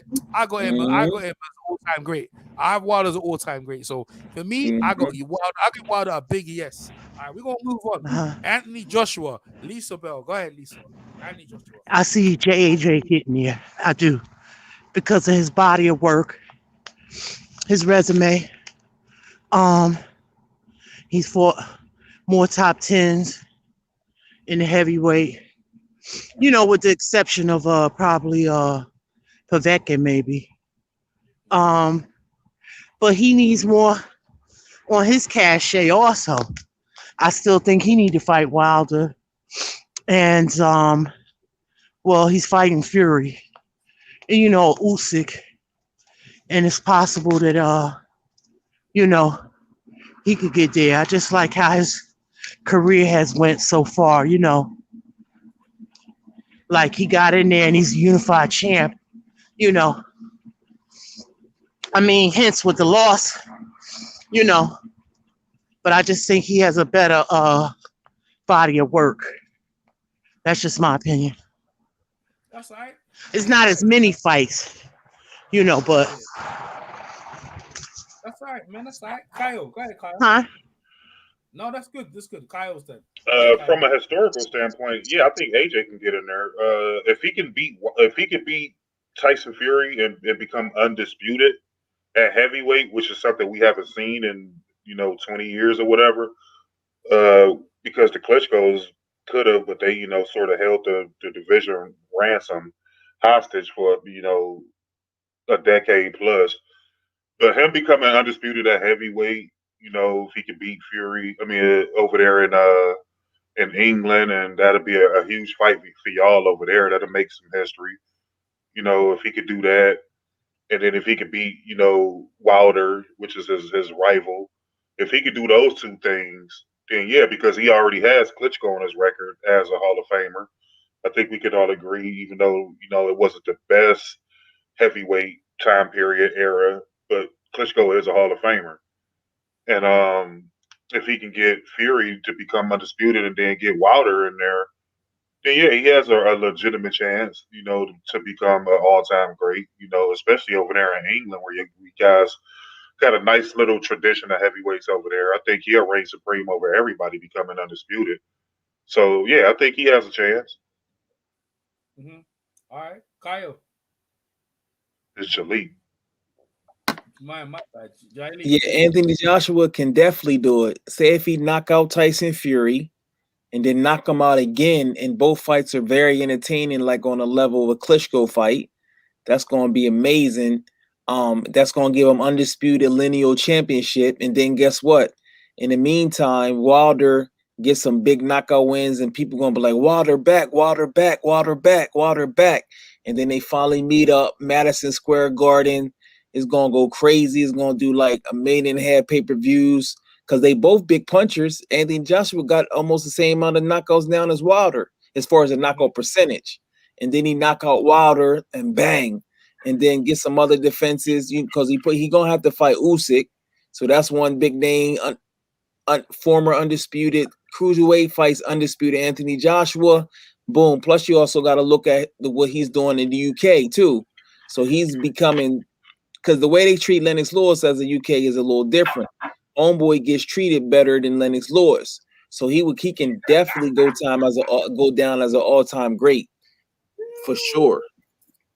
Yeah, let me ask you that, EJ. Why? Because Lennox is one of my favorite fighters of all time. Like, I don't give a fuck where you're from. Why do y'all like kind of like? Well, I ain't gonna say you, but just generally speaking. No, you can put me in there. He's a clout chaser. Oh, Jesus Christ! He's a clout chaser. That's what he is.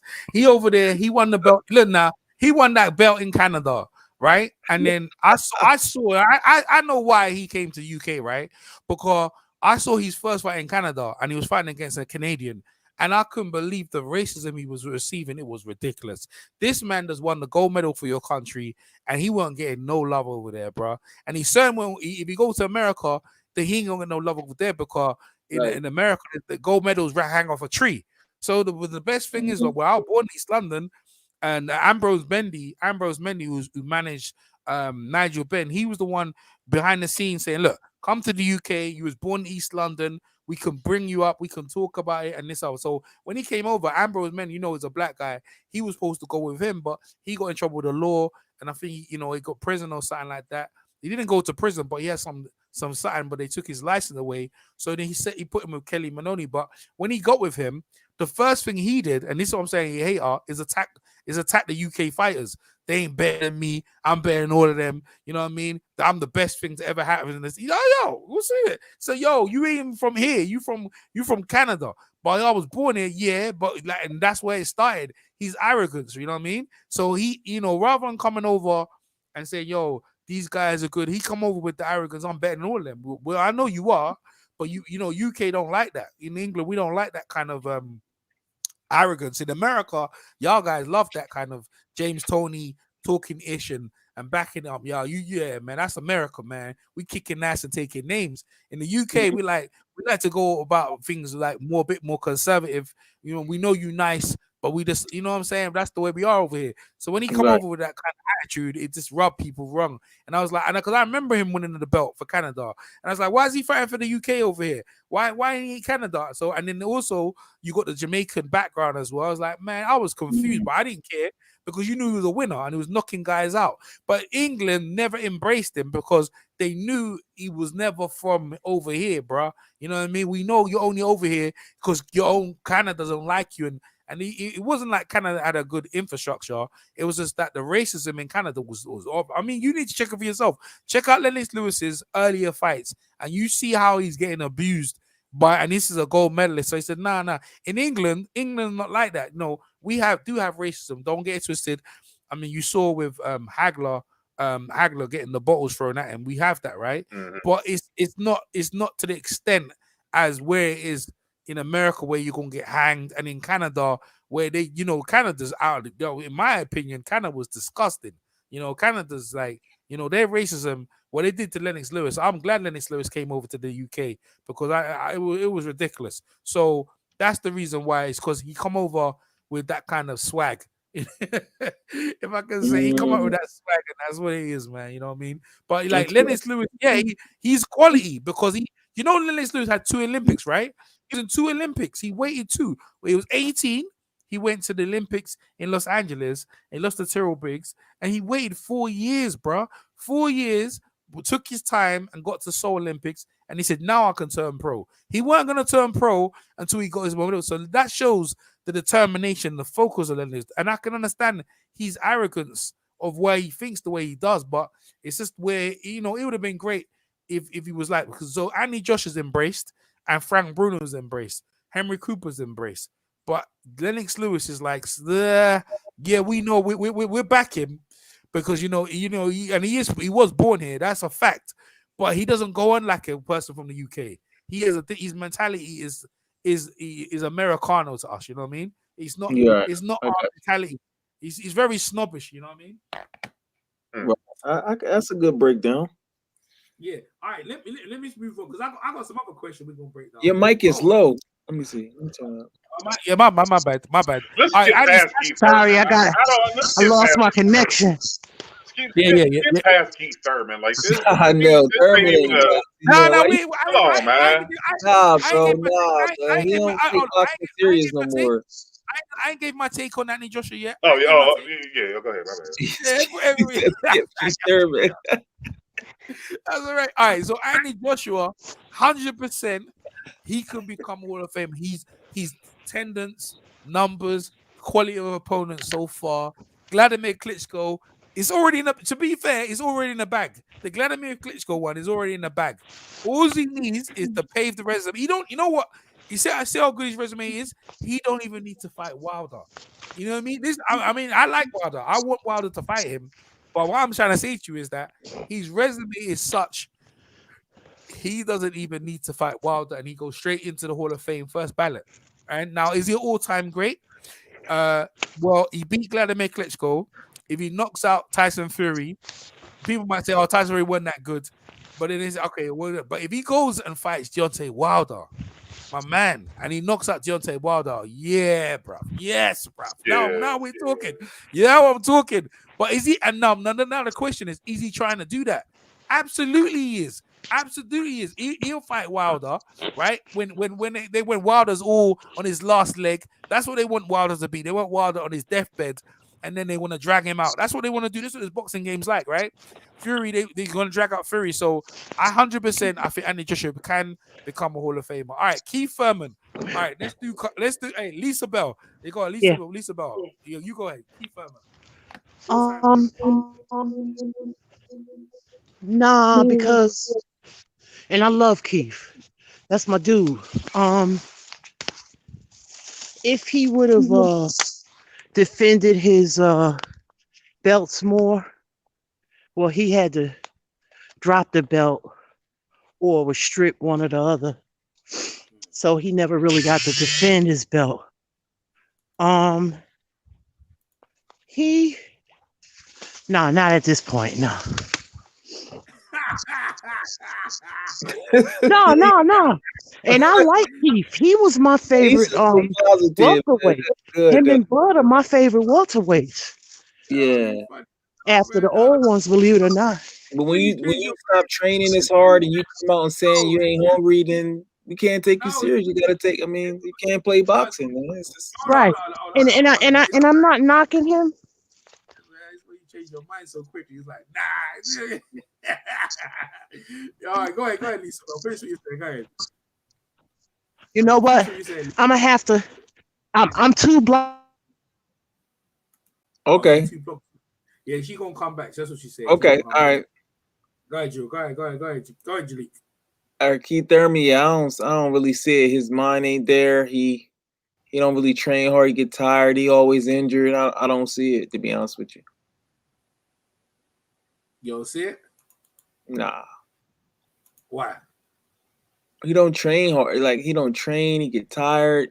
I mean, he's not a good finisher no more. It's a lot of different things, man. He had a tail end of his career. You know, you can't believe him. He's like, it's like he's not believable now. Does he really want to fight Crawford? He doesn't. It's like he's not real, bro. And he let Errol Spence take his heart. It's like, oh, man, it's just, I don't know, man. Maybe he can prove me wrong, though. Hell nah. Go ahead, Kyle. Go ahead. Nah. He wasted too much of his time, like trying to chase Floyd and Pacquiao, and then when you finally get one of these legends, you go out there and lay an egg. So it's just like, and then you had the time off. You know, you had injuries. Your comeback fight against Jose Cito, you almost get doubled over in that fight. Like, no, like, hell no. Doubled over you now. Dude, that man, Jose Cito, had that man running. Yeah, he did. Was it Louis Collazo did it? Collazo did it too. Collazo turned him over as well. Yeah, he turned his body over. And that was Louis Collazo, like at the latter stage of his career. Like Louis Collazo, when he was at 140 undefeated, he was a good fighter. But now, you know, he got Keith Thurman running away and shit. Like, and I mean, when you break down Louis' career, like, I ain't trying to shit on him. Like, he had some close fights that could have been swung his way. But that wasn't a good look for Keith Thurman because he was, you know, supposed to be one of them dudes, you know, coming up. And no, he doesn't have a shot. Like, he'd be lucky people even remember him in this era. That's how low he sunk. Wow, that's deep, you know. Imagine that. People remember, woo, that's deep. All right, so my take on Keith Thurman, right? He tracked like, now this is coming out of Coach K's mouth now, not my mouth, so don't quote me on it. Coach K said if Keith Thurman would have beat Manny Pacquiao, he would have been an all-time great. He would have been the greatest welterweight of all time. No, I didn't say that. No. That's what he said, right? My whole thing was this, right? I said, listen. I said, look, Keith Thurman was that ponytail. I don't know what people saw in him. You know what I mean? I didn't get it. I saw the kid. You know, he's okay, but I just never saw what everyone else saw in Keith Thurman. You know, And like for him to be an all-time great, Errol Spence came on the scene, and he was calling out Floyd, and now it was his turn, and it was like he didn't want it. So I said to myself, you didn't want to fight Errol Spence, but yet you want to fight Floyd, and then you fight Manny Pacquiao and you disrespecting him, and you saying he this and he's saying he's that, and then everything you saying. When it came down to it, that old ass Manny Pacquiao with his small arms and the small legs, he beat you. So no. It like not right now with the injuries. Like I don't see how he can become like an all-time great. No, that's the answer to that question. All right, moving on. Crawford. Let's go with Kyle Crawford. Crawford, yes, I believe he can. He was undisputed at 140. If he could become undisputed at 147, that's 2 weight classes both at welter where he became undisputed. It's not too many guys who can make that claim. So just based off that, yeah, but Terrence is like, it's great because this dude, like, it seemed like he don't want to fight Errol, and then it seemed like he do, then it seemed like he don't. So it's just like, dude, you're going to have to fight this cat. Like, you can't keep worrying about Manny Pacquiao because even if Pacquiao, they vacate that belt or whatever, and you can fight for that, and then you can come to the table with 2 belts, just like with Errol, and his 2 belts, then you'll have a better claim, and that'll become a super fight, one of the biggest fights in this generation. He was at pound for pound #1, for a long time. I don't know what the current rankings is now, so he can make the claim that he held undisputed at 140, and he was the pound for pound #1 fighter in the world. And if he can become undisputed at 147, then yeah, he can get in there. He'll be an all-time great, and he'll be a Hall of Famer.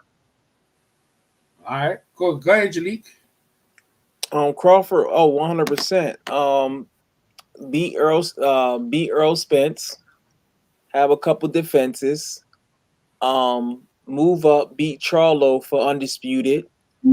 After Charlo become undisputed, and these is reasonable too. That's if you saw Al Heyman beat Charlo, become undisputed. Even if he don't really make a defense, maybe have one defense or just drop right back down to welterweight, get some more defensives. That means you was undisputed at 140, 147, and 154. Especially if he retired undefeated, even if he had a loss and revenged it with a knockout, that's all-time great right there. That's never happened. 3 division undisputed in the 4-belt era. That's very reasonable, and it can definitely happen. He just gonna have to continue to make his brand higher, so it'd be less ducking him. Because I definitely don't think Charlo will. You know what I mean? Especially after he beat Earl, that's the storyline right there. He beat Derek James guy. They gonna hype it up, and he's gonna be the favorite. So he can definitely be an all-time great for sure. Mm-hmm. Yeah, out of everybody on here, he has the best chance because of his accolades. Like he has the most accolades out of everybody on this list. Being undisputed and having the ability. Having the privilege of being the pound for pound #1 fighter in the world. For a year or 2 or however long it's been for him. So if anybody on this list can become all-time, it's definitely him. Mm-hmm. All right, Crawford. All right, PMC. Can Terrence Crawford become an all-time great? PMC. Yeah. Most definitely, man. That's all you got for us? That's all you got for us? I mean, he just got to stop playing around with Bob Arum, man, and do something, make a move. That's his only hang up, man. So he taking the what's his name route? What's that ball hit? Tim Bradley route, which I don't think is good for him. But he ain't get the Pacquiao fight. You know what I'm saying? You got Garcia getting the Pacquiao fight. They trying to hype this dude up, and this dude struggling to get decent opponents and stuff like that, man. He just out there, man. You know what I'm saying? Bob Arum already distant, so we already told him what he thought about him. You know what I'm saying? So that's on him, man. We want to keep messing around with Bob Arum. So that's what's up. But he got to do it now, man. Now's the time. Listen. All right, my turn. Well, listen, man, he already lightweight. He beat the best at the time was Ricky Burns. He moved up to 140. He gets undisputed. You know what I mean? It like he beats undisputed. He beats some guys up in there. Like, you know what I mean? People say Ndongo, who's Ndongo? I was like, Ndongo was like a 2-world champion. If Ndongo beat Crawford, then what? You know what I mean? But I don't know why people want to knock Ndongo. Went to England, beat Burns. He went to Russia, beat Shanansky. And yeah, he credible. And he beat and Crawford done him dirty. But that's how good Crawford is, right? Then he goes, oh look, someone got some background music. Who that? Is that TV? Yeah. All right, so yeah.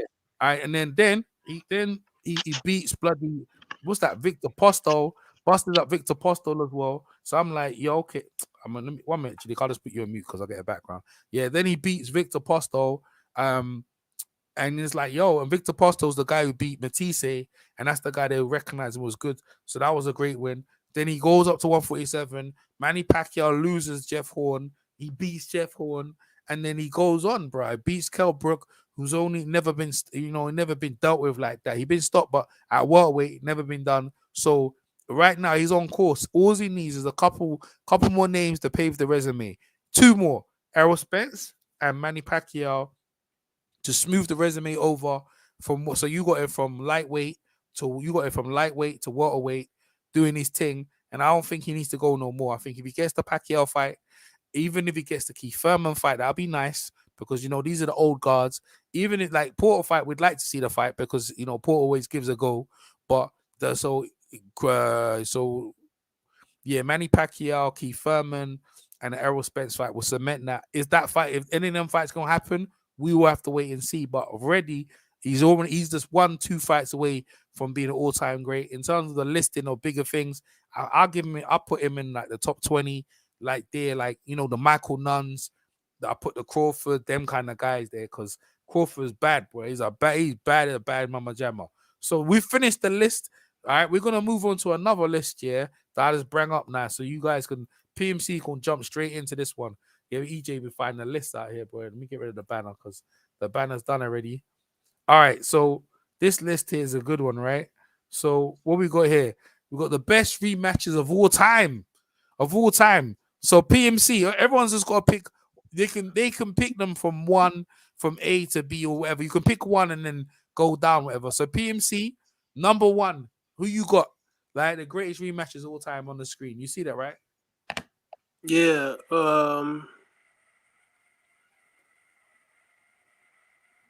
Which one you gonna go with? A is Thriller in Manila, right? Yeah. A. Yeah. That's Thriller in Manila. Yeah. Yeah, I have to go with A being number 1, man. That's why I said A. You know what I'm saying? That's a rubber match. So yeah. You can put A. All right, I think you got it the way it is, man.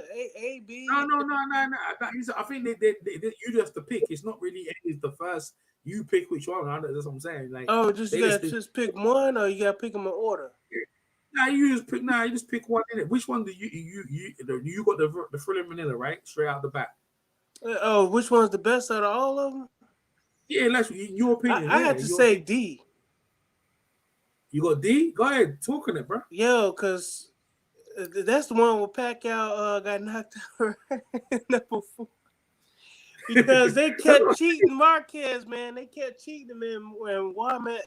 The matchup was so great in those 3 fights, and they were just made for each other. You know what I'm saying? Because Marquez, he's pretty much a flat-footed counter puncher who eat punches. Yeah. And Pacquiao, just an offensive guy, just coming in and darting in and out, and he just kept, you know what I'm saying? He just kept sticking with the technique, and it was just a great matchup of styles, man. You know what I'm saying? And then once you think Marquez, got him, if it went to the scorecards, went to Manny, man. You know what I'm saying? I think the first one, wasn't it like the first and second one a draw or something like that? The first one was a draw, ain't it? The first one was a draw. Yeah, because it's like 3 times. He knocked him down 3 times and still got up and was warming his ass up. He had a draw. He lost the other 2, right? Yeah, he lost. And Yeah, he then lost. the final one, he finally got the. And it was a shock. It was a shocker because like every dude, man, that thing was dude, man. I tell you, my uncle, he's cool as a cucumber, man. I just saw his eyes light up. You know, he didn't move or anything like that, but his eyes lit up. I was like, you was shocked. He's like, no, man. I'm like, yeah, I saw your eyes lit up. You know what I'm saying? And then he gonna lean forward because we was watching on my Mac. He lean forward like, yo, did I just see what I saw? Yo, that thing was cold. And ain't nobody even really talking about Pacquiao and the way he got. It was so cold. Everybody just kept quiet about it, man. That's how bad it was. You know what I'm saying? So that's the one nobody talk about.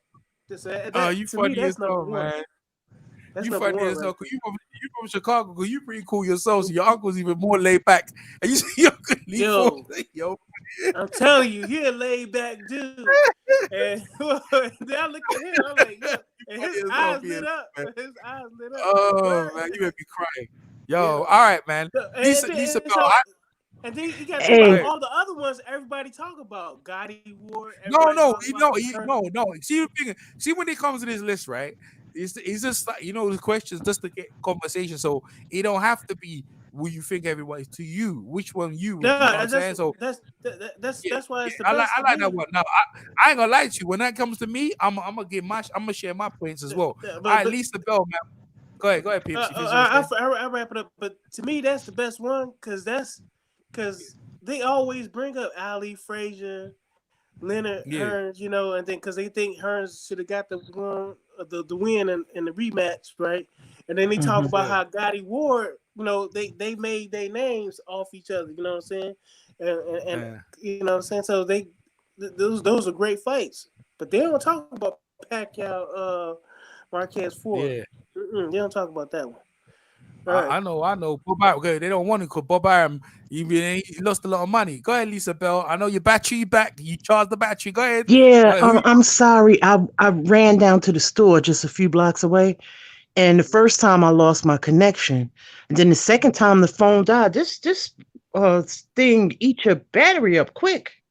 It could be the cold. Yo, mine too. It ain't just you. It's me too. Yeah, nice. You're right, man. You got an Apple?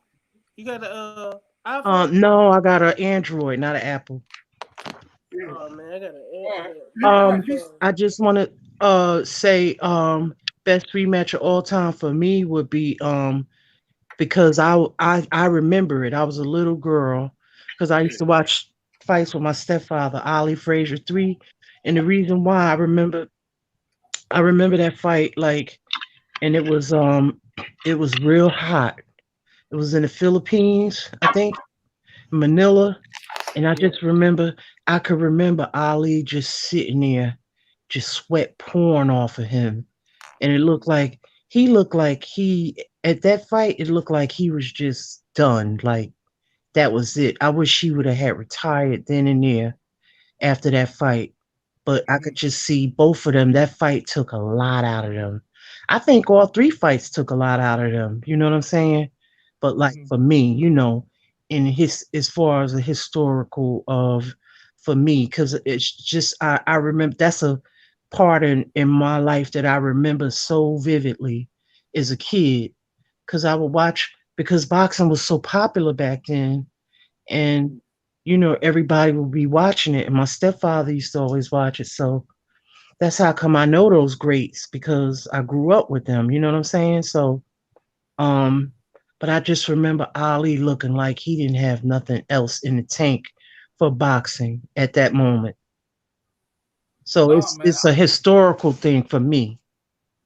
That's what it's supposed to be because I got another one coming up after that. That's what it's supposed to be, and it goes by everyone's memories of what they remember and what's personal to them. So that's I appreciate your no man. And EJ, I just wanted to say I missed the Bud one. I just wanted to say far as Bud, I would he did he became undisputed at 140, and that's great. But I would like to see him get those names at welterweight, and it's just so unfortunate. It's just like he's not getting those fights, because he's on a different network, and I would like to see him, mix it up with the other guys or whatever.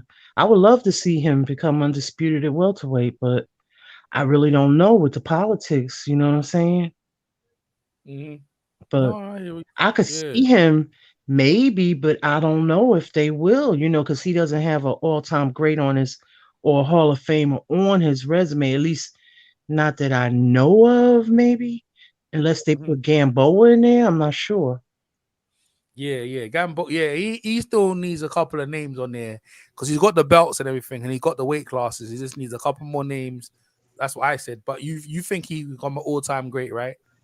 Not at this point because and his talent is so beautiful. Like, just like him and Spence, they have beautiful talent, but it's just like it's like I think they're gonna bring the best out of each other, in my opinion. So I think that fight is needed, you know, for their for their legacies, win or lose. It won't be no losers, you know what I'm saying? Because it'll be great for boxing. All right, cool, man. Nice one, Lise. So you just done that. All right, so let's do Kyle. Go ahead, Kyle. Who you got? The best rematch. As far as the Leonard and Hearns too. For you. It's like for you. This for me, honestly, entertainment wise, I would have to go with Pacquiao and Marquez because the Ali Frazier, that to me it was a historical fight, but it wasn't like the best fight out of the category you got here. Gotti and Ward was pretty entertaining. The rubber match in that fight. I would have to go Pacquiao Marquez because all of those fights were fun to watch fights. And I remember where I was when Pacquiao got knocked smooth the fuck out. I was at a Mexican bar, and those people went absolutely insane when Marquez knocked Pacquiao out. Like, it was some guy in there who literally bought the bar, and we just drunk free all night, and they kept replaying that fight over and over until 3 o'clock in the morning when the bar closed. That was one of the funnest times as far as like going to a live bar to watch a fight like that. You know what I'm saying? That shit was incredible. And it was the shock factor because the other fights were so like close, and you could have gave 1 or 2 more of those fights to Marquez based off what he was doing. But Pacquiao, of course, got the nod in the second and third fight. But that fourth fight was just such a shocker to see that live. Because he had dropped Pacquiao earlier in the fight. Then Pacquiao came back and dropped him. And then the way Pacquiao just walked right into that and got knocked out was just insane. And the energy at that bar, because it was super duper packed in there. It was at least 300-400 people in there. And the roar and like the energy from like the people in there, it was just incredible. So I'll go with that one, man. That was, to me, the most like memorable, one of my most memorable moments of my life in regards to like watching a boxing match, in a large crowd. All right, cool. Jalik. I'd probably say like the Gotti Ward 3. That was kind of crazy, man. Or the Pacquiao. That's probably like a tie because that was big. I don't know if I seen the. You gotta pick one. You gotta pick one. Only can pick one. Yeah, probably Gotti Ward 3. Did he knock him down with a body? Did he hurt Mickey Ward with a body shot in there on? I forgot. This one he just beat him up because the first one he knocked. Oh yeah, that one wasn't as great. The third one was. I think the second one was the best one, or the first one. I forget. Yeah, so I Pacquiao Marquez Ford in. Yeah, go ahead. Talking D. it. I go with D, because that was kind of big, but it was like the storyline behind it. Speaking of Manny Pacquiao, they was like, why Manny Pacquiao? He always had the thing about the PD things, and then Marquez is all big and Diesel. I'm like, bro, how did he get so big in Diesel? And then I was like, bro, he must not be doing no test. It was just crazy. And the dude memo that he was working with, it just didn't even look natural. How does dude start off at 122, 126, And I was like, it was just crazy. And then I was like, man, because the prior fight to that, I said Pacquiao shouldn't fight him no more because it was getting closer and closer. I was like, man, Pacquiao need to stop, bro. He need to stop with Marquez because, to be honest with you, I think the third fight Marquez really won, but they gave it to Pacquiao. I think Marquez really won that fight. And then finally just ended it. That's the only fight where I said I think he really won that third fight. Because the first one I thought Pacquiao got jerked because of the judge. And the second one, I think I had a Pacquiao, but the third one, Marquez for sure. But the fourth one, it was that he just solidified it. Bang. But shout out to everybody that's watching, the 12 people that's watching. Yeah. He made a good point. The guy that just put that fight there with the Hearns and Hagler. I'm gonna get my take on it, but go ahead, Kyle. No, I was just saying that to me, the Hearns Hagler was the most anticipated. To me, that was the best fight ever, in my personal opinion. The first one. Well, the second fight or the first fight? The first one. The first Hagler and Tommy Hearns fight. That shit was incredible. That first round, I still make it a point at least once a year to watch that fight every year. You know the thing is, they gave the fight of the century to Diego Corrales and what's his name, Louis Castillo. They gave that. Cause I talked to Richard Still, and they said like they gave that the fight of the century. And I said, how the heck can they give that when you got Tommy Hearns, who's a thingy champion, and this is a champion, and then you got Hagler. And he's moving up, right, to fight Hagler, who's the undisputed champion. And they gave it to Fing, and they gave it to him. I was like, but Diego Corrales lost a whole heap of fights coming into that fight. And Castillo wasn't the greatest because it was longer than Hearns. I said, I don't care about no longer. You're talking about like 3 rounds of mayhem, that fight now. So I'm going to get into what my fight was now, right? Now, when I looked at this list, I thought that I don't think Ward and Gatti 3 should be on here. And I tell you why, right? The first fight was lit. Second fight was good, but the third fight it was one-way traffic. It was to me, right? I don't think the third fight. I think the fight should have had, and I would have changed it. Israel Vasquez versus Rafael Marquez. Like them fights there, them fights right there. Them fights right there, yo. Bro, my man Israel Vasquez has got one eye now. He's only got one eye now, Like the best, bro. We on the same page, EJ.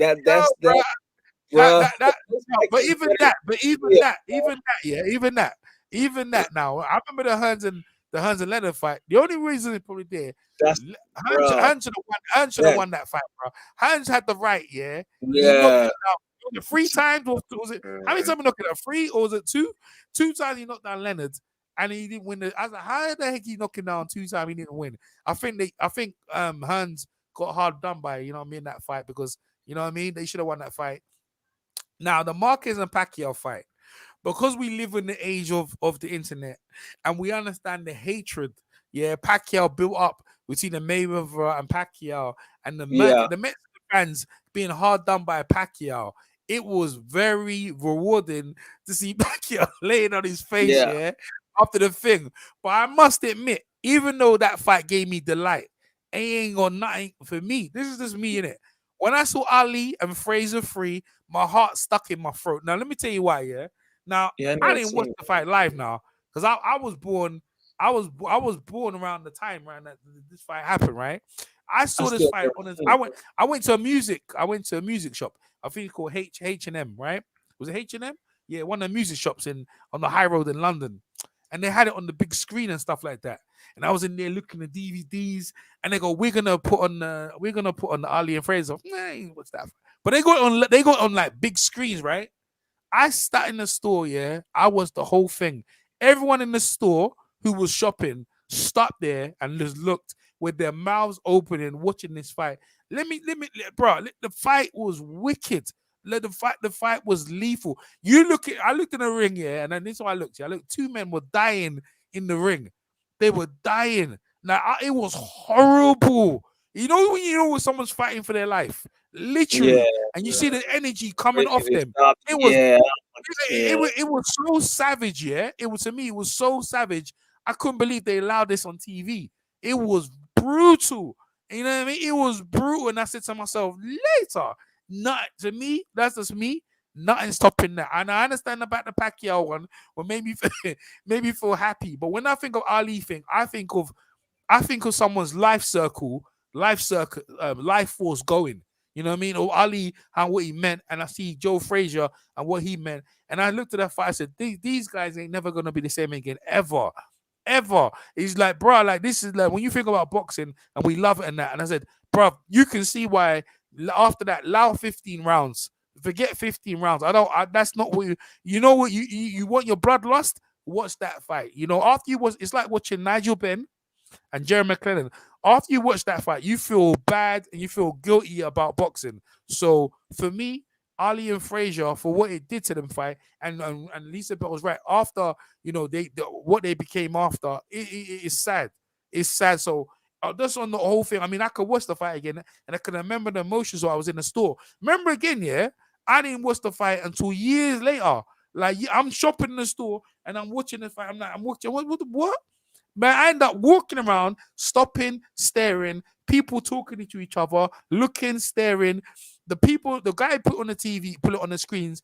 Everyone in the shops, you got like hundreds of people on the high road of London, and they're in the shop stopping. They're all watching the fight, and it took the people's breath away.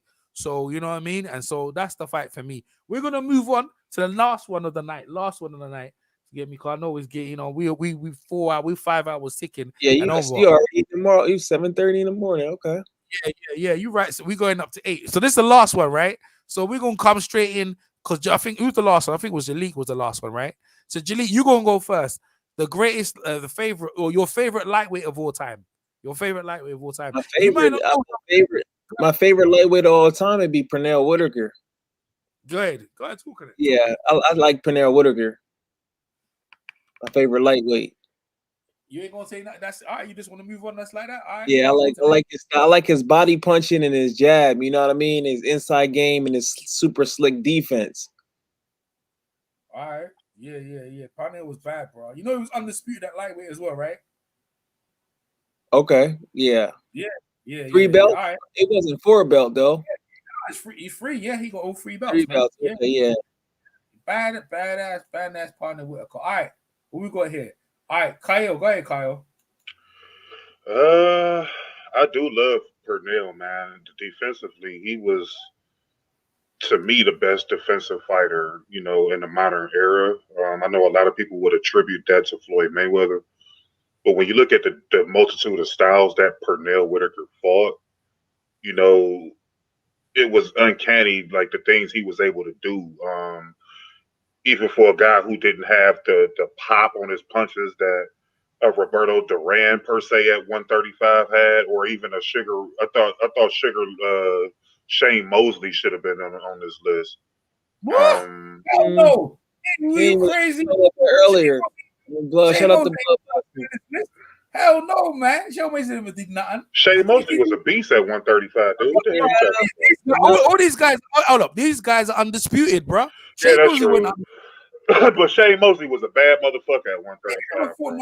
He never fought no one like these guys. Shane Mosley don't deserve to be on this list. That's Larry Merchant hyping it up, because I know Larry Merchant. He said he's the greatest of all time, and I'm gonna go in on some of these guys here though. But go ahead, Kyle. Yeah, but I would have to agree with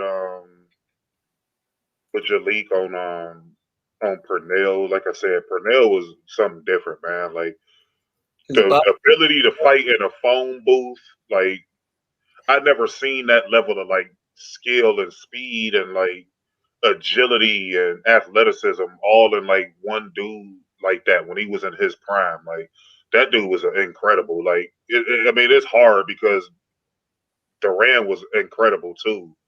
And the fact that he moved up all the way up to middleweight and beat Iran Barkley, you know, was astonishing. But the Hands of Stone was definitely like to me it's really close. Ike Williams and Benny Leonard, those were 2 greats too.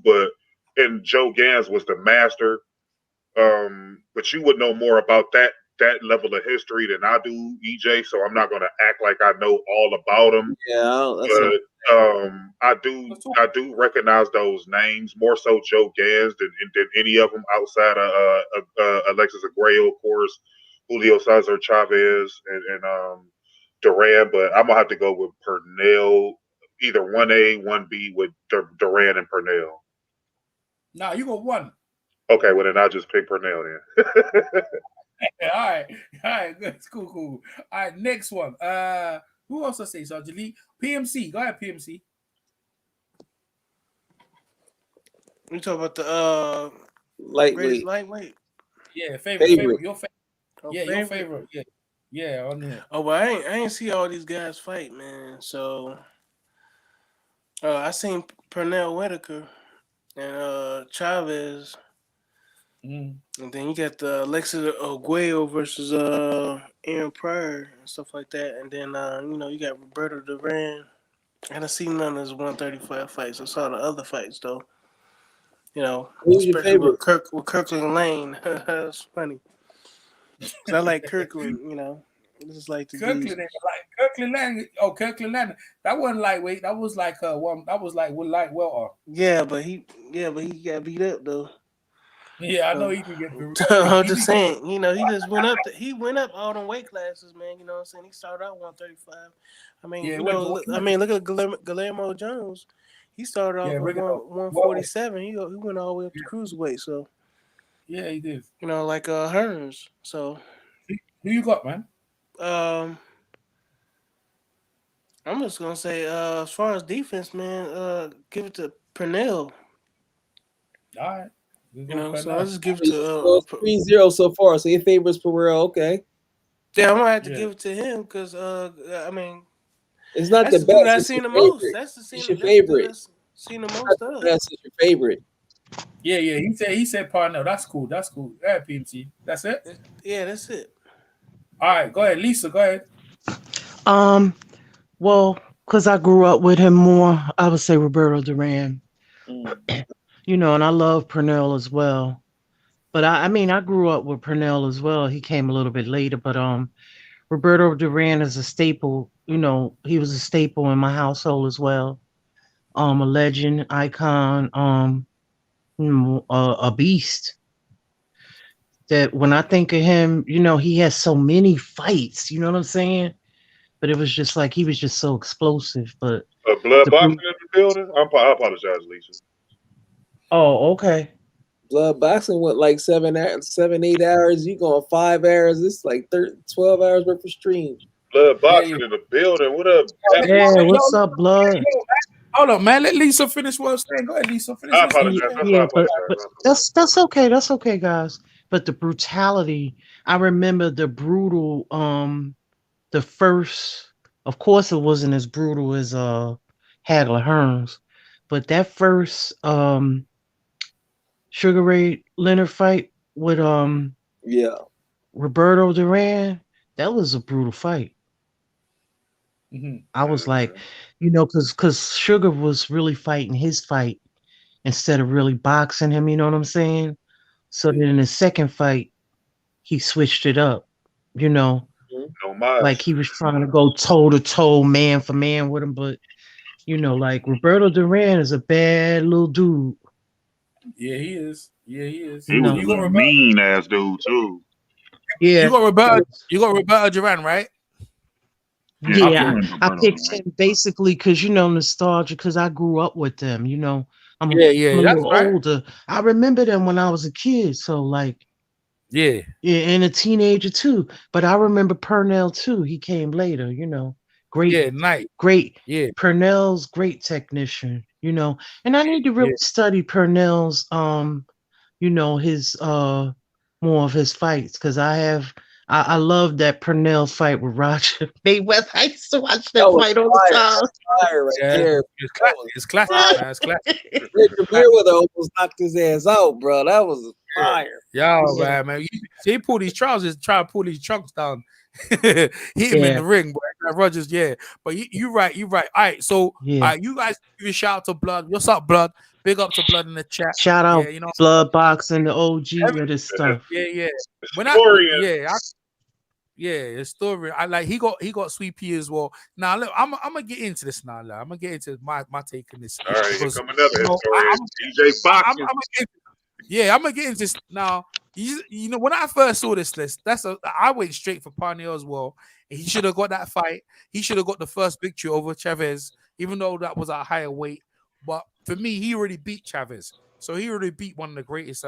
Now, if I put Parnell against all them other guys there, I think Parnell beats them. Now, the Joe Gans, the old master, that's something different because he got a wicked stiff jab and he ain't moving for no one. And that right hand, and remember when he fought 45 rounds, he wasn't allowed to start fighting until round 7. Yeah, if he came around the ropes, they used to use cups and stuff that used to hit his ankles and hurt him. You know what I mean? But he took all that and he was still there. So the old master for me is definitely up there now. When that comes to Roberto Duran, he never gave Ken Buchanan a me match. Now, I was watching Ken Buchanan when he was defending his belt now, and he coming with the tartan shorts representing Scotland.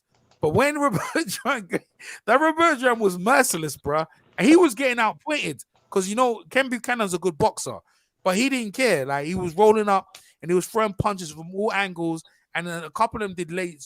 They strayed low. But the referee, for me, it was the injustice that the referee could have took a point or whatever, but he couldn't continue. And for them to strip his belt and for Roberto Duran not to give him a rematch, it's hard pressed to me. I don't understand why no one even rags him on it, that they say he's the greatest lightweight of all time when the way he started is dirty. But that's what people like about Roberto Duran. He's merciless, attack, and he would not give up. Because when I watch him, I remember I watched the fight again like I've just started watching him. I said, this guy's ruthless, bro. This guy's ruthless. But if I was to match all the skills together, and don't forget Alexis Oguea, lightweight, he was savage. You know, wicked right hand and a great jab. Ike Williams as well, beautiful. Benny Leonard, you know what I mean, move around thing. I was actually surprised though. No, Willie Pep ain't ready. So in my opinion, that's what I know. Tony Canzonero as well, a great lightweight as well. In my opinion, yeah, the rules are depending on the rules. You're right, blood. The rules are different. In my opinion, when it comes to the greatest lightweight of all time, if you was to put them in, I think Parnell Whitaker will probably stand his test of time again. But I think if it's between him and probably Joe Gans, but I think Parnell Whitaker slightly. But Joe Gans, it's hard to say because he was never allowed to fight his fight and he was still good at it. You know what I mean? It's like, it's hard to say because when you watch him, it's like, well, I never really watched him fight. But my favorite, it'd have to be probably like guy that I watch, it probably is Parnell.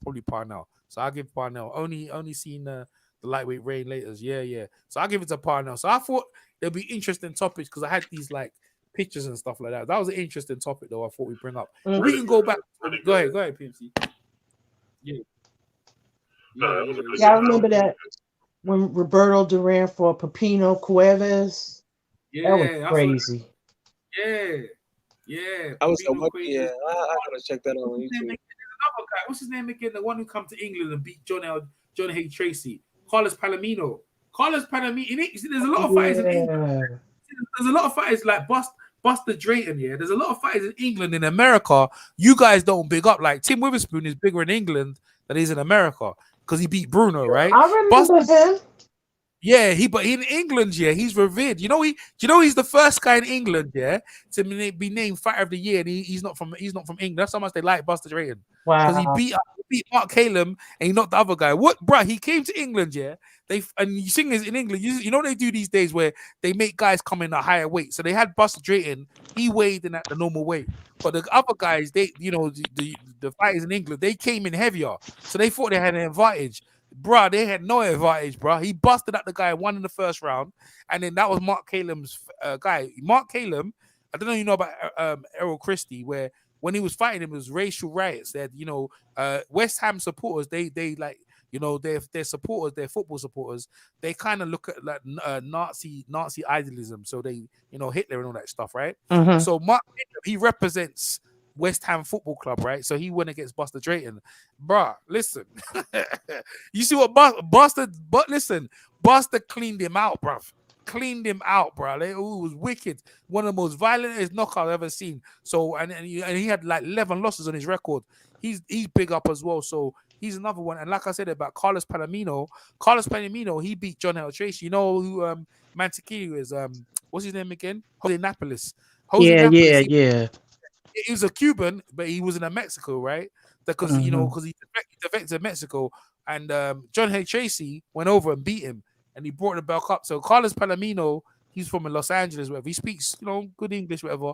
He came over and whooped John Hay Tracy's ass. So and he fought Roberto Duran. So there's a lot of guys that in England we look on them differently from how you guys look on them. You know what I mean? Like another guy is what's his name? Jimi Hendrix. I didn't know Jimi Hendrix. He most of the time he grew up in London, right? I didn't know that. But in America, I didn't know either. Yeah, he was around London. London. They was the one who discovered. They discovered him in America, and they brought him to London, and they started to polish him up. And then obviously he went back to America, Woodstock, and performed. But he was big in England, man. It was really big yeah. Yeah, they like this, and then, so what happens? What I'm trying to say, there's a lot of guys that they did in America where you guys kind of throw away and you don't really look at, but when they come to England, people kind of remember them. Like they etched in his mind, like Tim Witherspoon when he beat Frank Bruno. He came over and beat Frank Bruno. Like a lot of people in England, they didn't really like Frank Bruno because they felt he was too much like the establishment. You know what I mean? And a lot of people, people don't like Anthony Joshua, right? They don't really like Anthony Joshua. They want him to lose as well because they just don't like the way he's so well mannered, and they want to teach him a lesson, stuff like that. I don't know why. I don't know why what people expect of people. I don't know either. Bruno and Bruno done an advert. Yeah, do you know about Robinson Crusoe? You know what that? You know Robinson Crusoe? Anyone know about that? I vaguely remember that in my past. All right, Robinson Crusoe was like a pirate, and his ship got stranded in Africa somewhere. I think it's Ghana, right? So when he landed, right, because in Ghana they name their African days by the day. So if they're Monday, there's Nana. If there's Tuesday, there's Kwame, and there's so on and so on, right? So when he landed on Friday, I think Friday he landed. When he met the young African guy there, whatever, his name was Friday. That's what the name, but obviously it's got a Ghanaian name, but that's what he's known, right?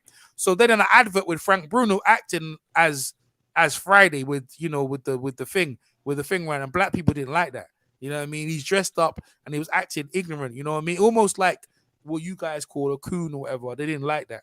And you know what I mean? They didn't like the way because Bruno didn't mind the way Bruno looked at his money. They're paying him. It was an advert. So other black people, it was degrading. So when they saw Frank Bruno, when you saw Tim Witherspoon come over, he don't play with that. He come from Philadelphia.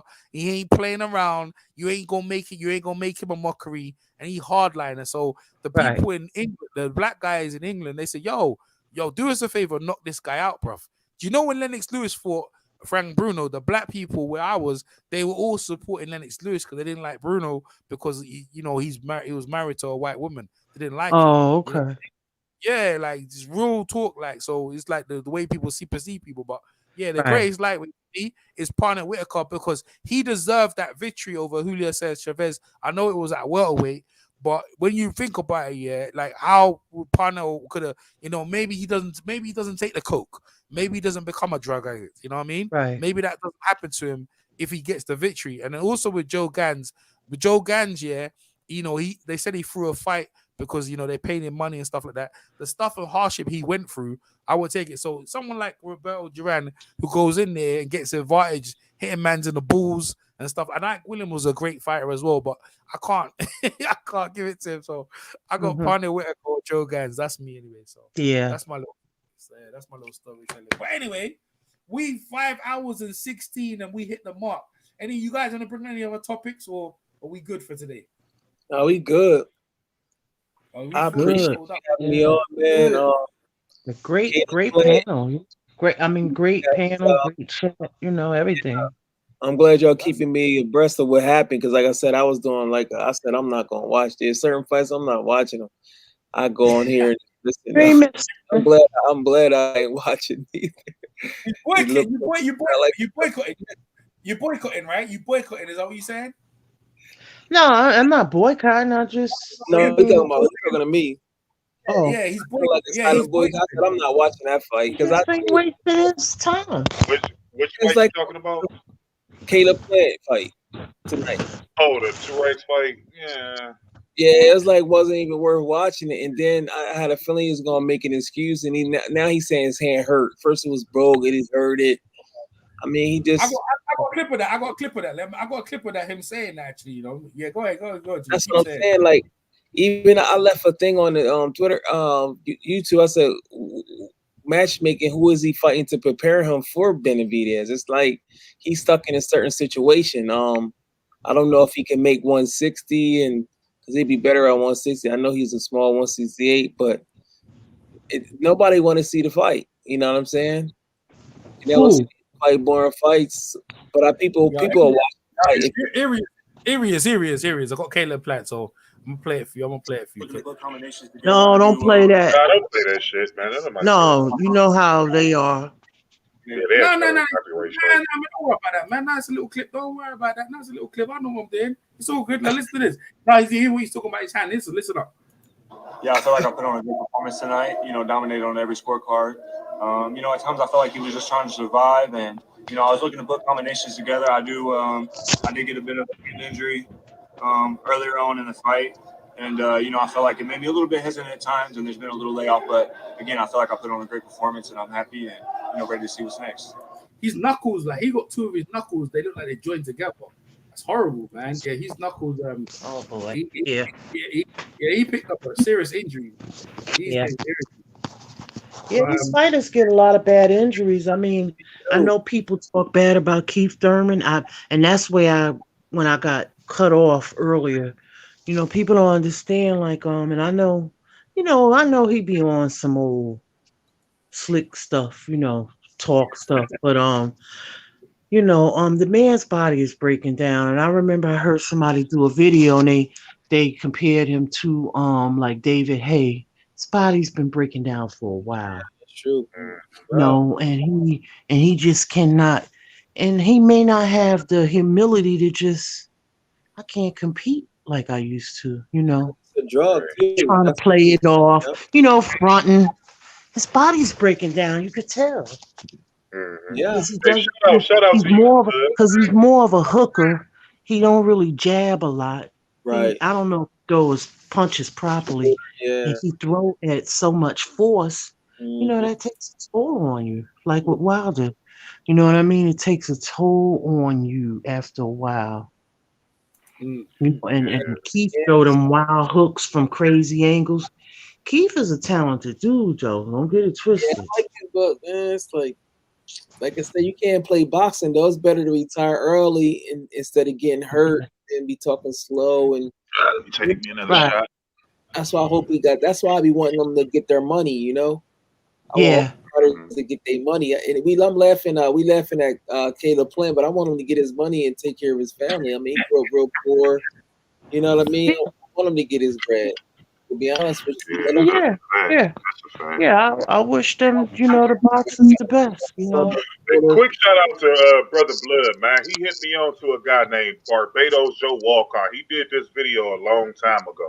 Oh, I see. It was a really long time ago he did the video, but I mean, he was a Guyanese fighter speaking of Ghana. But he was, from Massillon, Ohio, that's where he lived for a minute, one of the most racist cities in Ohio. But Blood did the video and he hit me on to this guy. Like, I went back and did some research on him. Like, that dude was a bad dude, man. Yeah. Bad dude. Like, EJ, you probably know him. He 5'1". Yeah, he 5'1". Yeah. Worldweight champion. Yeah, he was the first welterweight black champion ever. Yeah. Oh, Barbados. Okay. From Barbados. He's from Barbados. Barbados. Yeah, the Barbados Demon. That's what they call him. Barbados Demon. Yep. I remember when Blood did the video, man. It's about 8. It's almost 8 o'clock where you at. You sound like you got a second win while everybody else is tired. Crazy. Me? I just woke up.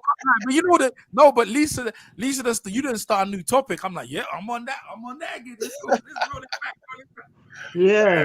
No, I love y'all historians. Like, oh yeah, I love the historians. I've been knowing you for a long, 10 years, damn near. Like, I've been subbed to Blood for a long time, man. And just keep up the work y'all do. Like, y'all do those history videos, dude. I'd be all over them. Like, I just watched Blood's when he did the Alexis Aguayo one. That one was tremendous, man. The way you do, because I know with the editing and shit like that, that shit take a long time. But just know y'all appreciate it for what y'all do, man. Yeah, I We like, pay I like, attention to y'all, man. I like the heavyweight series too. When you see Yeah. And I like how you I got gotta I get like into that. old retro music in there with the retro visuals and shit like that. Yeah. Y'all be doing y'all thing, man. So just keep up that Yeah. good work, man. Like Yeah, we appreciate that, man. You know, I came to this community to learn. yeah, I man. didn't Because come, everybody, you know. that's a fact, Lisa. Like people act like they know all about boxing, but you really don't. Like somebody said this once. You never know how much you know about boxing until you talk to somebody who don't know nothing about boxing. So for me to go into this, like I've been watching boxing. The first real fight that I watched was when what's his name got knocked out by Julian Jackson. Was when it was my father's favorite fighter. Oh, the guy from the UK? Terry Norris. Terry Norris, yep, Terry Norris. Oh, Terry When he got Norris. knocked Yeah. out by Julian Jackson, that shit scared the fuck out of me. So I was little, like you know what I'm saying, and I saw that shit, and I kind of got hooked since then. Like, how I found them at the time that was the YTBC was actually through EJ and Boxing Beats and Rhymes. Used to always do these collab videos. Yeah. Then that's how I learned about blood boxing in '78, and like the list goes on and on, man. But I always like to go back and watch all older stuff. You know what I'm saying? And like the history and shit like that is there, man. And it's nothing wrong with learning. Like you said, Lisa, like you come in and learn the history, like, and you just talking to you on this line tonight, you Jaleel, of course, EJ, I've been knowing for a long time, like. Just listening to what y'all had to say on this particular panel, like you can tell y'all know a lot. Like, and it's always good to like hear other perspectives and to go into the history and learn. Like EJ taught me so much about boxing, dude. Like it's amazing. Like just to hear his perspective on like American culture and basketball. Right. Basketball videos and stuff like that. So like. Just understand, man. Like it's definitely appreciated, man, because y'all are definitely the real teachers of this shit. And to see all these newer boxing channels coming along and stuff like that, they'd never be able to hold a candle to retro boxing, to EJ Boxing Live. Y'all like my main two sources of the history of boxing. I always tap into like y'all older videos and stuff like that. So. Y'all always do a good job, bro. You know the funny thing. You know the funny thing about it, right? Like, and this is like to everyone listening, Jalik and Lisa and everyone else. Like, you see what happens is like, and I'm sure Blood as well would agree with me. It's like you start listening and you start storing all this information as the years goes on, and you got people like Bert Sugar, you got people like what's his name again? Jimmy Lampley, and you got what's the other guy's name again? Bert Sugar and all these different. Oh, you talking about Larry Merchant? Yeah, Larry Merchant, right? So they write the narrative, right, about who they like and whatever, right? And we sit back and we sit back like who they think was the greatest of all time. And I remember seeing the thing, right, and they had it was been Henry Armstrong, Muhammad Ali, Sugar Ray Robinson. Yeah, they threw in Harry Greb in there, like, and it was like, whoa. Who that? And then they broke it down of why they're the greatest. And we ain't gonna argue, like, because these guys, Bill Caton and Bert Sugar, they know boxing, so we ain't gonna never argue with them. And we get to the point. They got to the point where I came on YouTube. My first big debate was Ali versus Mike Tyson, right? And I was like, when I was younger, I said, yeah, ain't no one beating Mike Tyson. Until I see him beat. You got it on YouTube, EJ? Your old videos? You got it. Is it still up on YouTube? No. Dude, I'm just talking about discussions and debating. Okay. I'm trying to say that the where we got to this points, right? Where you had Larry Merchant and these other guys, but they were the historians.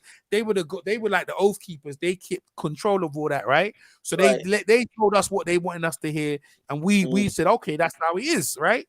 So these guys are still there, right? Larry Merchant, Bert Sugar, and the rest of these guys. Now, my first debate was this guy called Video 6, and he was having this debate with someone about Muhammad Ali versus Mike Tyson. And I remember that thing back in the days, you know, Ali versus Tyson, they used to always talk about the old. And I think that's the thing about boxing. They always compare it with the old and young. You know, Ali used to do that back with Jack Johnson and all that. And he was comparing, and I was like, man, that's a good argument, man. I thought finger, and you enter into that argument. You get into the debates and you're storing, and then now this is where it gets good now. You're focusing in the debates, and now me and Beats, like, we find each other, and me and him, whatever our knowledge I got, whatever he did knowledge he's got, we be arguing hardcore. Then I go over there, you listen to Blood be arguing over there, and he got 78, and you're another guy. Then you go over this guy, and they're all on the same thing. Now, what tends to happen is that all the old historians, they all done left. And now people look at their thing and like, hold on, Larry Merchant saying what? What he's saying? Now he just picking the fighters now. Now their credibility starts to go to shots. Then you got people like, this is the one who used to kill me, is that bloody Max Keller. That guy used to kill me. Some of the stuff he used to say, I said, oh my God, what's he saying? I said, hell no. Then obviously now you're older now. You got your wisdom, you got your channel, you've been around for a minute. Now I'm gonna change this narrative. I'm going to change the whole spectrum. But that's what Blood's going to do. He said, I'm going to give my perspective. Beats Boxing Beats was the first one he done a cruiserweight division, because the heavyweights, like, you know, they changed, they got really big. So he done a cruiserweight division. It was like a top 10, and he put all the greats in there and see how they'd mash against each other. And then Blood done his thing. And now what happens is that we don't even listen to these guys no more. We know what they said, but we kind of look at and we kind of reevaluate, talk amongst each other, and we're going to put things in a perspective, and we're going to make our people or people around listen to us, and we're going to be the historians, and we're going to come with some facts that say, well, we're going to take their information, your information, we're going to put it all together, and we're going to make a conscious opinion on it and say, what do you think? Because Jalik, if I talk to Jalik right now, Jalik would tell me that Bernard Hopkins is better than Hagler. Now, I would say no, but Jalik would tell me yeah, and me and Jalik will argue to the point, and we'll come to a consensus. But see what? But at least Jalik is engaging in that conversation because it's his generation. Because when I'm in the dust, Jalik gonna be the next one coming, and he gonna have all that information to make a real good expert opinion, and that's where it comes down. Like Lisa and all you guys here, you all contribute on everyone's opinion to make us look how we are now. So even though you guys EJ got knowledge, it's because I'm constantly engaging with other people and learning about each other. And then on top of that, I got a pro license. I never had that when I first started. I got a pro boxing license. I'm an amateur. Yeah, I'm a pro boxing trainer. I'm an amateur judge. I'm an amateur trainer. I have fighters who I train on a regular basis. Wow. Amateurs, and when I'm ready, I'm gonna turn them over into pros. And it's like, so the knowledge I've gained when I go teach some of my fighters, they look at me like, how the heck you know that? Where'd you know this from? I'll be teaching them. I taught one kid the bolo, the overhand, right? You know the overhand punch with Triple G's. I taught one of my kids that it's a tool fight, because you know when you throw that, you remember when bolo, you remember the punch when Ann Wolf used it to that American girl. She knocked that spark out. You see that punch? You see that punch, right? It only works very good on tall people. So I had one of my fighters. He lost the fight against a guy who was tall. I said, listen, this is the part we're going to work on. And we worked on this punch religiously. We had a home fight in our gym against the guy. They brought all their crowds in there and all their mob. My boy used that, man. He knocked that guy off his feet, got a standing count. And that day I looked at myself and said, shit, this stuff works. All the knowledge you gain is all well and done. But if you can put it into practice, yo, you serious now. You're talking about Eddie Fudge. You're talking about some of the legends and stuff. Now, luckily for me, now I can put some of that stuff into practice that I've learned. So, like this boxing thing, you know, you never know where it's gonna go. One day you're talking here with EJ and Blood. Next thing you know, you out there and you're in a boxing gym and you're teaching some young guys some of the stuff you learned, you watched and stuff like that. So I'm gonna lie to you. I don't even know where this journey is going. All I know is like I'm following the merger, but people like Blood, people like Beast and the rest of Kurt Sugar and all these guys there. We are the new historians, right? And we're gonna give we're gonna give a fair appraisal of what we've done, and we're gonna allow you to come back on us and say, "Yo, I don't agree with that," and that's what makes it great. You know what I mean? That's what makes it great that you could actually come back and say, "I'm not sure about that," and you're okay, and then we get to a consensus where we can agree on, and that's what I think is great. These guys, the Oath Keepers, ain't around no more. They died no more. You know what I mean? Because listen to this, right? Do you know? Let me give you an example.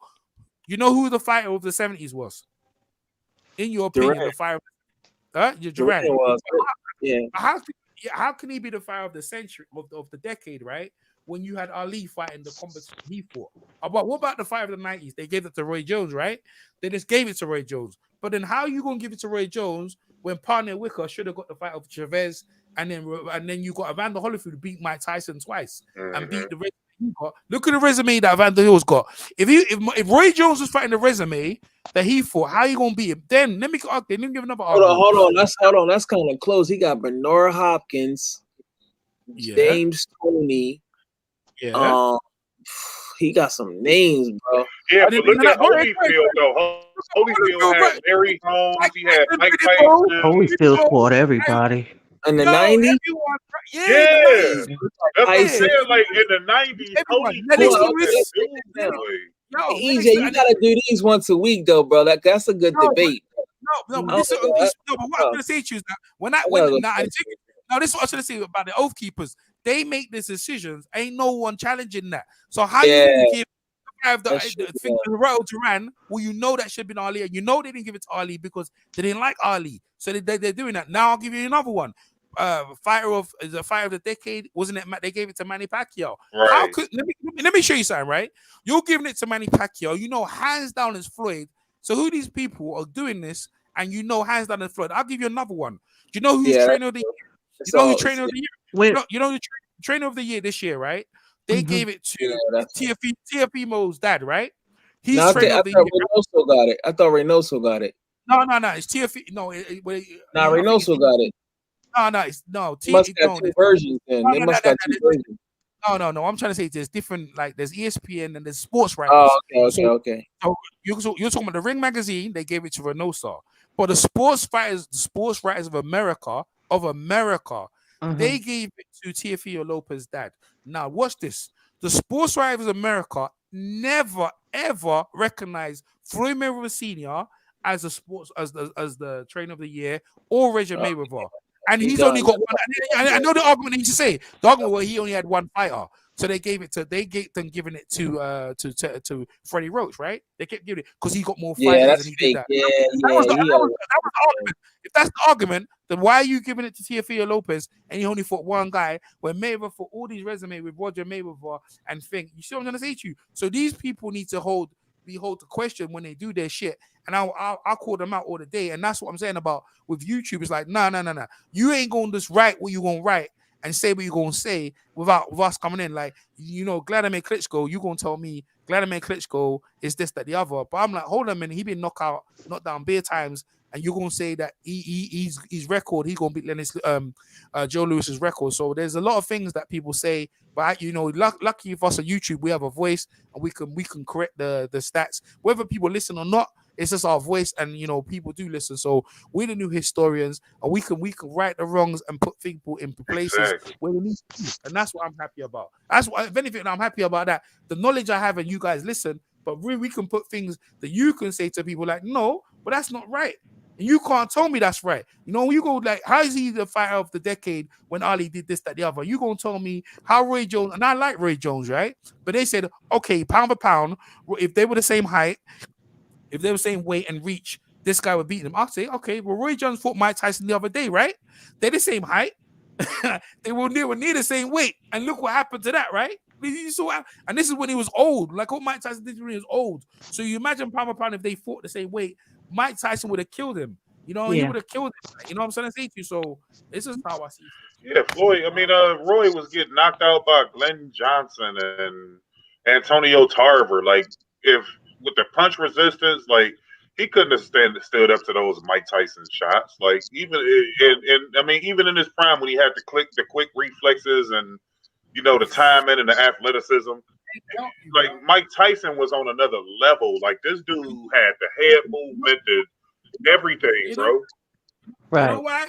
You know why? Because Jim Lampley and Larry Merchant, they liked him and they have a lot of power. Now this goes into this thing about Shea Mosley, like where Kyle would tell me how come Shea Mosley, because when Shea Mosley was coming up, I remember when he was gonna fight Oscar De La Hoya, they had this whole narrative that Shane Mosley is one of the greatest lightweights of all time. Now Shane, Sugar Shane and everything like that, and he's knocking out. I ain't know no better, so I ain't gonna say nothing. But I was like, hold on, but in my mind, usually if you're the greatest lightweight in real, why are you beating Steve Littlebad Johnson, who gave you some fights in the amateurs, right? At lightweight, right? Why you fight him? You didn't fight Castillo. You didn't fight him either. And then there's another guy, Paul Spatafora. They're all there at lightweight, right? So you move up the division. You didn't even go fight Costa Zoo at 140, who's the best and who beat Zab Judah. No, you're going to fight Oscar De La Hoya and you're going to do that. Now, I ain't going to knock that, but you can't tell me that Shane Mosley, when I look at his resume, he's the greatest lightweight of all time. You can't tell me that. But that was put out there. And that's what I said to say, Kyle. When they say that, and I'm just going to repeat because that's what everyone does. Everyone repeats whatever, but no one checks them. How you going to say he's one of the greatest lightweights of all time? Because he did that. But when I watched his fights, I'm like, but you weren't undisputed. And he won his belt against who? Philip Holiday, some guy from South Africa. That's who you won your belt. That's why when you go to him, okay, he's a great lightweight. Who did he win his belt off? That's the first thing you remember. Like, if I go to you, tell me James Toney's the greatest, right? They're gonna say, how James Toney the greatest? I go, who did he win his belt off? Michael Nunn. You know what I'm saying? Michael Nunn. He beat Michael Nunn. You go, okay, why is Mike Tyson one of the greatest heavyweights?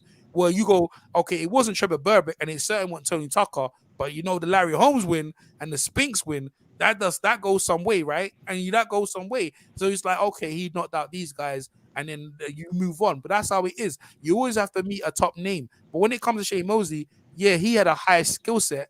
But then later on, I heard he took steroids. This is the fact. I don't know, but I heard. Right. That's, you know what I'm saying? So when was he in the It was out thing? there. It was definitely. He was on the Balco list, right?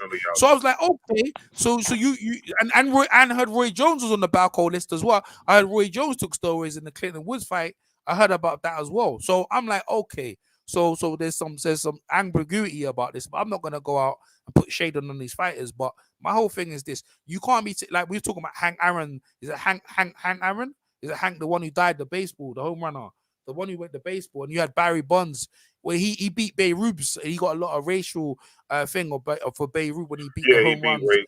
They said that he's in the Guinness Book of World Records for getting the most racist fan mail in the history. They said this dude in 1 year got over 1 million hate mail letters when he broke that home run record. And he saved them. And he saved them all and used it as motivation. He saved them all. Yep. Class act, bro. And then Barry Bonds later on, they said it's tainted, but he was the one who legitimately beat Beirut's record, and they didn't want him to beat Beirut's record. It's the same thing with Larry Holmes, right?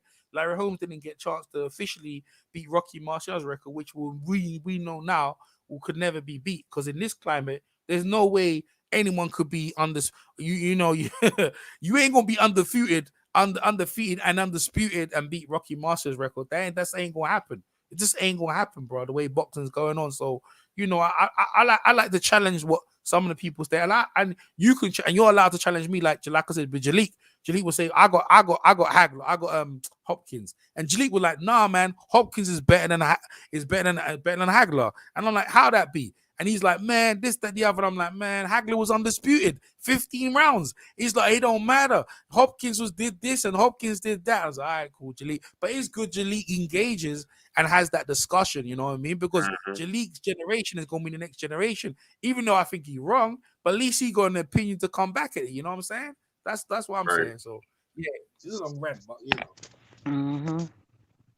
Yeah. PMC. Everyone in it. So yeah, blood. Salute to Blood.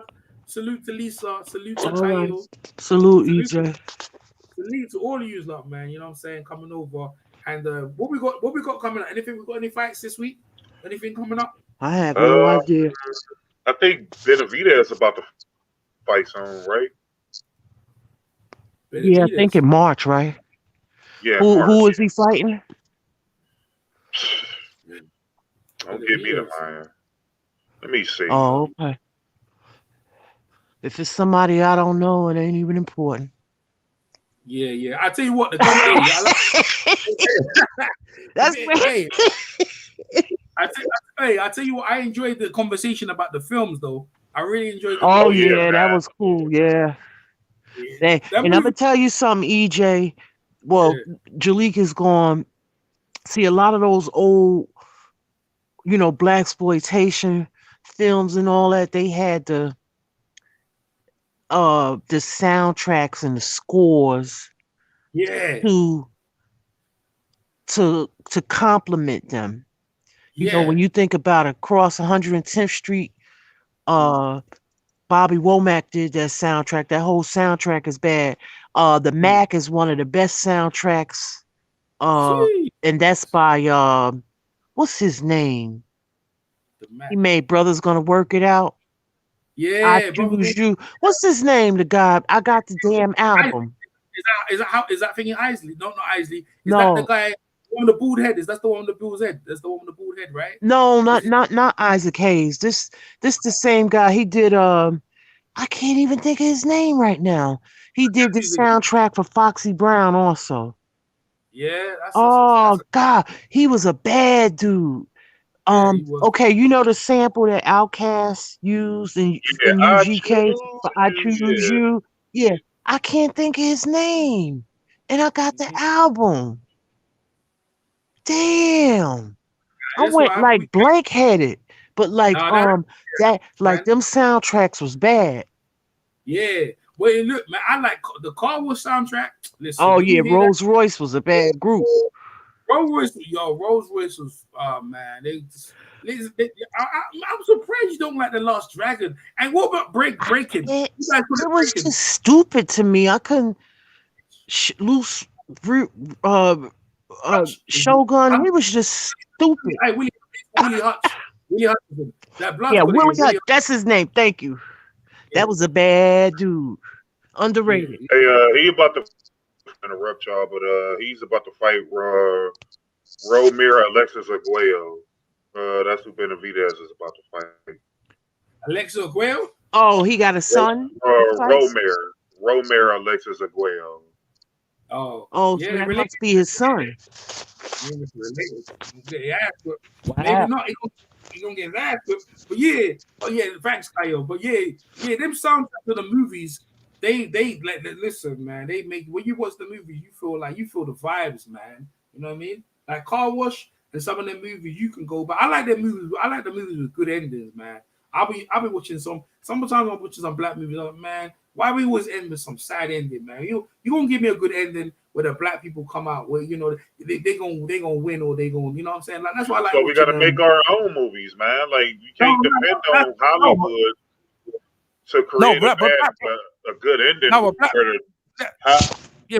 Black Belt Jones. No, they do have a couple like Black Belt Jones. I really enjoyed that movie, Black Belt Jones. They have a couple like where black people, they kind of film, but the ones where where they end up getting killed or some shit like, man, like Cooley High. I hated Cooley High, man, because Coach East was Cornbread Earl and me. He got killed. Yeah, like it's just like, come on, man, with this shit. But, I mean, that's why you gotta make your Claudine. Claudine was a good soundtrack too. Yeah. That was by from the Impressions, Curtis Mayfield. Yeah, like Boys in the Hood. See, Boys in the Hood. That's another one. I like, man. Like, Curtis Mayfield made great soundtracks. Yeah. You're right. Trust me. Yeah, that's right. Yeah, because he did the soundtrack for Superfly. Oh yeah. That's right. Ron O'Neal, baby, Cleveland's own. Yeah. That's why I like Friday. Friday the movie with the jokes and the good vibes and the bully and the thing Debo and that. That movie it ended well. When you see the dad pops go, man, you don't need to bring no gun, man. Use your fist, man. Man. Yeah, that was real talk, bro. That was in that era. Like you got to think. Like Boys in the era Hood. that John Witherspoon was talking about, that was like the 70s and shit like that. The 60s, like you had the Saturday night special, which is what they called guns back then. But as the name is, the Saturday night special, like dudes wasn't out here shooting motherfuckers like that. They would do that on the weekend, but that was only to combat like a large group of dudes that was trying to jump on them. It wasn't like it was a head-up fight. The dude pull out the Saturday night special and kill a motherfucker. Like, no, like them dudes fought back then in that era, man. Like, and in that, and like growing up in like the 90s and the 2000s era, These motherfuckers didn't know how to fight for real, man. So they are just in the motherfucker's life because they don't know how to fight, bro. Like, when I saw Colors, I was like, damn, that's what. Because remember, I'm moving England and UK. I'm watching Colors, the movies. I was like, yo, so they fighting over because they got different colors. I was like, yo, that's crazy. Man. That shit is serious on the West Coast. Like, that was more derived from the West Coast. Like, New York and all these other different, like, East Coast and Midwest cities didn't really pick up on that until like the 90s. But like all of that shit was always with Tookie Williams and all these different cats. And all of that shit really came from down south because a lot of them dudes like migrated from the south all the way up to California and some of them West Coast cities and shit like that. They bought that gang banging shit over there, and it wasn't how it eventually became. Like the Crips and the Bloods and shit, those were like unity like gangs where they would bring people together and protect they areas and shit like that. But it turned into like the ultra violence where it became what it became to this day. But like gangs wasn't started off that, oh, he wearing blue, I'm wearing red, so we got a beef and all that. Like, no, like them was like neighborhood protection group because all of this shit came after the Black Panthers. Like when you had the Black Panther movement over there in Oakland and shit like that. You know what I'm saying? And then after the Black Panthers, you know, kind of dissipated through COINTELPRO and shit like that, was when the Bloods and the Crips and shit like that was all started to protect the neighborhoods. And then it became more of a, you know what I'm saying, a rivalry, you know, like during like the 80s and shit like that, man. But yeah, man, like a lot of that shit didn't start like how it ended up becoming, man. It was all like to protect black neighborhoods and shit like that. That's where it derived from, and then it just kind of took its own like and shit like that. Well, that's what's happening now, though. Like, it's happening now. And look, in America's full of militias. I was listening to this. I was watching this today. I was in this group called the Boogaloo Group. Yeah, the Boogaloo Boys. You got the Boogaloo Boys. You got the 3%ers. You got the what's the other white supremacists? What is a 3%er? I heard the 5%ers. Yeah, the 5%ers is like more black. The 3%ers is like with the white nationalists and shit like that. I was like, I know 5%ers. Yeah. All of a sudden, Trump left. Yeah, he left, and there's all these different racist groups, like the Boogaloo Group. I was like, and they wear Hawaiian shirts. I said, are they freaking kidding me? I was like I watched it today. I was like, this shit's funny. And then you got Antifa. Antifa basically means anti-racism, and then people, and then the Black Lives Matter. And you got all these people out here, and all they're doing is they're bombing on these things. I was like, America is a state, bro. Back in the days, it's like, what the heck is going on here, bro? It's like everywhere you go, it's like, I don't know if it's like that all the time, right? But in my mind, I was like, this is crazy. Yeah, that's what you saw marching up on that Capitol in Washington. That was the Boogaloo Boys. That was the Proud Boys. Yeah. You know, that was all these different white nationalist groups. See, a lot of black people get it misconstrued. When you think of a white supremacist, you automatically, to a black person, think of a skinhead, Nazi. Like, no. Like, you got different factions. Like, just like a lot of them Proud Boys got black wives and black baby mothers and shit like that. Like, they assimilate in society. They become cops. They become part of the military. They become lawyers. They become judges. Yeah. They assimilate within society. But they still had those races under Caleb Plant over there, hiding over there in Memphis. Yeah, I see him. Like a lot of these dudes. I wouldn't be surprised. Look at Kid Rock. This dude came into rap on this hip hop shit, and he's one of the biggest. He's one of the biggest Trump supporters ever, and he has a half black child.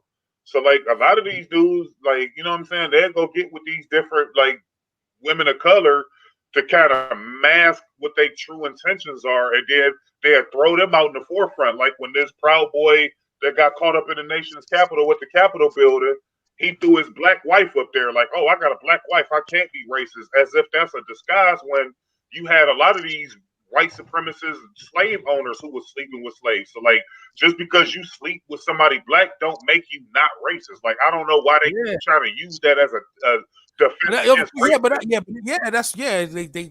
you know, I got a black friend, or that's what that's it the is. same talking. You know, the West is trying to defend them, but see, America, when I look at it, like, and we're going back to the movies and stuff like that, the movies, project how people are. It's like the politics was never so vicious and divisive to the point where it's got to the point where people, you either this, would you vote? Because that's why people now, you know, I was listening to that guy, what's his name again?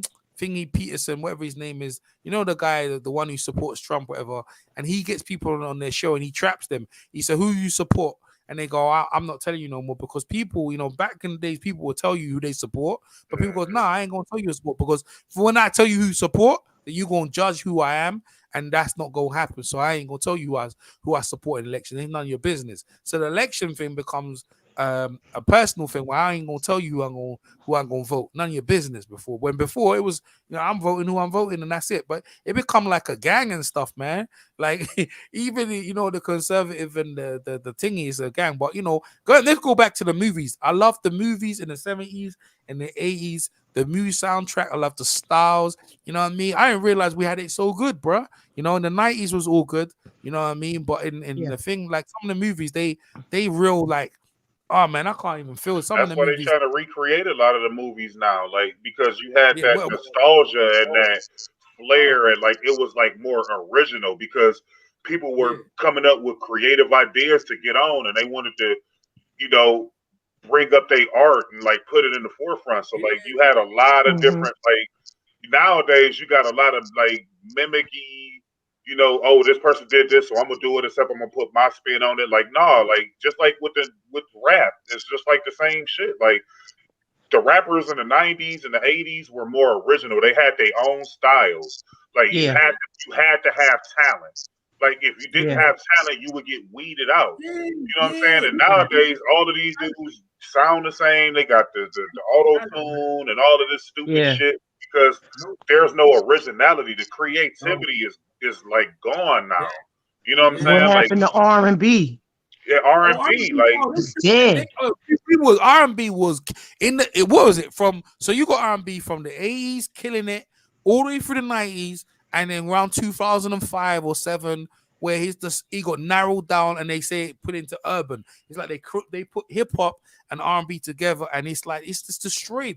We had our own kind of R&B was different, hip hop was different, and then they merged it together. We never been the same ever. Like oh man, the music because they don't have different categories. Like you have to categorize stuff.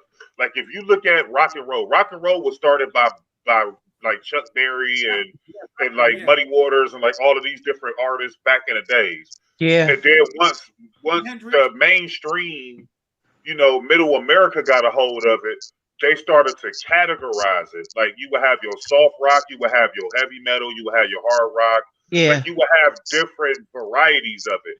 I think rap should be labeled under exactly. I think rap, it should be different categories of rap. It shouldn't be all rap. Like you should have like your gangster rap. Like your gangster rap, your party rap. Like it should all be categorized so that way it would open up a bigger market. Because when you put all rap together, and then you got these dudes competing for these awards, like you know what I'm saying? Like you got Kanye West who makes totally different music from like a Jeezy or a, you know what I'm saying, or any of these other different type rappers. Like that's where it all get messed up at, because you got all these dudes in the same pot when they shouldn't be. They should be all categorized differently. Man, you got it so right, because Kanye, to me, like I think when Biggie died, Puffy started rapping, and it's like Puffy rapping. When Puffy was allowed to rap, right, and he done his thing because they realized just put good beats and I can just rap over, and we could do it. They realized they could make anyone into a rapper. Right, exactly. What you're right, but to see the oath keepers of the rap, like they was just taken from rap, you know, rap. Everyone's taking. Go look, we need, because remember there was back in there you couldn't just do that. People rap, it was a personal thing, right? Yeah. But then it got to the point everyone's like, well, I ain't making no money. I need to cross over. I need to cross over to make that more paper. I need to make that more money on the disco. Because remember, you used to have disco. When the disco era was there, hip hop was there. You know what I mean? And the disco date, hip hop was still there. And they would say hip hop gonna go away. No, you know what happened with disco? Go ahead. Yeah, disco was good though. I like disco music though. No, you know what happened with it? They had a campaign for it. Disco died, and they had all them records in a football stadium or something, and they broke up all the records. Yup, she is 100% right. I remember that. And then the punk movement. Yeah, the punk movement came up. because it was The more Ramones and all of them. Ramones and all of them, because it was more in a rebelling against the establishment, against the disco and all of that different stuff. She's right. She know her history. That's what I'm saying. And then those same punk rockers and shit like that started to merge into hip hop as far as them supporting hip hop like and stuff Blondie. like that. Like Blondie and them, was one. Yeah. So you had that whole wave coming where you had the punk rockers and the rappers sort of like collabing. That's where you got Walk This Way by Aerosmith and Run DMC, and like that kicked off a whole different genre. You know what I'm saying? And rap really became mainstream because of punk rock. A lot of black people don't know that. Like if them punk rockers and shit like that didn't really fuck with rap, like as far as the mainstream rappers wouldn't be making the type of money they making right now. So, but you see, the thing is, when all people like MC Hammer, Vanilla Ice, it's like, but when you cross over, even Kid and Play, they had their own cartoon. But what I'm saying is that I remember Kid and Play in the house party movies. I used to love the house party movies, right? But what happens is at some point, now this is what Lisa's talking about. Where did our R&B go? Because I grew up on Boyz II Men, Jodeci, Troop. You know, I can keep going down the line of like all the R&B greats of what was there, like, and all of a sudden they're gone. It was like, because they tried to replace them with Justin Bieber and Robin Thicke and Adele. They tried to whiten it up a little bit, like, and honestly, that's what happened. And it's not me just trying to like race bait or anything, but that's what happened. Like, you had neo soul, you had different factions of R&B. That's when it started changing. That's when it started to change. They changed the name of it. People. Yeah, like they completely went against the grain, and that's when you started to get all of these Justin Timberlakes and all of these different people in here, and they was winning awards and doing all of this shit. So a lot of the R&B artists was just like, damn, we can't do shit. Like, you know what I'm saying? Like, y'all trying to put Adele ahead of us. Y'all trying to put Robin Thicke and Justin Bieber and Justin Timberlake. Like, so a lot of them just was like, nah, we cool. Like, and they just went into writing. And, you know what I'm saying? Like, it just got watered down. Like, you know what I'm saying? And like you said, they merged it with hip hop. Yeah, because Rihanna, when she started, and it's bullshit now. Yeah, Rihanna, because if they would have left it in Lettucey's hands, Jill Scott, all of those people, Erykah Badu and all of them, they continue to keep the essence of what R&B was. R&B really was. And what was the dark-skinned sister name with the dreads? Shit, not Erykah Badu. Like all of these I hate my hair. You talking about Bilal, Omar? You talking about all of them. All them India Maxwell, Maxwell, Music Soul Child, like D'Angelo, D'Angelo, like that was the pure essence of R&B. And once they put Adele ahead of that movement, that kind of watered it down, because now you don't have, like, I don't know if y'all know a guy named Queen's Flip, but he just interviewed Benzino recently on his podcast. And what Benzino said made a lot of sense. Because when you got Eminem. When Eminem came in, before he came in, the code, like, white people and like the mass consumers of music was fucking with hip hop. But now you got Eminem coming in.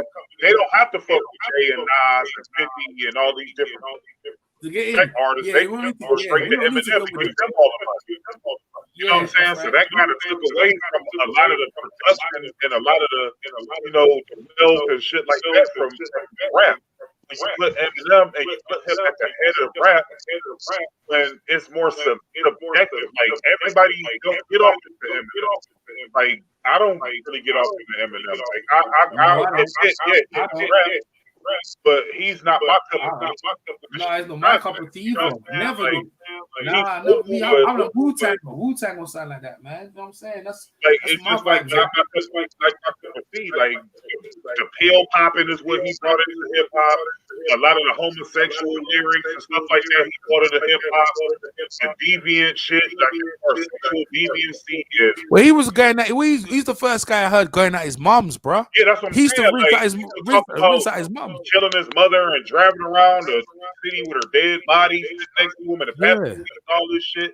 Like, black people don't rap about that. Like, you heard we don't talk about that, but yeah. But you're right. You're right. It's about units. It's about what Black Queen. So like black men. Yeah, but you know what it became though. It became money and units and how much we sell. Because look at this, and then you bring a hater like 50 Cent into the play where he hating on Ja Rule when Ja Rule's doing his thing and he's hating on him, and then you got DMX who's doing his thing, and it's like then you bring the women, Foxy Brown, Lil Kim, they were cool, they do their thing in there, and they cat fighting. But like I said, they be like hip hop.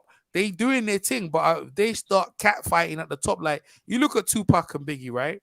They don't die. Hip hop. I don't think the switch happens now. So let's have Biggie and let's have Tupac still alive. Does Eminem even get through the door?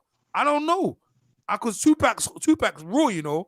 Tupac will probably be friends, but Biggie, I don't know, man. Maybe they make tracks with him. Maybe they do. EJ, like this is why. Nah, I mean maybe Biggie, but you got to remember, Tupac didn't get along with Dre after a certain period, and Eminem came up under Dre, so that would have been a rivalry right there, and that would have kind of maybe separated like hip hop as far as the money, because a lot of these people, these mass consumers, which are white, they would have sided with Eminem automatically. Like it didn't matter how trash it was, the comebacks and shit. So it would have created a big void. But you got to also look at who benefited from the death of Biggie Smalls and Tupac. You got to look at all of those artists that came after them, the Jay-Z's, and like all of these different guys. Like I've been looking at some programs recently about because they just came out with this FBI dossier on Biggie Smalls' death, and the FBI is starting to make some noise, but they won't reopen these cases because it'll cost the city of Los Angeles so much money because he was killed unjustly out there. So they don't really want to reopen those files because they don't want to pay that money to his estate. But if you look at, like, if somebody made this point yesterday, I'm kind of glad you brought this up. If you look at Biggie Smalls' green Suburban that he got shot in, now they had two other Suburbans that look exactly the same green color. Biggie's Suburban that he got shot in had stickers on the tire that said Biggie. You can go Google this right now. Go in the search engine and look at the green Suburban Biggie Smalls was killed in. You will see green. You will see a white and black sticker that said Biggie on the tires, on the rims. So that lets you know that was a designed hit because they didn't want to confuse the shooters of the vehicles because they had three matching vehicles. So they wanted to distinguish his from everybody else's. It's just like with Martin Luther King. When he got killed, the people not wearing bow ties was supposed to get out of the way, and the people that was wearing the ties, you know what I'm saying, which was Martin Luther King, got killed. It's the same type of premise. Like, so that to me, that was a design hit. Like, it was meant for Biggie to get killed out there that night because you got to use common logic. Tupac just got killed. If you Biggie Smalls, why the fuck to Los Angeles at that period, a year after Tupac died? His mother told him not to go. And his mother told him, something don't feel right. Do not go out there. And I'm listening to Gene Deal, who was Puff Daddy's bodyguard for all of those years. He lays it out on his YouTube channel. His name is Gene Deal. You can go on his channel. He got a part 1, 2, and 3, the last big night, which in chronological order shows what they did that whole week they was out there in Los Angeles before Biggie got killed. And he's not going to come out and directly say it, but you have to draw inferences. And he's basically saying that Puff Daddy set Biggie up to go out there and get him killed. And look at who benefited from Biggie Small's death. Jay-Z came into play right after that. And because just like we talked about earlier, that Reasonable Doubt album, a lot of people wasn't checking for that album until 10, 15 years after the fact. So that lets you know that motherfuckers wasn't really fucking with Jay-Z like that, but they kept pushing him and pushing him and pushing him because they needed to fill that void in New York. And Lisa is from out that way, so she'll be able to tell you a lot better in detail than me. But this is just me speaking from a bird's eye view. You're right, but you see the thing is, hip hop, right? We got to the point you had Nas and all them guys, artists coming through. Nas was Nas, and you had Eric B. Rakim, all them guys coming through the 90s, and then Tupac thought Biggie set him up. So let's change it. Let's say Puffy set him up, having robbed in the lobby to start that stuff. Maybe Puffy's an FBI informant and he does all them things to kill them things. But for what? And for money for what? Because real now, we ain't got no piss to piss on, because hip hop right now is diluted. R&B has been diluted. Our music's diluted, and like most of our artists, we don't know where to find them. There's a really good artist in Cleveland. Yeah, what's his name again now, man? What's his name again? Connie Sins, right? His music is sick. I could play his music right now. You'd be like, yo, I'm feeling that vibe right there. You know what I'm trying to say? That music is like, wow. And it's like, yo, how come this guy's not blowing up? Connie Sins, why? Because I listened to Sarnetta. He played it on his track, right? I was like, this guy's music is heavy. You know what I'm trying to say to you? The vocals and everything. And like, it's like the R&B is still there, but we don't know where to find them because, you know, they're all over the YouTube now. You know what I mean? Like, there's this guy called Live J5. He's from Philly. His rap is still dope, but like, they ain't putting them on radio no more. That's not what we want. We want this. We want these voices to come out on radio. So the people, what happened? Like, you know, you had Barry Gordy. They used to have their own radio stations and they used to produce their own music. But now what's happened is that, like you said, they don't need to ask black people to do their stuff. They set their own stuff up and they can build their own music, and they can put up things like Master P is like, yo, I'm just gonna build my own thing. And I'm gonna build it in the South. I'm gonna give it to my own people, and I'm gonna build my own thing because I don't need to be mainstream to get off. And I think, and also even Soulja Boy, I think Spotify, they put their stuff on Spotify and music, and they get sales that way by digits. Because I'm looking on these tunes and like, yo, all these artists, like you said, they ain't being checked to see if they're good or not. No one cares no more. No one's checking to see if these people are good or more. It doesn't even matter.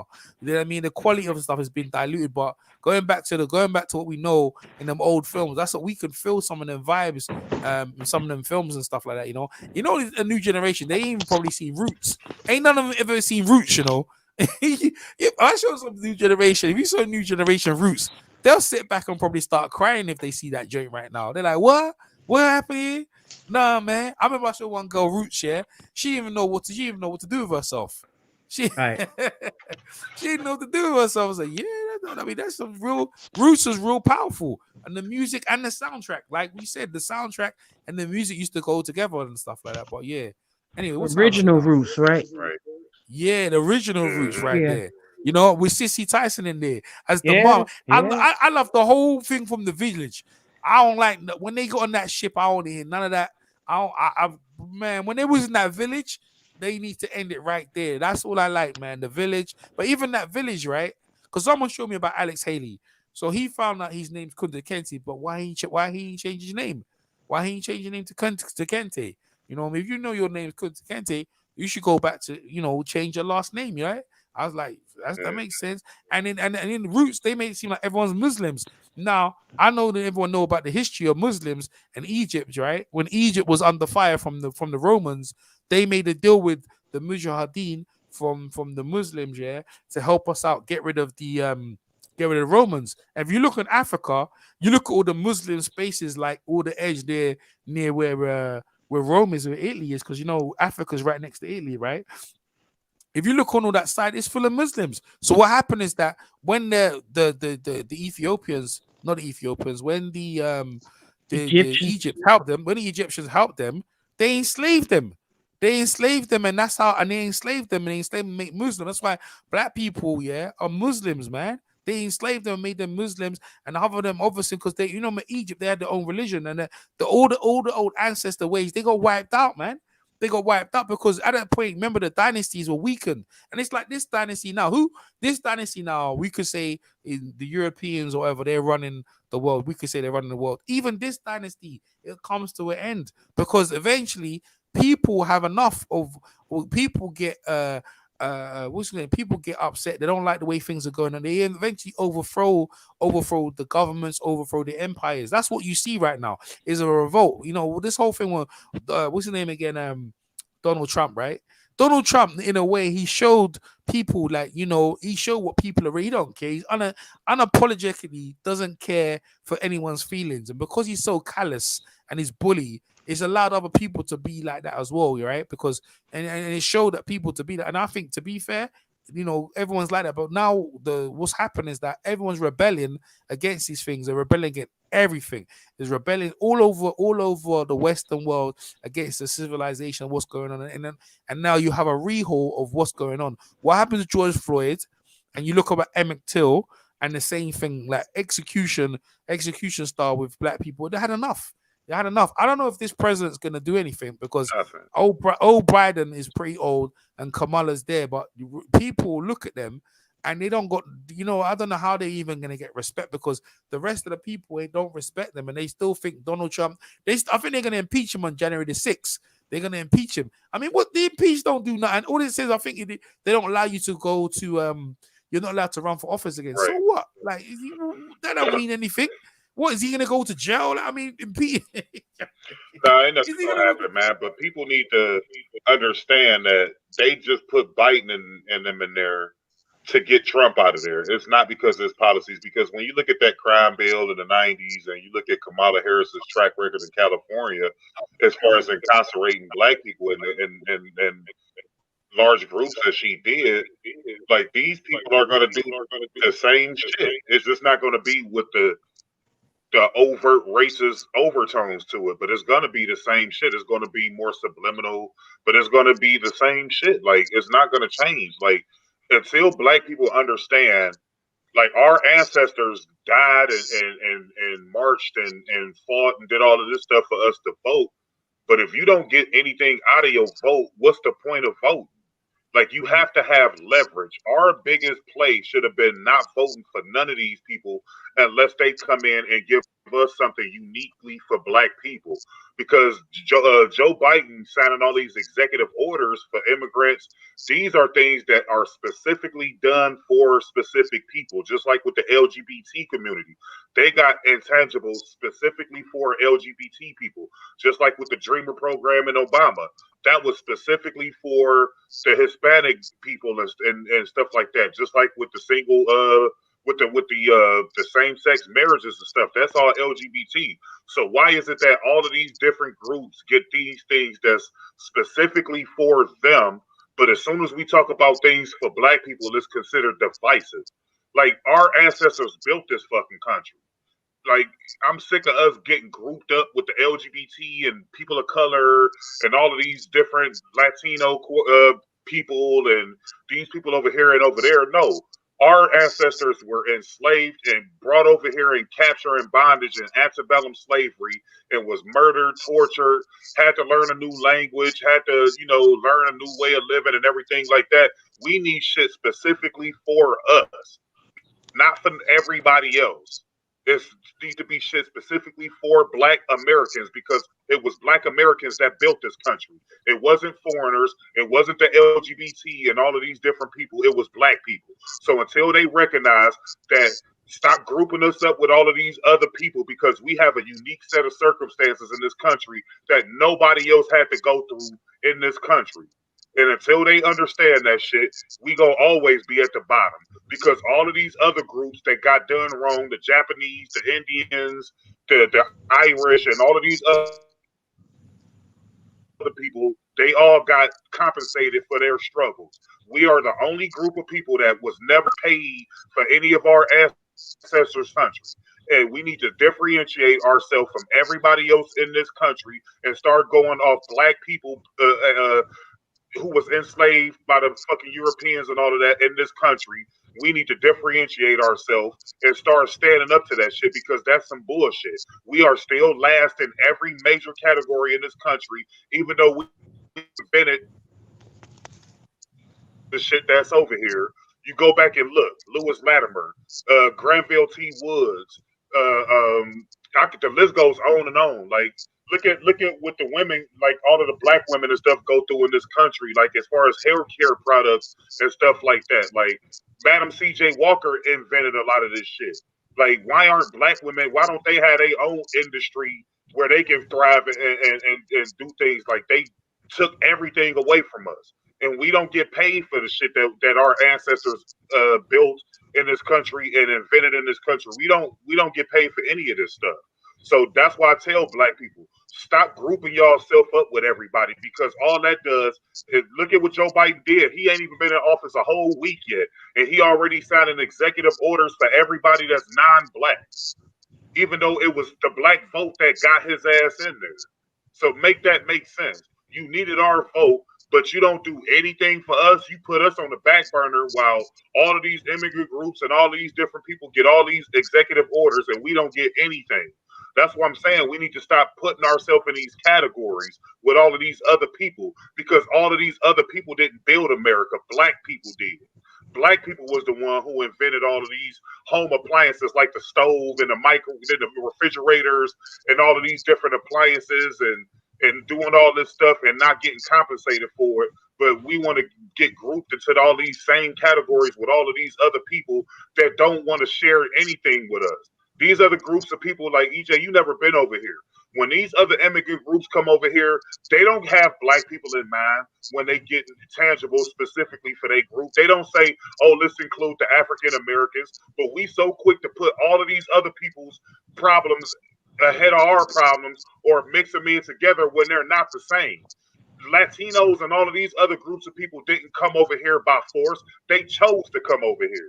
It's a complete difference. Black people didn't choose to come over here. We were brought over here and captured and built this fucking country from the ground up. So we need specific intangibles for us and us only. Reparations for black people only, because every group, the Irish got freedom dues when they were captured and stuff like that. When they came over here, the Indians got shit to this day where they get land allotments and casinos and all of that stuff.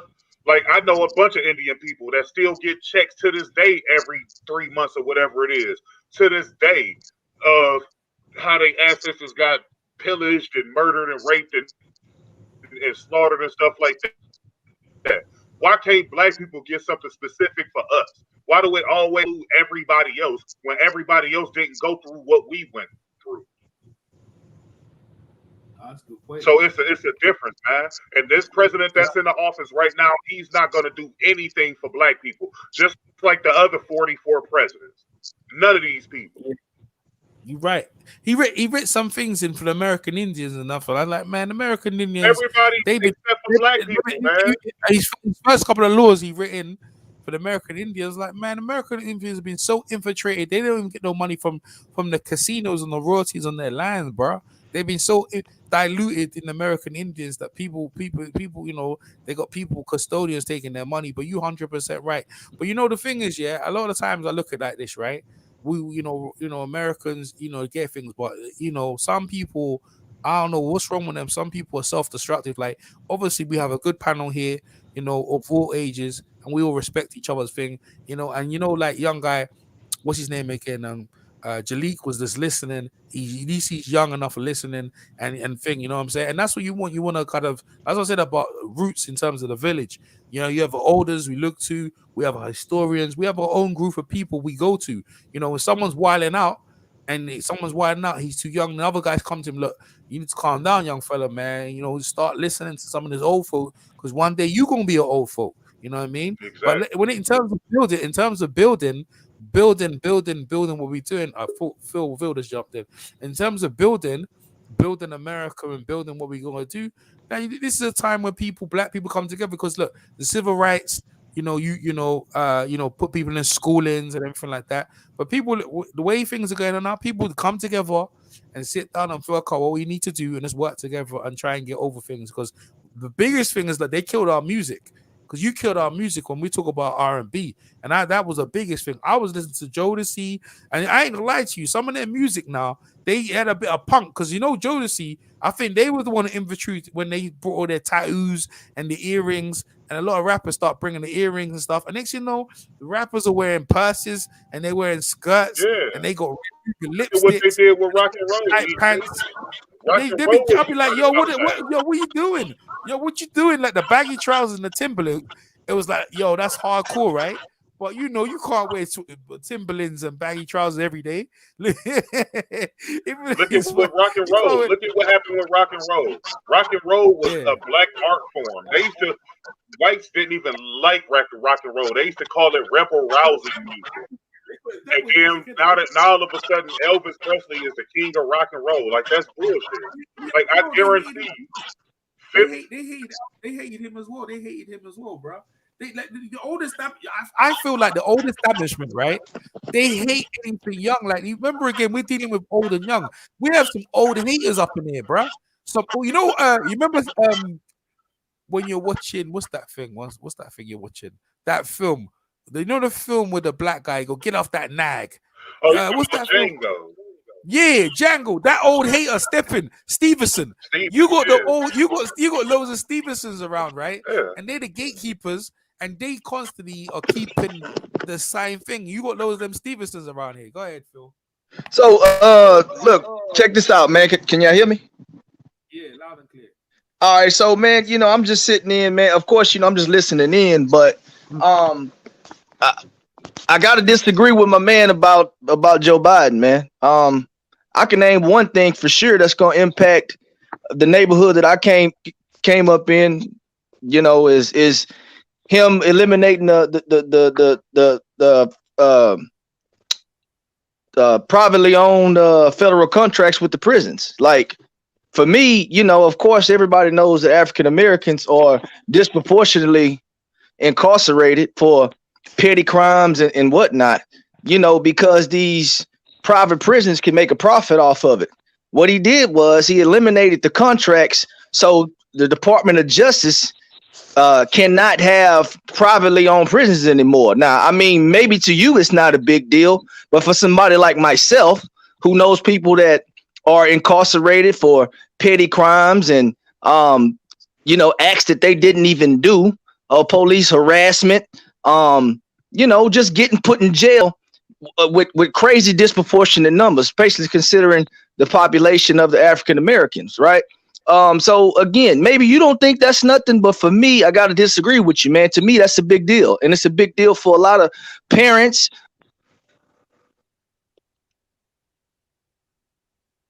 Go ahead, Phil. Is he still there, Phil? Hey, listen, EJ, I gotta go. It's like 4 a.m. here. It is here too. I'm gonna go, man, as well. But he cut off. Yeah, I know he cut off. I know he did. He cut off. I know. It's a shame, but I feel Phil's about to cook, man. I'm gonna tell Phil this. Phil, if you listening, if you can hear, that's the least he could have did, because he was the one who executed that same shit Peace, everybody. with that crime bill. Yeah, we can finish this offline. So hello, you guys said I cut off. Yeah, you cut off. Oh, what's the last thing you heard me say?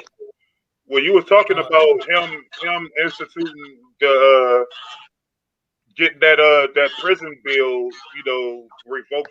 So what he did was he signed an executive order to eliminate federal prisons from being privately owned, so they can make profit off of the amount of inmates that they have. Now, again, like I was saying, for somebody, I mean, maybe not for you, but for me personally, that touches me personally, because I mean, at the end of the day, in my neighborhood, I know several parents that have kids, friends of mine that were put in jail for petty crimes. I mean, I don't have to explain this stuff to you guys when it comes to how African Americans are disproportionately put in prison over other minorities as well as the majority, which is Caucasians. Okay, so I mean, at the end of the day, for me personally, that's a big deal. That's a big deal for me. It's a big deal for my sisters out there, for my brothers, for the grandmothers, for dads and mothers that have kids that are in prison for petty crimes and some crimes that they didn't even commit. So, I mean, I don't know what you think about that, though. I understand you feel like, and as a black man, that does impulse. But I'm not giving him a pass because he who executed that same bill. Like, if it wasn't for him, you wouldn't have all of these private corporations that benefit from black people. He's the one that signed that executive order back in the 90s when he was a senator. He won on that's wrong though. So this is the deal right here. So let me break it down to you. So when it comes to that bill that everybody is speaking on, that Joe Biden signed or whatever, right? So basically was the 3 strikes, right? So this is what happened right here. So any bill that goes to Congress has to get passed. Okay. Now, Joe Biden was one of the constructors of the bill. Now, if you're saying one of the constructors of the bill, then you can blame him and a team of other congressmen. I know he wasn't. Like, so this is the deal right here. So 96 people signed off on that bill. It's 96 congressmen signed off on that bill, and the count was 100. It was 4 senators that did not sign off on that bill. One senator, it was 2 them. It was either 4 or 5. It was either 4 or 5 senators that didn't sign off on the bill. It's 94 total. Sir? So he was one of the 94. Yes, he was one of the 94. Okay, so I mean, at the end of the day, look, this is the deal right here. Now, I understand people are upset about the 3-strike bill that Joe Biden constructed, him and the other senators back in the 90s. Look, man, at the end of the day, the individual, and this is all that I can ask for anybody that feels like they've made a mistake in their life, okay? Joe Biden, you know, this is the way I feel about the guy. I think his ideology once upon a time was he had a racist ideology. Now, was he a racist? I don't know. But I think the way he thought. So hold on, let me hold up, bro. Hold on. Yo, you gotta, yo, bro, you gotta let me speak my points for me speaking my point's sake. I got you. I understand how you feel about Joe Biden. You feel like he hadn't done nothing. You don't like him. We put him in there. That's cool. I much rather him in there than Donald Trump. So this is the deal right here. So like I was saying, I do think this is my opinions about Joe Biden. You're going to have your own. I'm not going to debate your opinions, and I don't expect you to debate my opinions with me. So, this is my opinion about him. I do think once upon a time, Joe Biden did have an ideology of someone that has racist intent. You understand what I'm saying? Now, was he naive to the things that he was doing? I can't answer that for sure. All I can answer is some of the things that he did in the past was very, very questionable. Now, as time progressed, you got to understand this man has been in politics for nearly 40 years. You understand what I'm saying? I think he realized that he has made a lot of mistakes like most human beings do. And at this point in this tenure, I think, you know, he came out, he said he made mistakes. He apologized for his mistakes, and he said he can't change that, but he's going to try and do everything he can to fix the problems that he created. And I think one of these, him signing that bill, is one of the things that him keeping his end of the bargain. I'm not saying he's done a great job. I mean, he's only been in office for like a couple of weeks. I mean, at the end of the day, you got to give the man time. You understand what I'm saying? I'm not going to come out and criticize the man immediately. I'm going to give him some time. I'm going to see what kind of moves this individual makes. And if it looks like it's headed in the right direction, that's cool with me. But if it's not, then I'll be critical of Joe Biden. But after 2 weeks, man, look, I mean, you saying that's the least that he can do? Okay, yeah, 2 weeks, I'll take that as a first step. That's just me personally. I'm a glass half full kind of guy. You know, I don't look at situations with a negative outcome. I'm going to seek the positives, and if there's none there, then that's what I'm going to call it. I'll call a spade a spade. And right now, after the 2 weeks, you saying that's the least he can do? Well, I think that's a good start for him. I agree with that, but ultimately, you made some terrific points in there, but like you made some subject ones. Like I'll give you an example. Black people, why is it always at the expense of somebody black? This guy has been in politics for damn near 40 years. You have people way before him that has done shit to black people at black people's expense. So why couldn't you, as a 40-year-old person, learn from those mistakes? I'm not giving no racist person no pass because of their politics. You know good and well, if you do the history, that black people has always got the short end of the stick.